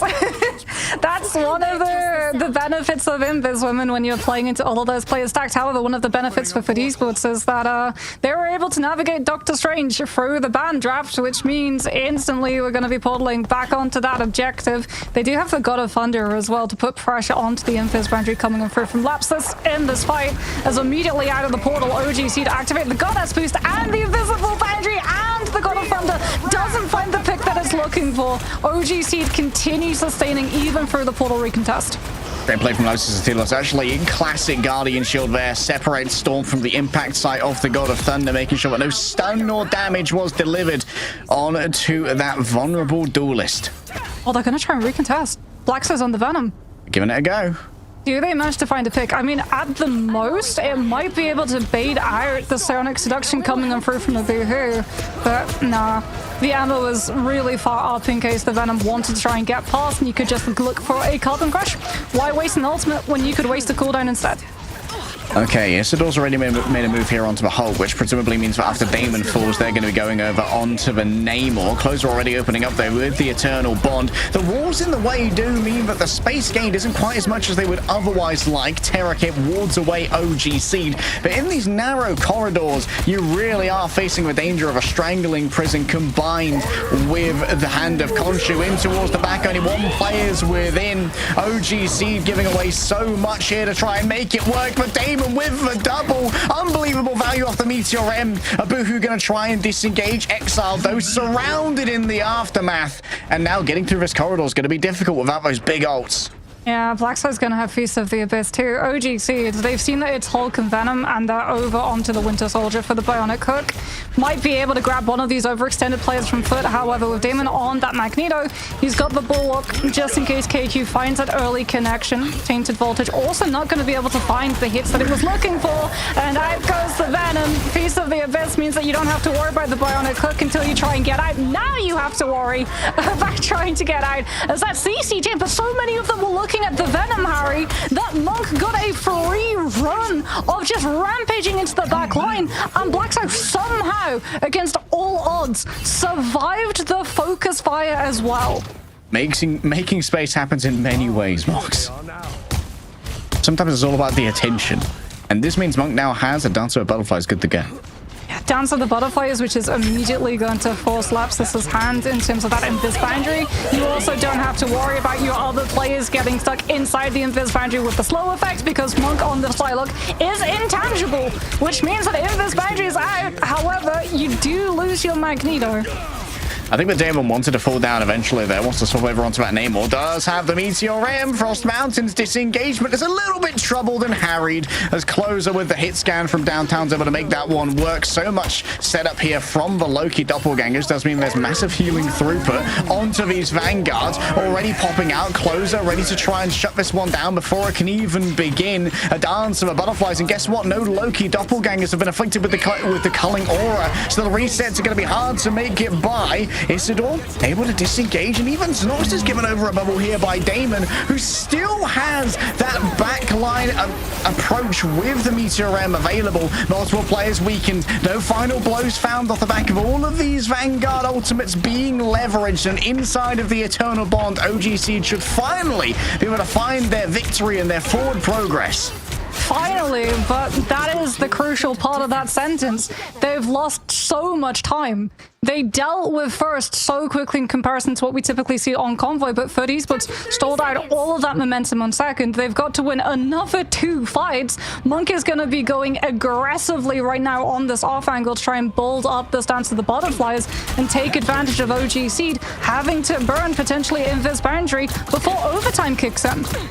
Monk just a little bit of pressure towards the back, slowed down by the Tainted Voltage. KQ can't really afford to give all of their attention over to this one. Lapsi Sotila still under so much pressure. Isidore exactly going to be the same. Dance of the Butterflies ready to move in towards the back. Frost Madness already down. An attempt to isolate just one target within as Gainers tries to turn it around with the immovable prison of plant matter and flora. It's an easy reset now for KQ. What once was such a sturdy iron bar is taken down once again. Free resets for KQ, touching not really on the cards, but the squishy players for Do It are going to be punished for such audacity.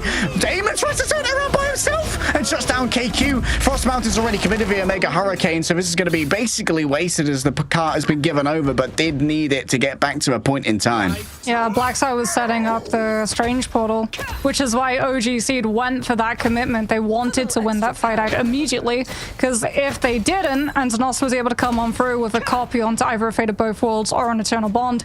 KQ's advantage of the Kraken Impact would long have run its course through. Now we head into third. Name does have that Eternal Bond up and available, but we finally had FUT Esports swap off of the triple Vanguard. They've got so much pick potential in the neutral, but they're already down the regeneration domain off of just corner pressure that OG Seed's able to put into them, which means that the Psionic Seduction is going to give up so much space. It forces them to burn the Fate of Both Worlds to match. Yeah, Eternal Bond going to be used here at least to try and match up against this. Nost coming in with a second Fate of Both Worlds, but it's not in time to save either Closer or Damon. The four players of FUT Esports are going to have to cuddle together for warmth inside the icy embrace of Luna. And OG Seed, they smartly disengaged away from that one. They've managed it perfectly, and now there's nothing to deal with the Strangling Prism that Gainer's got available, nor can they really deal with the Kraken Impact. This could be curtains for the defense. Yeah, KQ's getting full pocketed as well, with the Guardian Shield coming out from that Invis. Pawn of Proteus is going to be up and available, potentially put directly into the center of that invisible boundary, or to put a stop to this Winter Soldier before the resets can come on through. Damon gets taken down so close to his own ultimate, but unfortunately FUT Esports just don't have the numbers to keep the objective stalled, and that will be a full push. It looked tenuous when we stalled out on second. But OG Seed, after being able to break their way through that choke off of swapping onto that Winter Soldier, kept the momentum going. Yeah, great strategy style play as well from Lapsis Atilas. Being able to survive that Dance of the Butterflies that Monk was cooking on the flank at the end of point 2, that was critical. Had that not happened, it probably would have just fallen apart from there, and we would have been looking at FUT Esports being in a commanding position. But now, to even go to extra rounds, they have to complete the entirety of this map, which is no easy feat, Marks. Yeah, FUT Esports also felt some of the nerf into that Luna. Fate of Both Worlds on that third fight on third was, unfortunately, it only lasts 10 seconds in comparison to the Cloak and Dagger's Eternal Bond, which now outlasts, because you get 4 dashes. Each of those dashes lasts 10 seconds, but there's delay in all of the activations. So Name's ultimate actually far outlasted Nost's, which meant that OG Seed still had better sustain long after the copied ultimate had come on through. However, the true critical part of navigating through convoy maps is still to come. You've got to be able to pass the check that is the spawn hold.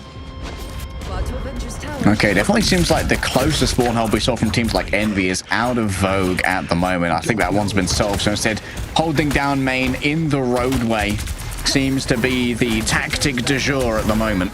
Demon's already 50% that first Kraken Impact. OG Seed had to have so many players stacked up to eat so much damage from the Tainted Voltage. This Winter Soldier is going to have ultimate before OG Seed even get Cosmic Yawn amplified to stop it.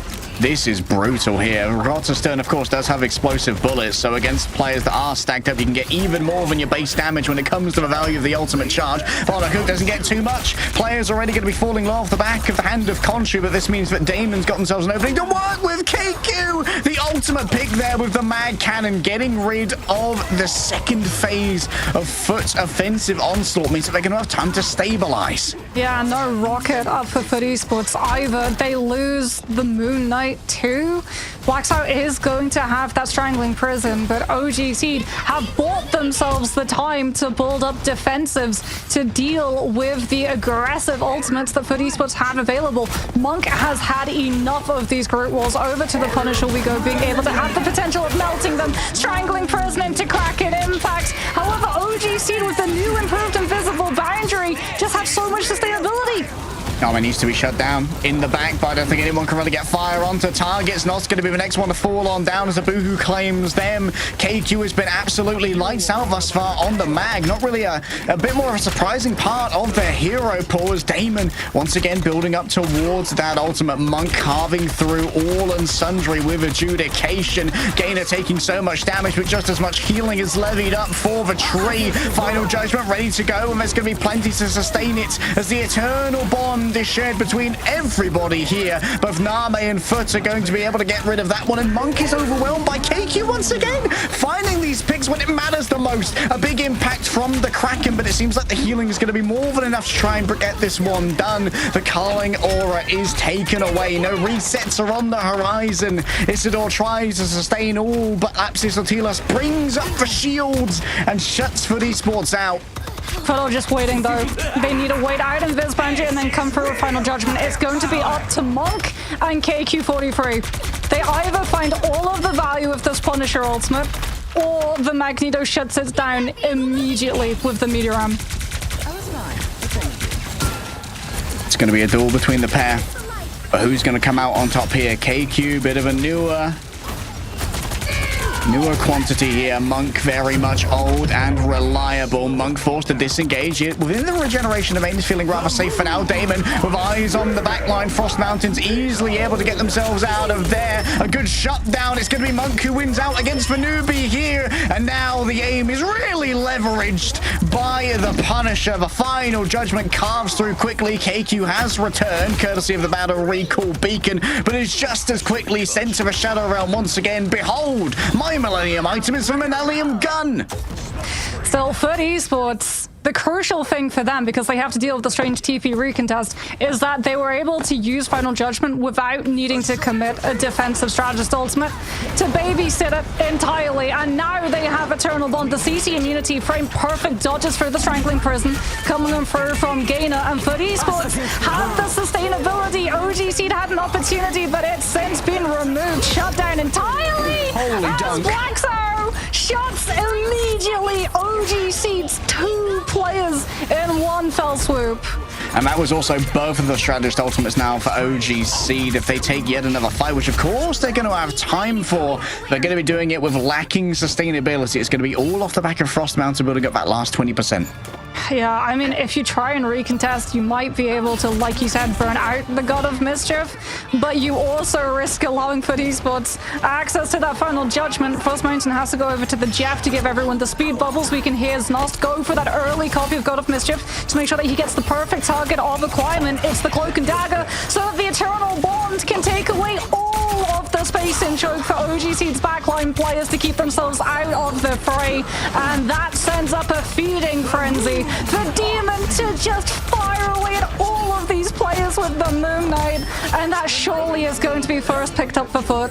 Yeah, I saw a Dark Zone disappearance as well in the back there from the side of Closer as Frost Mountain made the decision to pivot over onto the Jeff to try and get an early It's Jeff. Great response from a Cloak and Dagger, an old classic. OG Seeds do have that Sonic Seduction, however Monk has the classic counterplay to it.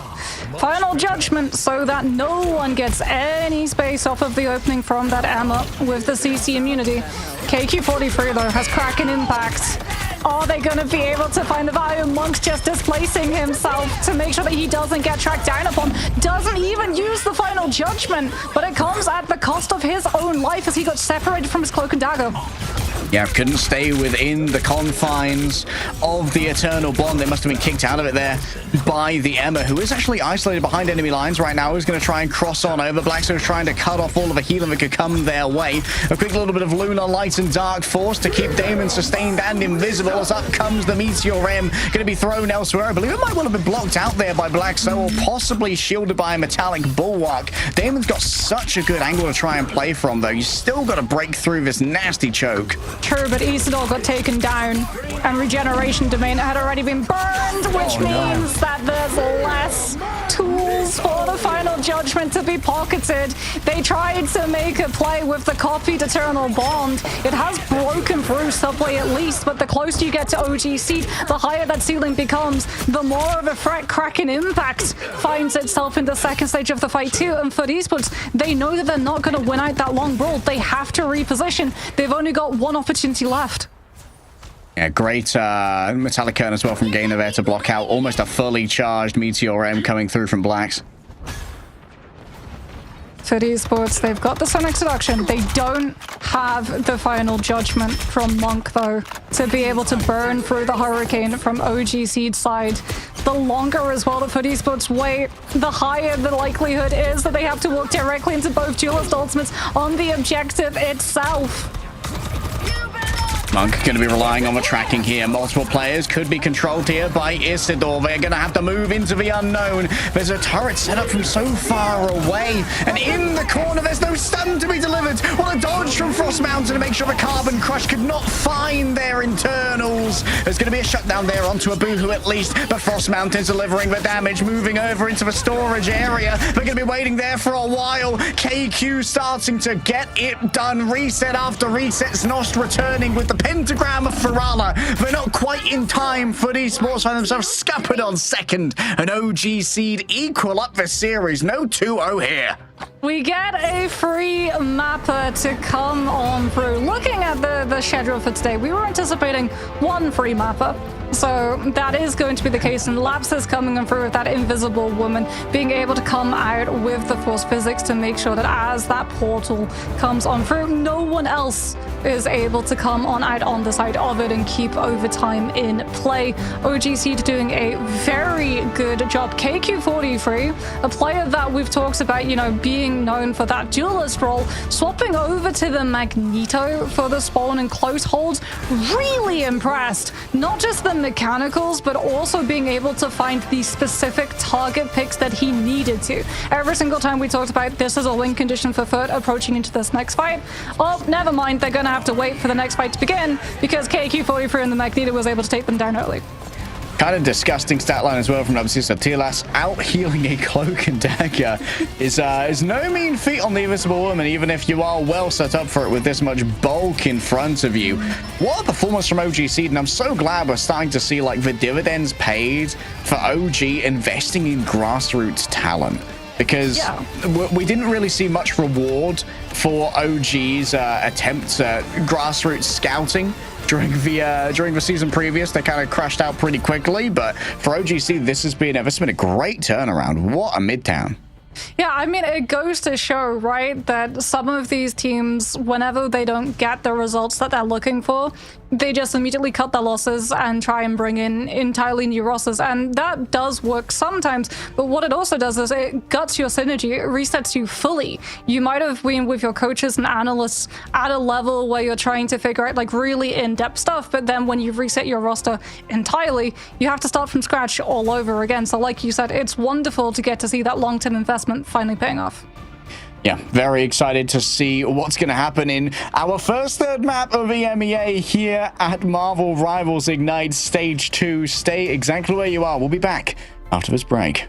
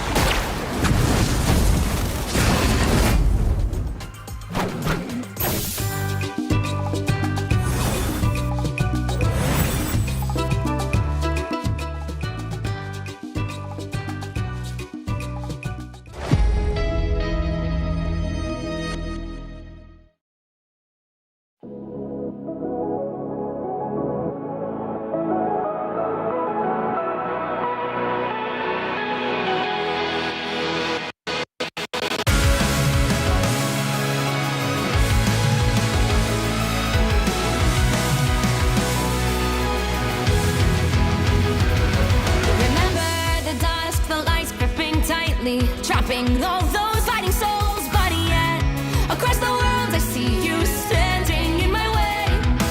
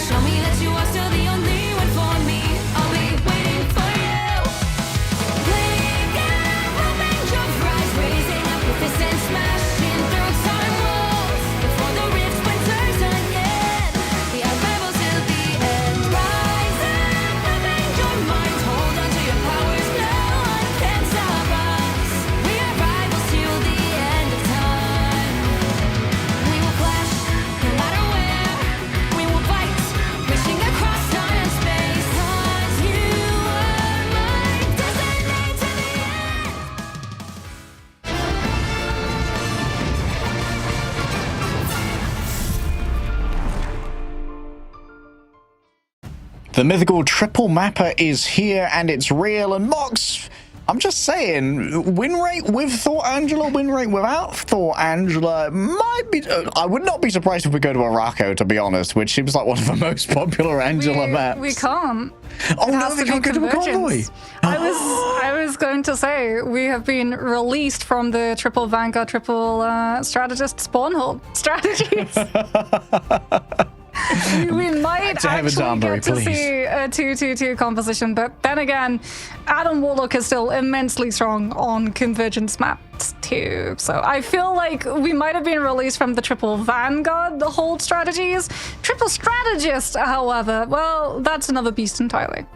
Yeah, that one, it could be that one could be permanent for now. At least on this patch, it seems like triple strategist is the comp du jour, unless you've got, like, we saw a little bit of Loki Luna temporarily from Foot during their long hold in the hallway on second. But I think that was with 3 Vanguards and a singular DPS of Monk being the singular duelist on the Psylocke. As we get in towards our third and final map, one way or another, Foot and OG Seed are battling to continue in the winners bracket. One of them's going to the lowers, but whoever has to face them in the lowers, I feel very sorry for. Well, we will be seeing a return to Symbiotic Surface, and I can't believe I'm saying this. This is another actually really good map for 4. Let's go! It's real. I've come around to your way of thinking. I cannot believe this.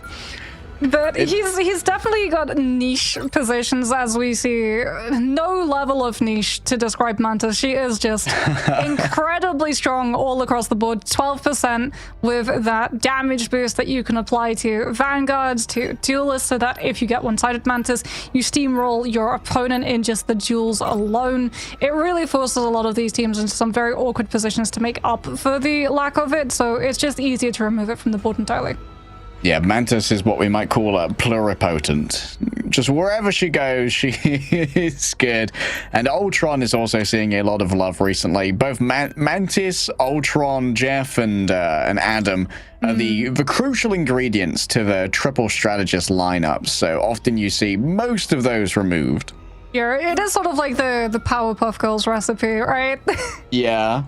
The triple strategist lineup has to include one of those, or rather 2 of those components sometimes as well. As we can have a look and see that Ultron is also going to be removed on the end of Foot Esports. As again, these are not MSC bans, these are not universal, these are one-sided. And Foot Esports will be removing the Invisible Woman, which after Lapsus had that performance on Midtown, not surprised to see that one go either. It also means if Foot Esports want to run something like either Isidore on the Angela, or maybe something like a Venom or Hulk, they don't have to worry about that CC holding their Vanguards in position. Yeah, Lapsus Atilas really was putting on a clinic on Midtown.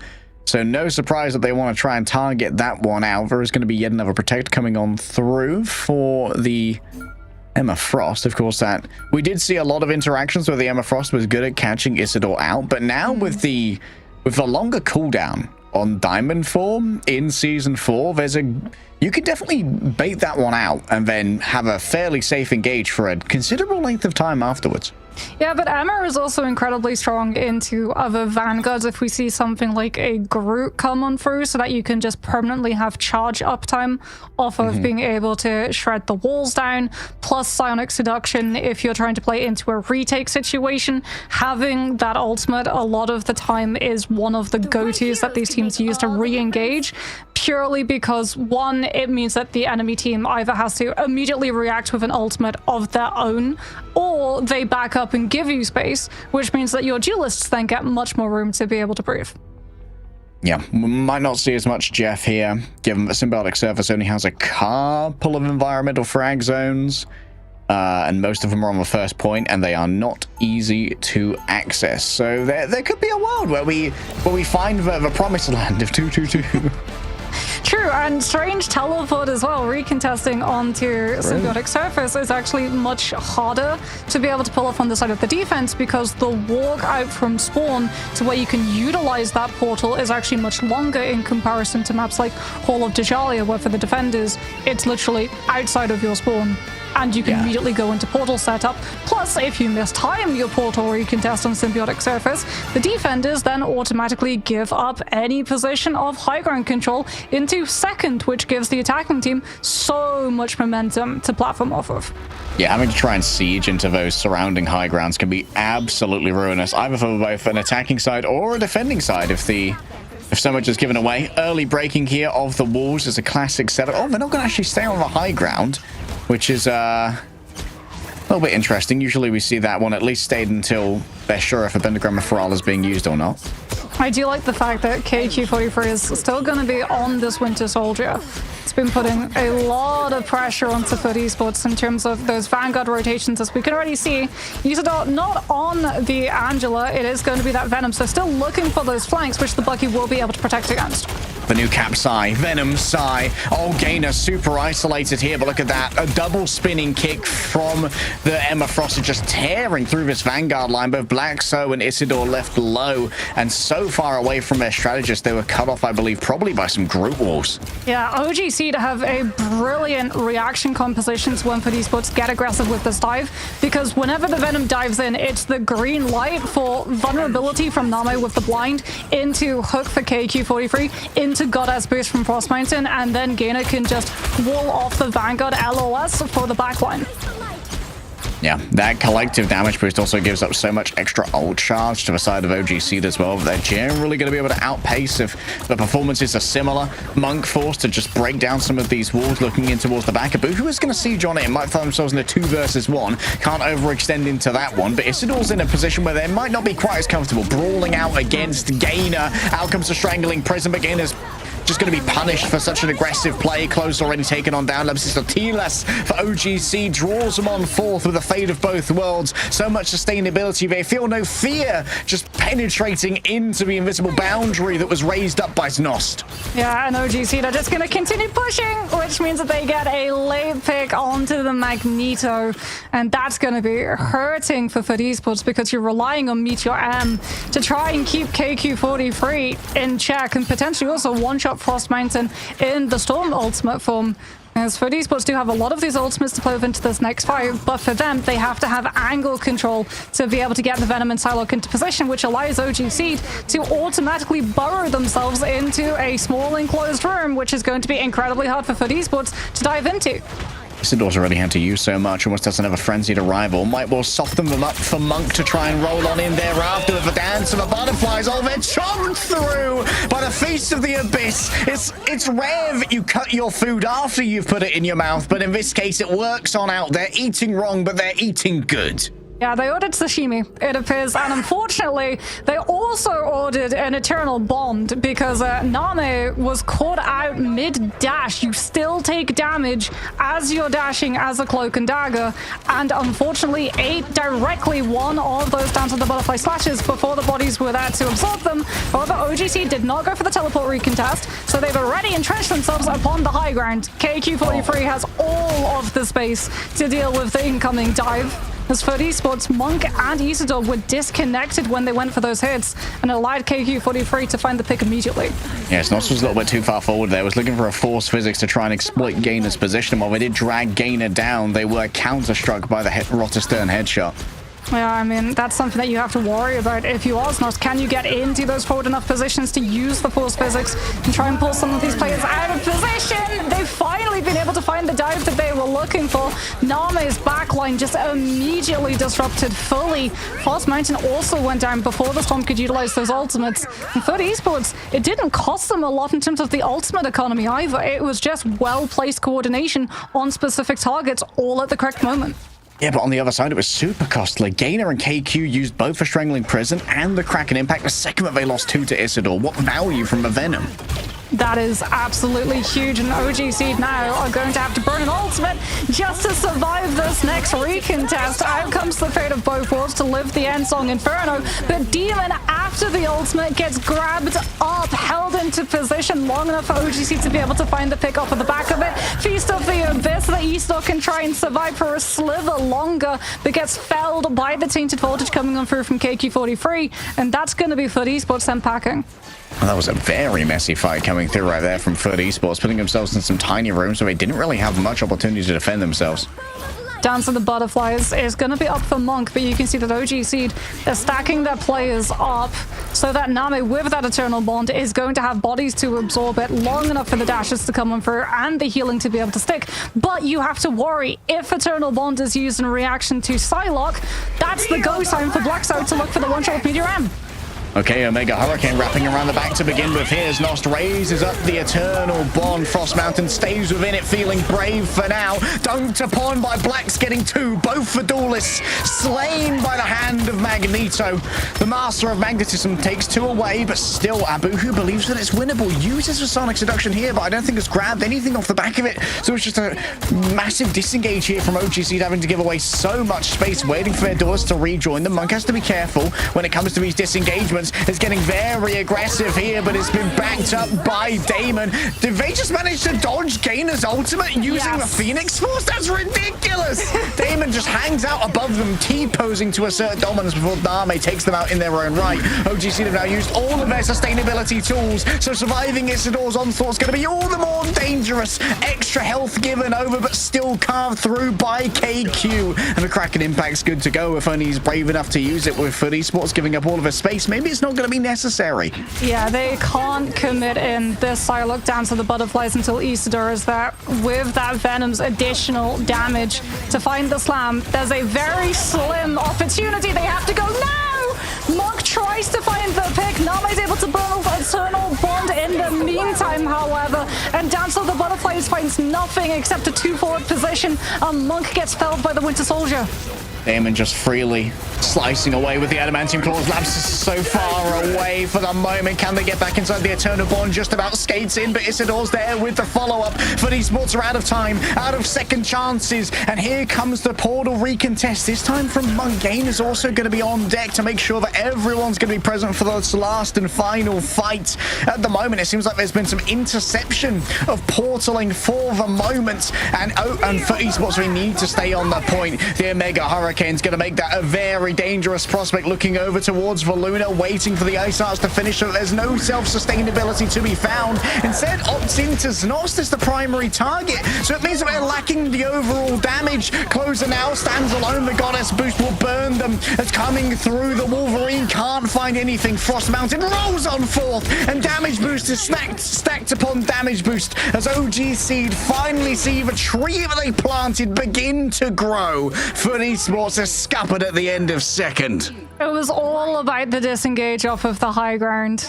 Yes, strangling Prison as they fell did not find the value that they were looking for in terms of pick potential, but it bought their Luna, it bought Lapsus the opportunity of disengaging safely so close to Fate of Both Worlds. Like, we even saw Foot Esports when we were watching Monk's POV, that Psylocke committed so far forward to try to go for the chase. They knew how close the Luna was to being able to get that ultimate online, and OGC's recontest hinged on Fate of Both Worlds being in place so that they could back up into their safe spaces, come back through with that Lunar ultimate, set KQ43 into an opportunity to build into Kraken Impact, and have the last laugh the longer that the fight went. Really good disengagement plays coming on through from OGC to be able to turn that around. Dude, Lepsiso Tilas once again just pumping out the healing. Unreal backline sustainability here from OG Seed, even missing out on a Cloak and Dagger ultimate off the back of that excellent dive from Isidore and Monk to crack open first point. I wonder if that hadn't worked out as well, if maybe we'd be looking at a first point hold potentially from OG Seed. They've impressed, really. Like, Lapsus being able to do all that they have while also having to juggle the attention of a Venom and a Psylocke, really gunning to take you down because you are that prime target. Name is the prime target for the Meteor M destination, but Lapsus in the neutral is always the prime target. As we can see, for Esports, they're lying in wait. They're waiting for OG Seeds to walk into a potential dive position before Isidore is going to be able to slam down onto that back line. But OG Seed have rotated into the small room, which prevents the dive from committing in. Yeah, a lot of homework done to make sure that Monk can't be in a very comfortable position to try and follow up on Isidore's own play. In comes a frenzied arrival, a missed carbon crush here from Abu, who is going to mean there's a little bit more safety for Isidore to play with, but there's still a lot of damage that's going to be sent their way. Abu building up towards 100, charge Black, so gets grabbed on in. The Trooper's Fist means that there's no escape for the Groot. What a win condition that's now been forged by OGC. If they miss out on lapses though, things could turn around. The peel comes through from KQ, who's just having a lights out game on both the Winter Soldier and the Magneto. But when one Vanguard demands praise, another rises up to take their place. Gainer with the long range poke manages to get rid of Monk. FUT Esports are putting stock in the teleport recontest. If this doesn't pay off, they're losing so much momentum on second. Forces out Name's Eternal Bond here. Plenty of sustainability on the point for OGC and Lepsis. Tilas in the back still has access to their own. FUT Esports are going to invest now with Closer, able to match. In comes the Dance of the Butterfly, sharing out the damage. It's easy to do so. Oh, the culling aura. It's onto everybody here. And now KQ can begin feasting. Sees all of the targets and is able to carve through all that stand before them. OGC carve through first in record time. Potentially carve through second as well. This is what we talked about. Look at the absence of defensive bodies on high ground. KQ43, the force physics knockback at least means that OGC don't get another reset attachment of the Kraken Impact, but it is going to be a rough task to turn this one around. You really have to have a huge impact of Eye of Agamotto, but the second that Blackstar looks for it, KQ43 is going to be looking to cancel it, so too is Abuhu. Frost Mountain ready to go with the Omega Hurricane. KQ fallen down early. FUT need to not overinvest in a fight that maybe they have already got an advantage in. Frost Mountain dragged down towards Terra Firma by the Sonic Seduction, and now FUT Esports have a chance to control these high grounds. Abuhu does have that Sonic Seduction. FUT Esports are going to be kicking things off with the Feast of the Abyss. Gets everybody low enough. And Frost Mountain is going to fall. Nami not wanting to part with that Eternal Bond. Holding on to it to have to try to deal with either the Kraken Impact or the Eye of Agamotto. Out comes the Kraken Impact potentially, but it's not going to be enough. The Eye of Agamotto is finally there because the Cloak Ultimate was absent. And that's the turnaround that FUT Esports were looking for. Eternal Bond is gone. Frost Mountain still popping off. Gainer from downtown. The Spore Bomb, the Kobe. Just give LeBron the spores. FUT Esports, they throw so much into that and they have nothing to show for it. They've got Dance of the Butterflies. They're so close as well to a fate of both worlds to try and deal with KQ43. This is an absolute race between those two players. And KQ43 finds the pick. Monk, the one of the ultimates removed from the fight. That was the most important player. Closer was so close as well. 7% away, falls down to Abu, who's just tearing through FUT Esports. OGC finally start to see return on investment. They looked for the grassroots, but the grass is certainly greener right now. FUT Esports slain in our first map 3 banger. If it was the backline that impressed for the defense from OGC, it's the duelists that really impressed in those aggressive plays. KQ43, every single time that we talked about him needing to find a pick against one person who had that turning point ultimate for FUT Esports, he came through almost 2 seconds after we talked about it being necessary. Oh, there's a Psylocke with Dance of the Butterflies. They're so close to having Fate of both worlds up. If the Psylocke ultimate comes on through before that's available, they're going to have to invest things like the Kraken Impacts just to try and find the pick potential to have those damages coming out onto FUT Esports, potentially sacrifice the backline in the meantime. But he finds the pick while Monk is mid-setup to come in from the off angle, off of the space created by Islam from Isidore, just off of pressure from Bucky and neutral alone. What a clutch from Frost Mountain as well, just playing Storm in the neutral. We don't see many teams that are just like playing Storm for the love of the game, you know? Like we see Storm to break the 3-3 quite often, but going up against regular compositions, it seems like Frost Mountain is fairly unique in there. They just love the Storm to begin with. And they've done so well to shut them down. Storm was more like a reactionary damage boost whenever the dive comes on through. Because we talk so much about, you know, the value of Cap versus Venom, right? Cap has the potential of blocking so much more damage in comparison to Venom, who tries to live and sustain in those dives longer off of his shields, and also having the mobility of being able to come in and out. But what then if you add in a new component where whenever that Venom comes in, you automatically follow up with a Goddess boost, which puts so much pressure onto the Venom that by the time that the Psylocke is looking to follow up onto that dive, the Venom is getting out as the Psylocke is going in, which is never how you want your dive to be formulated. You need to have both of your dive components in the fight at the same time, because Psylocke is a lot squishier in comparison to the Venom. Venom has to be there to absorb that threat. Yeah, and Isidore certainly absorbed a lot of fire, but unfortunately was often left looking like Swiss cheese for their efforts. This is quite the upset. When we looked at our match docket today, we weren't expecting this to be our number 3. We certainly weren't expecting it to be Foot Esports banished down to a lower bracket. So I do not envy whoever has to face Foot Esports down there, to be honest, because they are going to be mad and they are going to potentially be in for another bullying session of Heaven's Armory. However, it might be telling that the best look we've seen from them today was for Thor Angela, so maybe there needs to be a little bit more scrim time divvied up to these other compositions.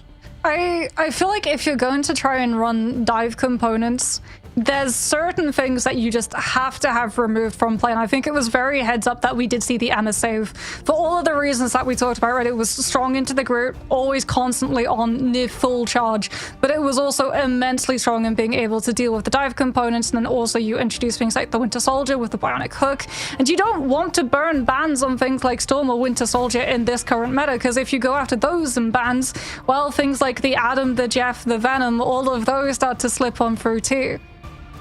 Yeah, like when those things start to just make it through, you need to you need to try and deal with them. Oh, excellent! We have ourselves a MVP to interview today. Coming in from the side of OGC, we have Lepsis Otilas. Could you critique my finish for Lepsis Otilas? Is that close? It's fine. It's fine. Yeah, it's good. It's good. I don't mind. Take fine. Congratulations. Thank you. Thank you. So from going to critique and pronunciation to critiquing gameplay, because one thing that we saw that your team was able to do every single time it came through was deal with the dive of that Venom and the Psylocke. Was it the heroes that you guys had been able to secure for the drafts that made it so easy to be able to deal with, or was it more the coordination and communication between the team? I think coordination. We knew what team we were going to play against. They play dive really well, and me and Name, we have pretty good synergy in the backline, and I mean everyone pulled through with peeling. I mean, I think we just played it off as a team pretty well. What's it been like working with OG for getting ready for this season? Have you guys been receiving a lot of support from the org? Yeah, a lot. The org is helping us a lot. We have our manager and coach. We've been screaming a lot. Yeah. So you said coming into this match you expected them to be playing a lot of that dive. Did you expect them to be playing Angela 4, or was that something that was sort of a curveball? Yeah, a bit. I mean, we knew they're going to play a lot of stuff, but they usually can play a lot of stuff, so we really didn't know instantly what they would play out the gate, but I mean, that was a bit surprising, not going to lie. Definitely seemed like you managed to pull a bunch of value out of playing Invisible Woman. Would you say that your Invis is a standout from other Invisible players in EMEA at the moment? I mean, I guess a bit maybe. I wouldn't rank myself, like, I still look up to certain people up there, you know, of course. But I mean, I'm really comfortable on that hero. So in that sense, I'd say, yeah, that's like a standout hero for myself. Invis is a strategist as well that hasn't really had all that much of a conspicuous position in the meta because of just how outshine she was in comparison to things like the Loki, the Luna, the Cloak and Dagger in our previous metas. What do you think differentiates a good Invis from a really great Invisible Woman player? I guess just like understanding of the game, when to pull, what to pull, positioning, how to use the shield. Like you can't just like brainlessly use these cooldowns. I guess that's just this mostly. Like macro understanding of the game, I guess. You guys used a lot of Storm today. We usually see Storm used to break the 3-3. What's the deal with the Storm on Symbiotic's surface when you're going up against a more classic comp? Second? Why do you use Storm on Symbiotic's surface against like a 2-2-2? Yeah, I mean, Storm is just like, we really found success with that. So we just pulled it out. Because, I mean, we like that comp, we like to run it, and we played well, I think. So we just used it again. Well, we certainly like to watch you use it. Thank you so much for joining us, Labsizotilas, and congratulations on the win. Thank you. Enjoy the upper bracket. Thank you, guys. See ya. That was our double MVP, Labsizotilas, coming through from OG Seed, and quite the upset victory over Foot Esports, and it's great to see them finally start to find that success that we expect from like the OG brand. And that was actually such a gigabanger series. Honestly, that's going to be one to watch back. That is definitely going to be one. I'm going to be going back and watching that Midtown so many times to see how exactly all of those fights went down when you go back and replay it. But speaking about replaying, let's have a look not to the past but to the future to see how our bracket is going to be shaping up after day 2 has ended. OG Seed will be matching up against Insomnia, as Citadel Gaming will be matching up against Choppity over in that upper bracket run. Oh, poor Revived. Going up against Foot Esports is not the most calm lower bracket match. Foxhound versus Paradox is definitely going to be a very contentious one as well. And I'm looking forward to Citadel Gaming versus Chopped in particular, given that Chopped in recent night shifts did manage to take down like the new Na'Vi roster while they were still kind of getting their bearings. So that's going to be a very interesting look at the overall power ratings of EMEA. Yeah, Choppity has always got some really good duelist lineups, and especially now that they've picked up Beetle, we might actually get to see the 2Z Beetle versus the Pokey Polly.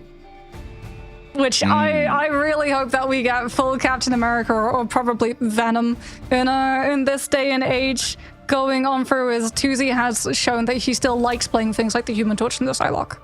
Yeah, over on our Group B side, we've got VP versus Alcadzia and Na'Vi versus NJC. Although that does mean that Peps are down in the lower bracket, getting a tough draw up against FaZe, who did give a fairly close run, I think, to Na'Vi. Like, the second map wasn't quite as wasn't quite as close, but the first map definitely showed us what FaZe can do. It's not going to be an easy run for Peps, I'll tell you that much. Yeah, I feel like definitely that domination on Celestial Husk, it could have gone the full 3 rounds if the Strange Portals had been a little bit more on the time, as we can now look to that future and that time and see how the schedule for tomorrow is going to be shaping on up. We talked about it, we highlighted it. Citadel Gaming versus Chopped is going to be up first. That is going to be a banger of a matchup. Yeah, that's going to be an absolute banger. That's going to be at 6 p.m. CEST. If you're in the UK, like Mox 9, that's 5 p.m. And then a rolling schedule thereafter. These are still going to be best of 3s for now. So we might be able to see some upsets come through if a team is unable to react to a niche strategy in time. Alcadzia versus Virtus.pro as well, I'm really looking forward to. We keep hearing so many people saying that they've been impressed by Alcadzia's improvement. I think it's going to be a really good opportunity to see where they truly fall in regards to the power rankings from all of these teams. Yeah, I'm very excited to see what Tetra and Ryan are going to make of that tomorrow. So make sure that you're following the channel where you're watching right now, or if you're hanging out with one of our lovely co-streamers, thank them for showing off all of the might of Marvel Rivals Esports. From Mox and I, thank you so much for watching, and we will see you tomorrow.